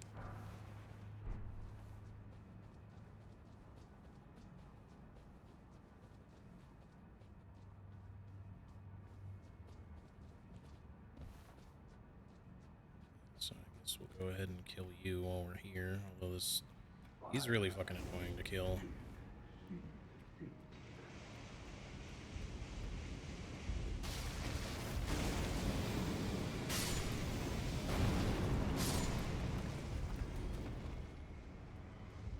Rather, he will be annoying to kill with this setup is kind of what I mean to say. Especially because I didn't fucking craft any more things.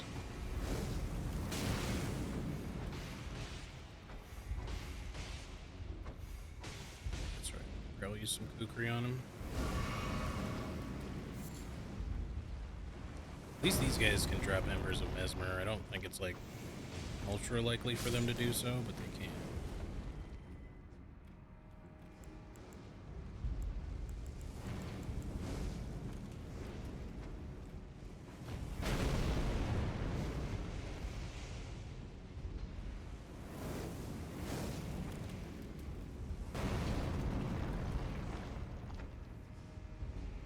It's definitely too far.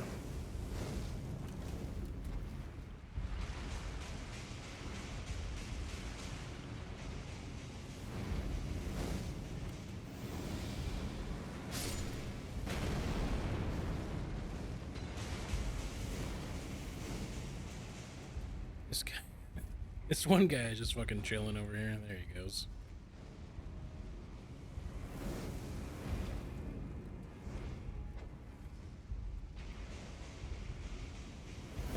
Oh, wow.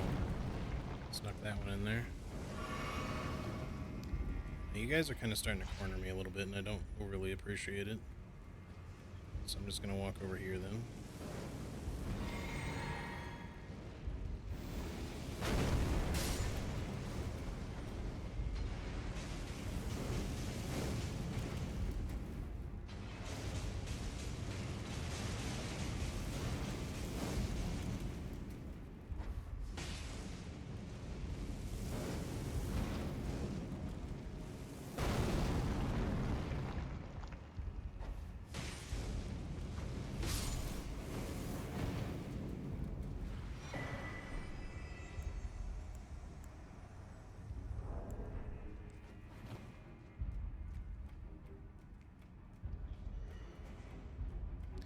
Would you mind blowing up, sir? I would like to be out of combat.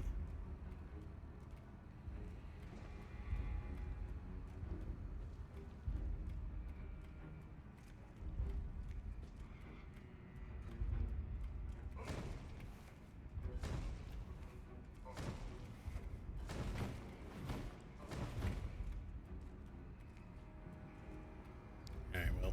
I figured a little bit of bullying might help, but apparently not.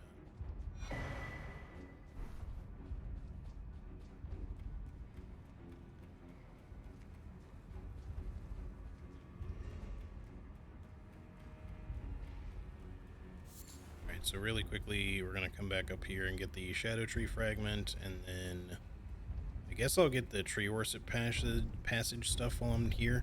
We could theoretically fight the Shadow Tree Avatar, give it a try.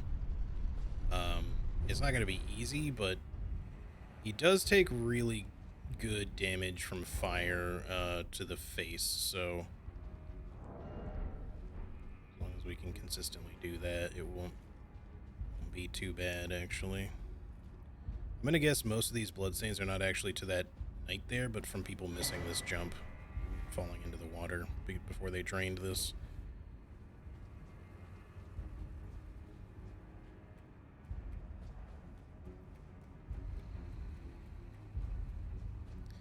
We got what we came for.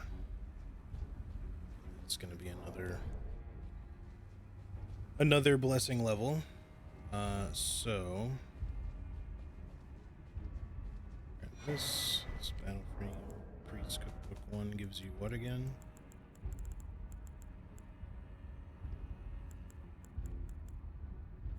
So we're missing 1 and 6 for those, but golden grease, I don't need that at all. But yeah, it shouldn't be an issue. I think that's going to be like the spell proof and no, we have the lightning proof, right? We have lightning proof, we have fire proof, we have holy proof. So, but thankfully I have the lower version of the spell proof, I guess, but we're missing the spell proof pickled liver 1, and I forget which the other one is.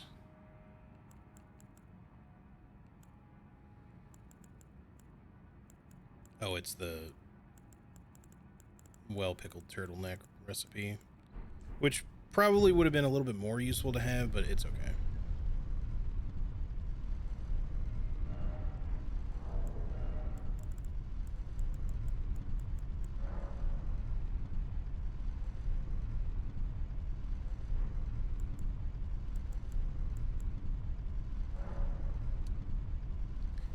I guess I'll make volcano pots. I'm not sure if I should just use like regular fire pots for this or big fire pots. We don't really want frost pots so much for this one. But I want to hit him in the face with fiery shit. Volcano's kind of what we got prepped already. I could make 7 of these, but we'll just store my volcanoes and make a bunch. Store the sleep pots and make some Giant's Flame fire pots, maybe. I don't remember if Giant's Mane is just straight up better than Red Mane or not. They might actually not be, but they are easier to craft, at least. I wish I had, like, fire throwing knives. That'd be cool. Closest thing we can do is, like, fire coils, but we're not gonna have, like, a lot of those, especially since Embers of Mesmer are not exactly the easiest thing to come by.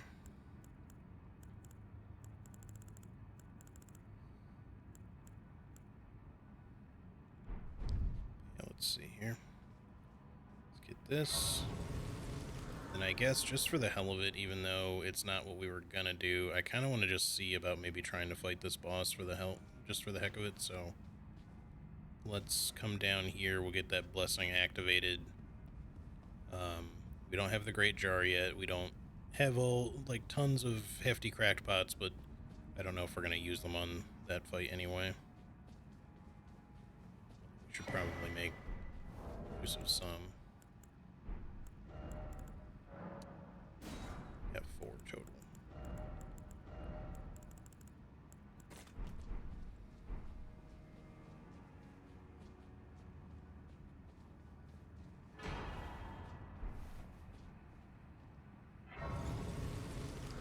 this will probably be the last thing that we do today, which is kind of why I want to do it, just to cap this off with something kind of fun. So we're not at 12 yet, but 11 is not bad, at least. So the thing now is going to be, let's, for the time being, swap. I think these are both body buffs. Let's take the boiled crab out for the moment. Put Golden Vow in there. We have 3 of them. Can I make any more?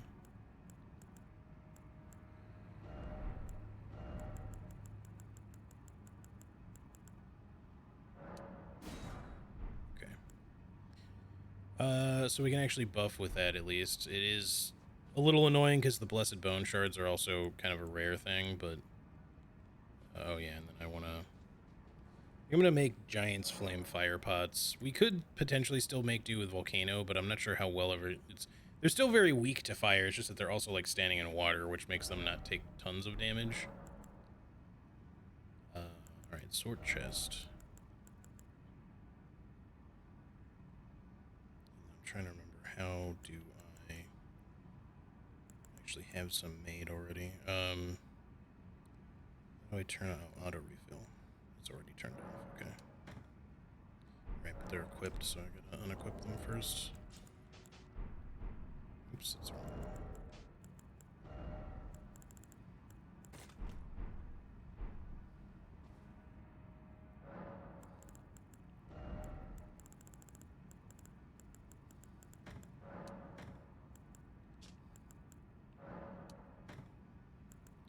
I'll take those, and then I guess we have red mains as well, but those are also rituals, so we can't really carry that many.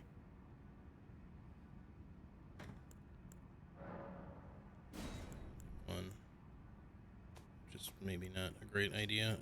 So let's just pop that back in. We can just make another Giant's Flame one, and then this is a situation where I feel like fire perfumes would actually be nice, but I don't really want to use them again because they're so limited.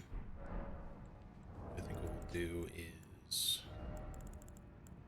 put your Giant's Flame there, and then make one more. Just so we have some extra options, let's put like some explosive stones on there, I guess. Again, these are not really buyable, but maybe just the regulars for the moment. Well, you can put both on there. And then this needs to be that. Okay, so lastly is the physic tier. We already have the correct one on. I should have been like messing with that more, but we haven't really been fighting bosses. Looks like we do have the winged crystal tiers, so we won't need to worry about tracking that down at least, which is good. And then I don't really want the bubble tier anymore. Let's just throw in the opaline for now. Because bubble tier only protects you from the one hit, and we're likely going to get hit more than that, so... Anyway, right before we do this, I'm going to just quickly run to the bathroom one more time, and then we'll give this a go, and if it just seems not to be panning out, then we'll save it for later. Also, nice tapping foot there. Yeah, he's waiting for me to get done with the bathroom, and I haven't even left yet. Just did a 2-second cemetery shade. Nice. Alright, give me just 1 second, guys. I will be right back.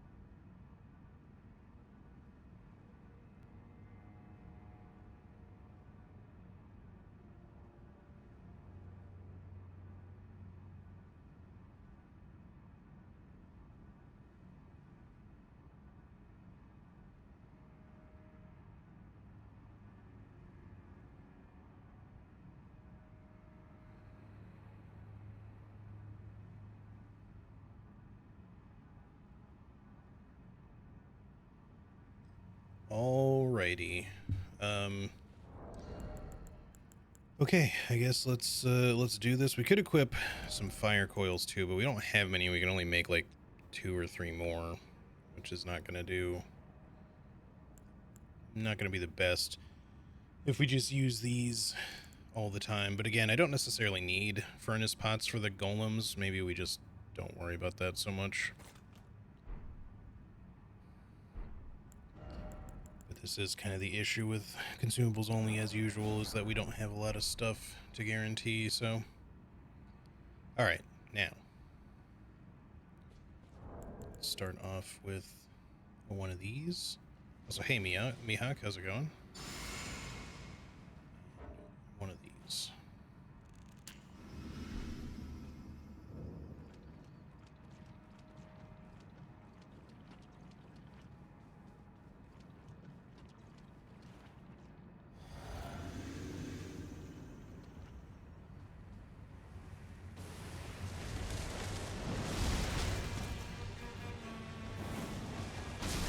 Ooh, that's good damage at least.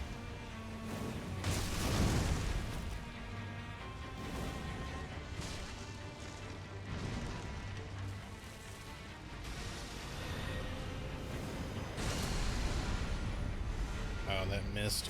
Okay, I'm not sure where my dodge went. I got stuck on terrain or something.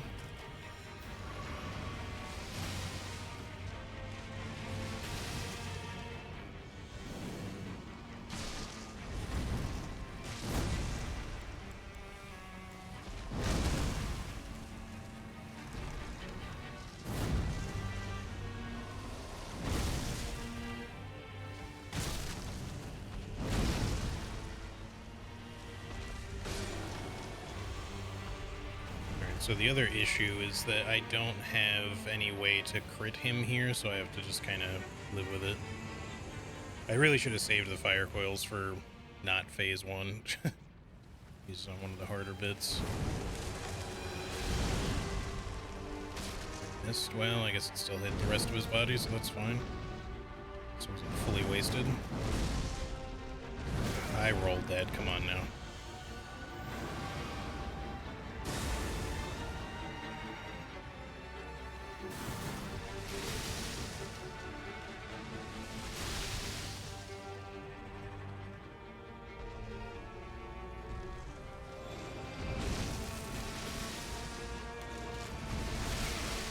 Kind of been a little bit, so I don't... Okay, what? Why did that go sideways?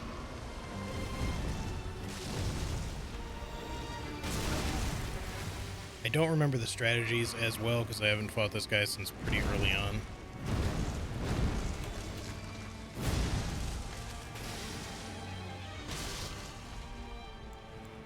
Damage could certainly be better.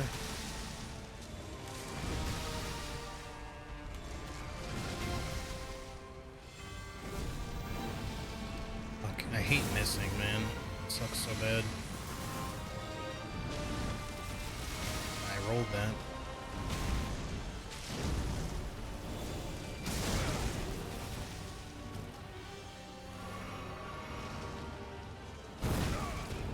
Okay, that one was on me. I rolled a little too early. Shouldn't have healed. I think we're gonna lose this one. Our damage just doesn't feel quite there with what we're using. I fell for it again. God damn, why do I always do that? The fire coils are great against them. The problem is we need the means to fucking have more of them. Why do I always fall for that fucking follow-up, man? I don't know what's wrong with me.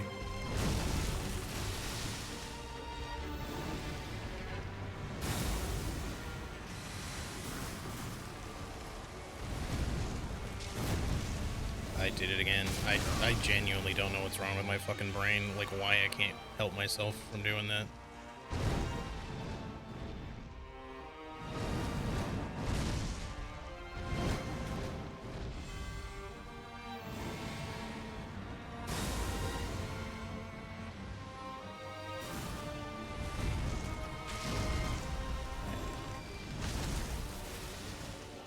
Did it correctly that time. Of course, his stupid arm being there means that we don't hit his fucking face correctly. Okay, really should have gotten the roll there. Eh, well, we're dead. Especially because I went and fucking fell for it again, despite... I know fucking better. I just can't fucking help myself. I don't know why. It's because the first phase, it trips me up every time because he doesn't do the follow-up on the first phase, and I get used to that for some reason. Like, it just gets locked into my brain that there's just not a fourth hit. I don't know why. Alright, these do okay damage. I do kind of want to try volcano pots on them just for the hell of it. Sound like we can't equip them. We can't make any more of these right now, so... alright, let's see. Sword chest, please.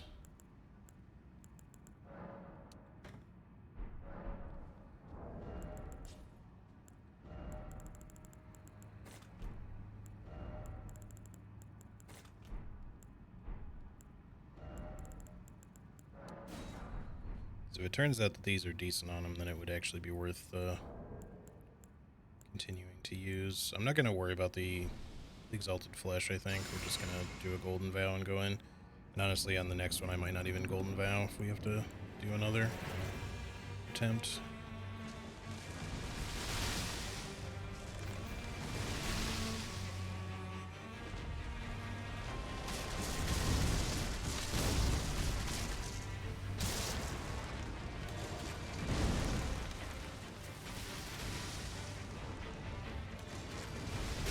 I rolled.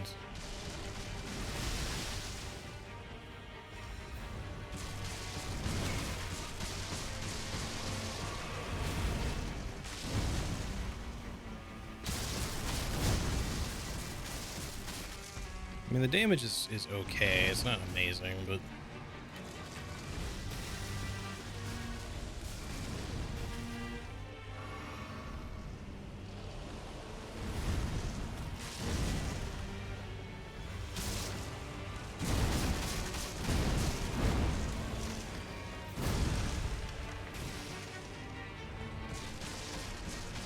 I don't know how I'm missing you with these. Big ass fucking body's just so gangly to... doesn't hit.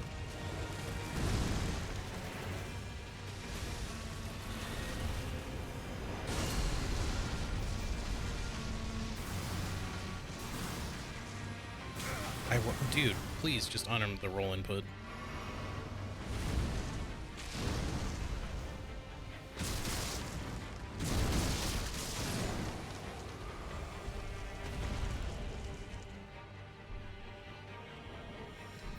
I think it might take you out of combat just long enough when one of these is dead.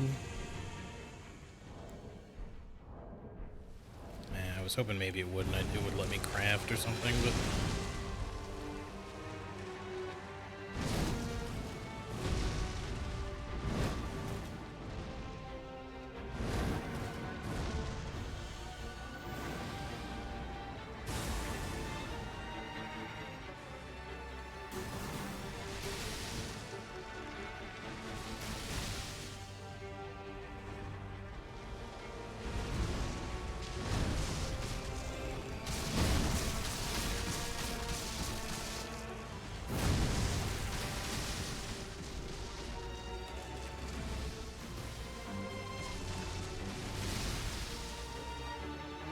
I'm out.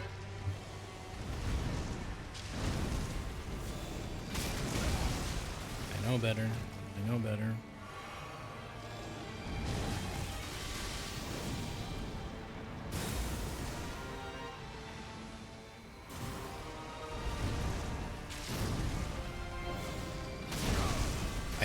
I just don't understand what is fucking wrong with my brain as to why I just cannot fucking help myself from doing that. I know. I know not to do it. I just can't fucking help it. I don't fucking do it. I need to hit his face.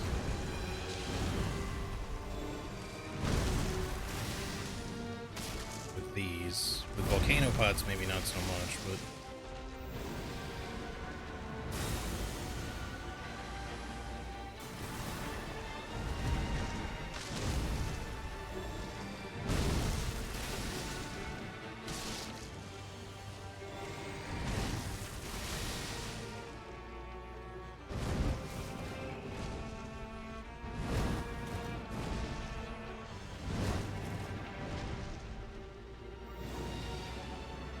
There was also like an item on the ground a second ago. I'm not really sure how it got there, but I also don't see it anymore. Forgot all about my runes, dude. I don't see it anymore, though.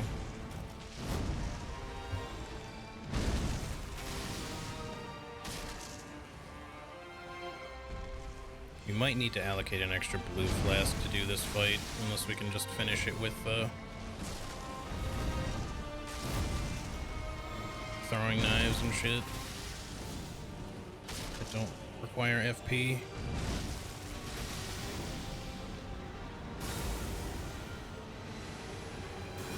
Okay, see, even with light roll, sometimes that fucking attack just is stupid.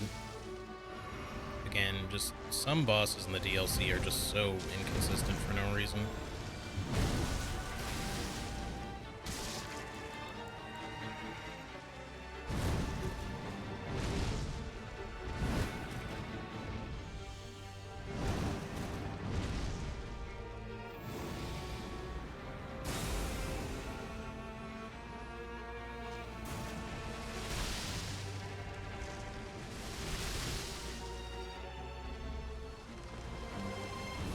Let's do that attack.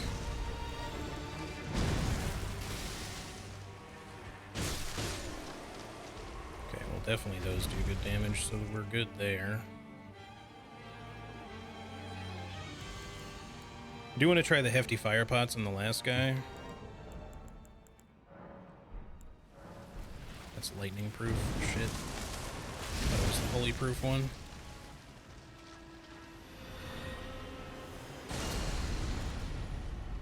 And we want to just keep our distance kind of from this guy if we can. Okay, good damage. Okay, this is the attack we want to see.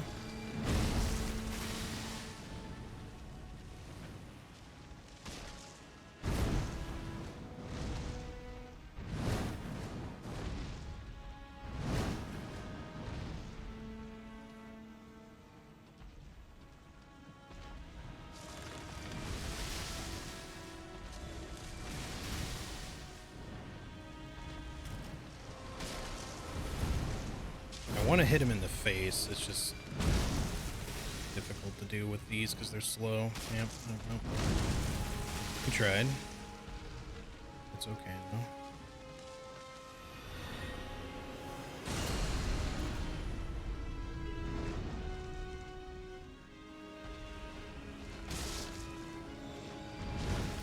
Oops.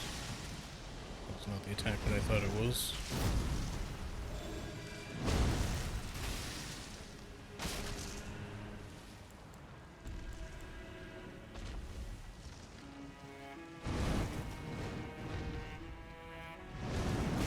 Okay, fucking hitbox. What the hell was that shit?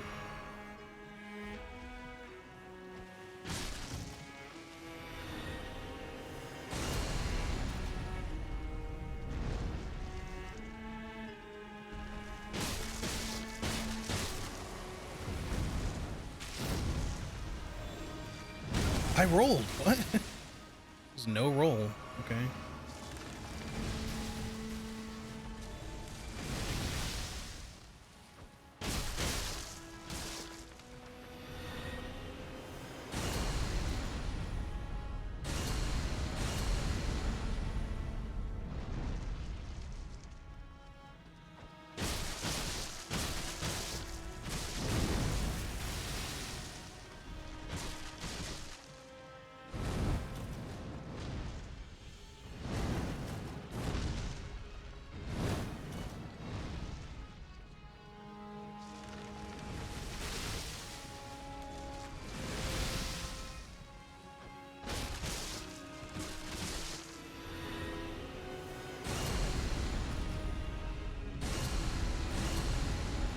I really don't like that he can do that multiple times, but at least when you have the luxury of distance in this.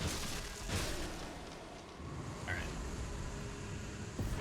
It's way easier than fucking melee only, I tell you that much.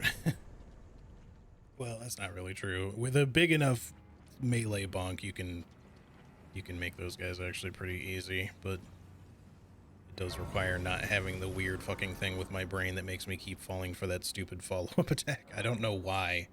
I genuinely don't know, because I know I've fully internalized the knowledge that on the second and third avatars, they always follow up that spin combo with the overhead slam and spikes. But for some reason, my brain just, every time, it's just like, okay, now. Now you're good. And it's like, no, I'm not. What are you doing? And then as soon as I press the button, I'm like, why did I do that again? What the fuck? I'm not sure. I saw like an item on the ground, and I don't know what the fuck it was, because it's not here now. Anyway, thanks for the GGs.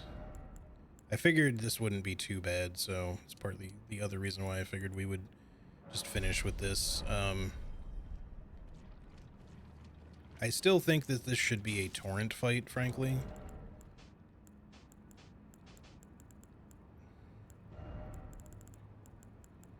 We should probably get some of this shit off my bar anyway. The bone darts are kind of useless because they're pretty bad. Let's put crystal darts here, actually. And volcano pots. I need to craft more.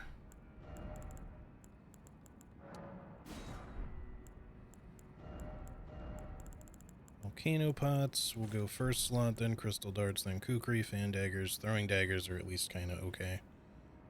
Bone darts do like next to no damage, which is the main unfortunate thing about them. They do better damage than poison bone darts. Poison bone darts do almost no damage, but they at least can poison things. But these I'm just going to leave in the inventory for when I need them.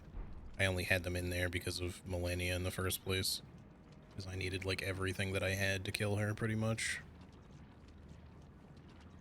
But yeah, at least one of these bosses, not that it wasn't, you know, still potentially challenging there with some stuff, but one DLC boss was easier with consumables, I'd say, or at least, you know, again, there's plenty of builds that would just be OP against this boss, I think, but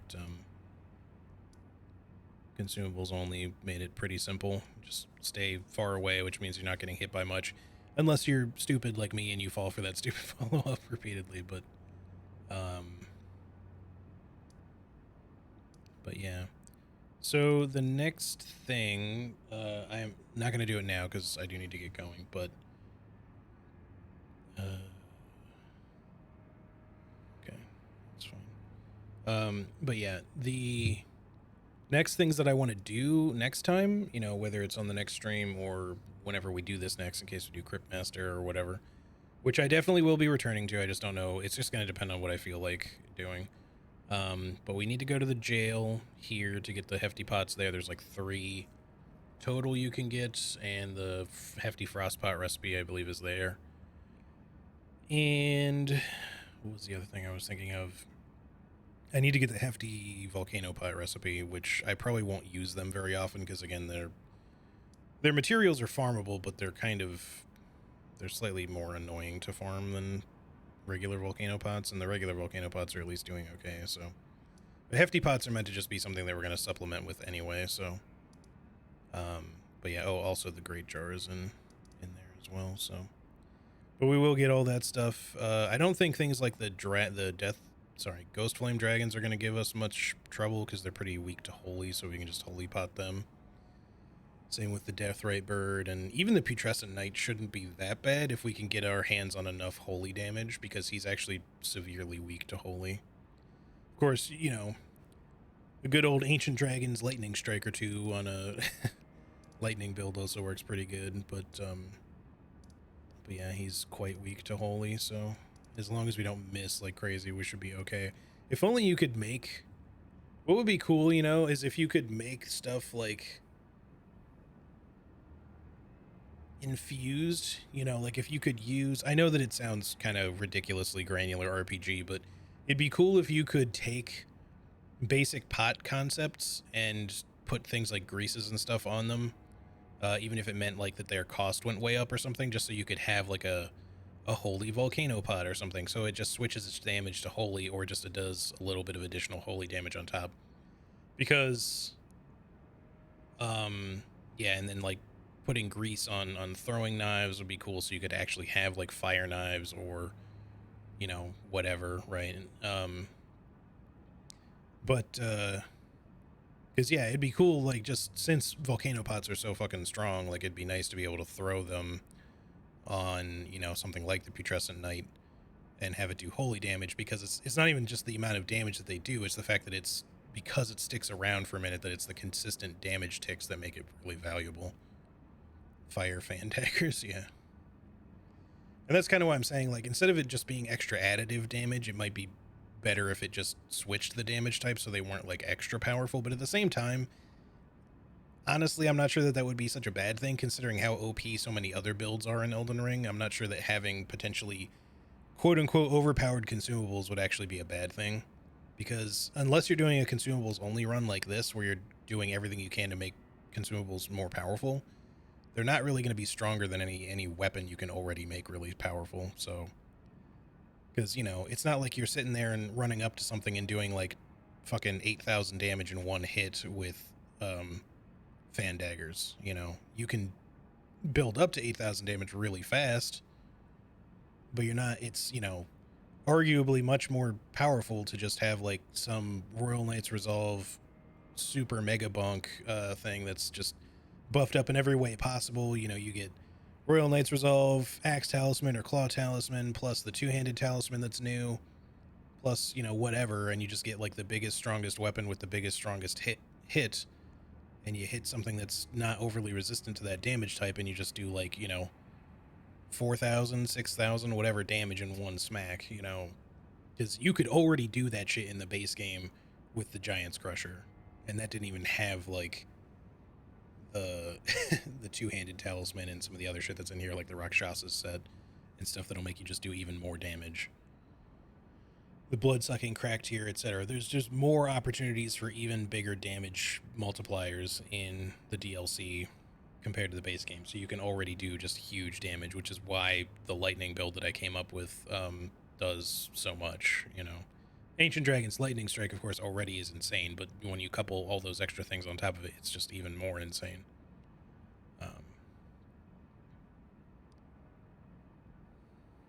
Volcano pots alone, elemental fog pots. Yeah, something like that would be cool. Anywho, yeah, so next time we'll probably start with those couple of things, just do the jail and figuring out which forge or whatever it was that I get the hefty volcano pot recipe from. I feel like it's in the first forge, but maybe I'm misremembering. And we'll want to get our hands on some other things, but I'll probably try to do some off-stream farming, and I also don't know when the next time I will get to stream will be. Of course, it's probably still going to be a pretty busy week for me. But I'm going to try to stream where I can. I'm trying to look at y'all with a pot on my head, but yeah, I'm going to go off of here. I got a family call in a little bit, and then I got to work a bunch. But I'm hoping that things start to get less busy during the week next week so that I can maybe get a chance to stream in there. Plus, I've been meaning to... I keep telling Marcus I'm going to catch up with him because he and I usually chat every once in a while. We haven't had the opportunity to do that, and I keep telling him that I'm going to... I feel bad because one of the last times he streamed, I was just like, this week for sure, and the week's already gone by because I've been so goddamn busy. So yeah, I gotta fucking have time to meet up with him, but either way. Anyways, y'all, we'll go ahead and end it there, but we will continue this very soon, either in the next stream or maybe the stream after that, depending on what we feel like doing. And yeah, hopefully just sometime this week. If not, it'll be on the weekend again, but you know, we'll see how it goes. But until I see you, whenever that may be, I hope you guys take care of yourselves and have a great rest of your weekend, a great week, etc. Yeah, one way or the other, I'll see you on the next one. Thank you all for being here. I appreciate it very much, as always. And yeah, I'll see you then. All right. Peace out, everybody. Bye-bye.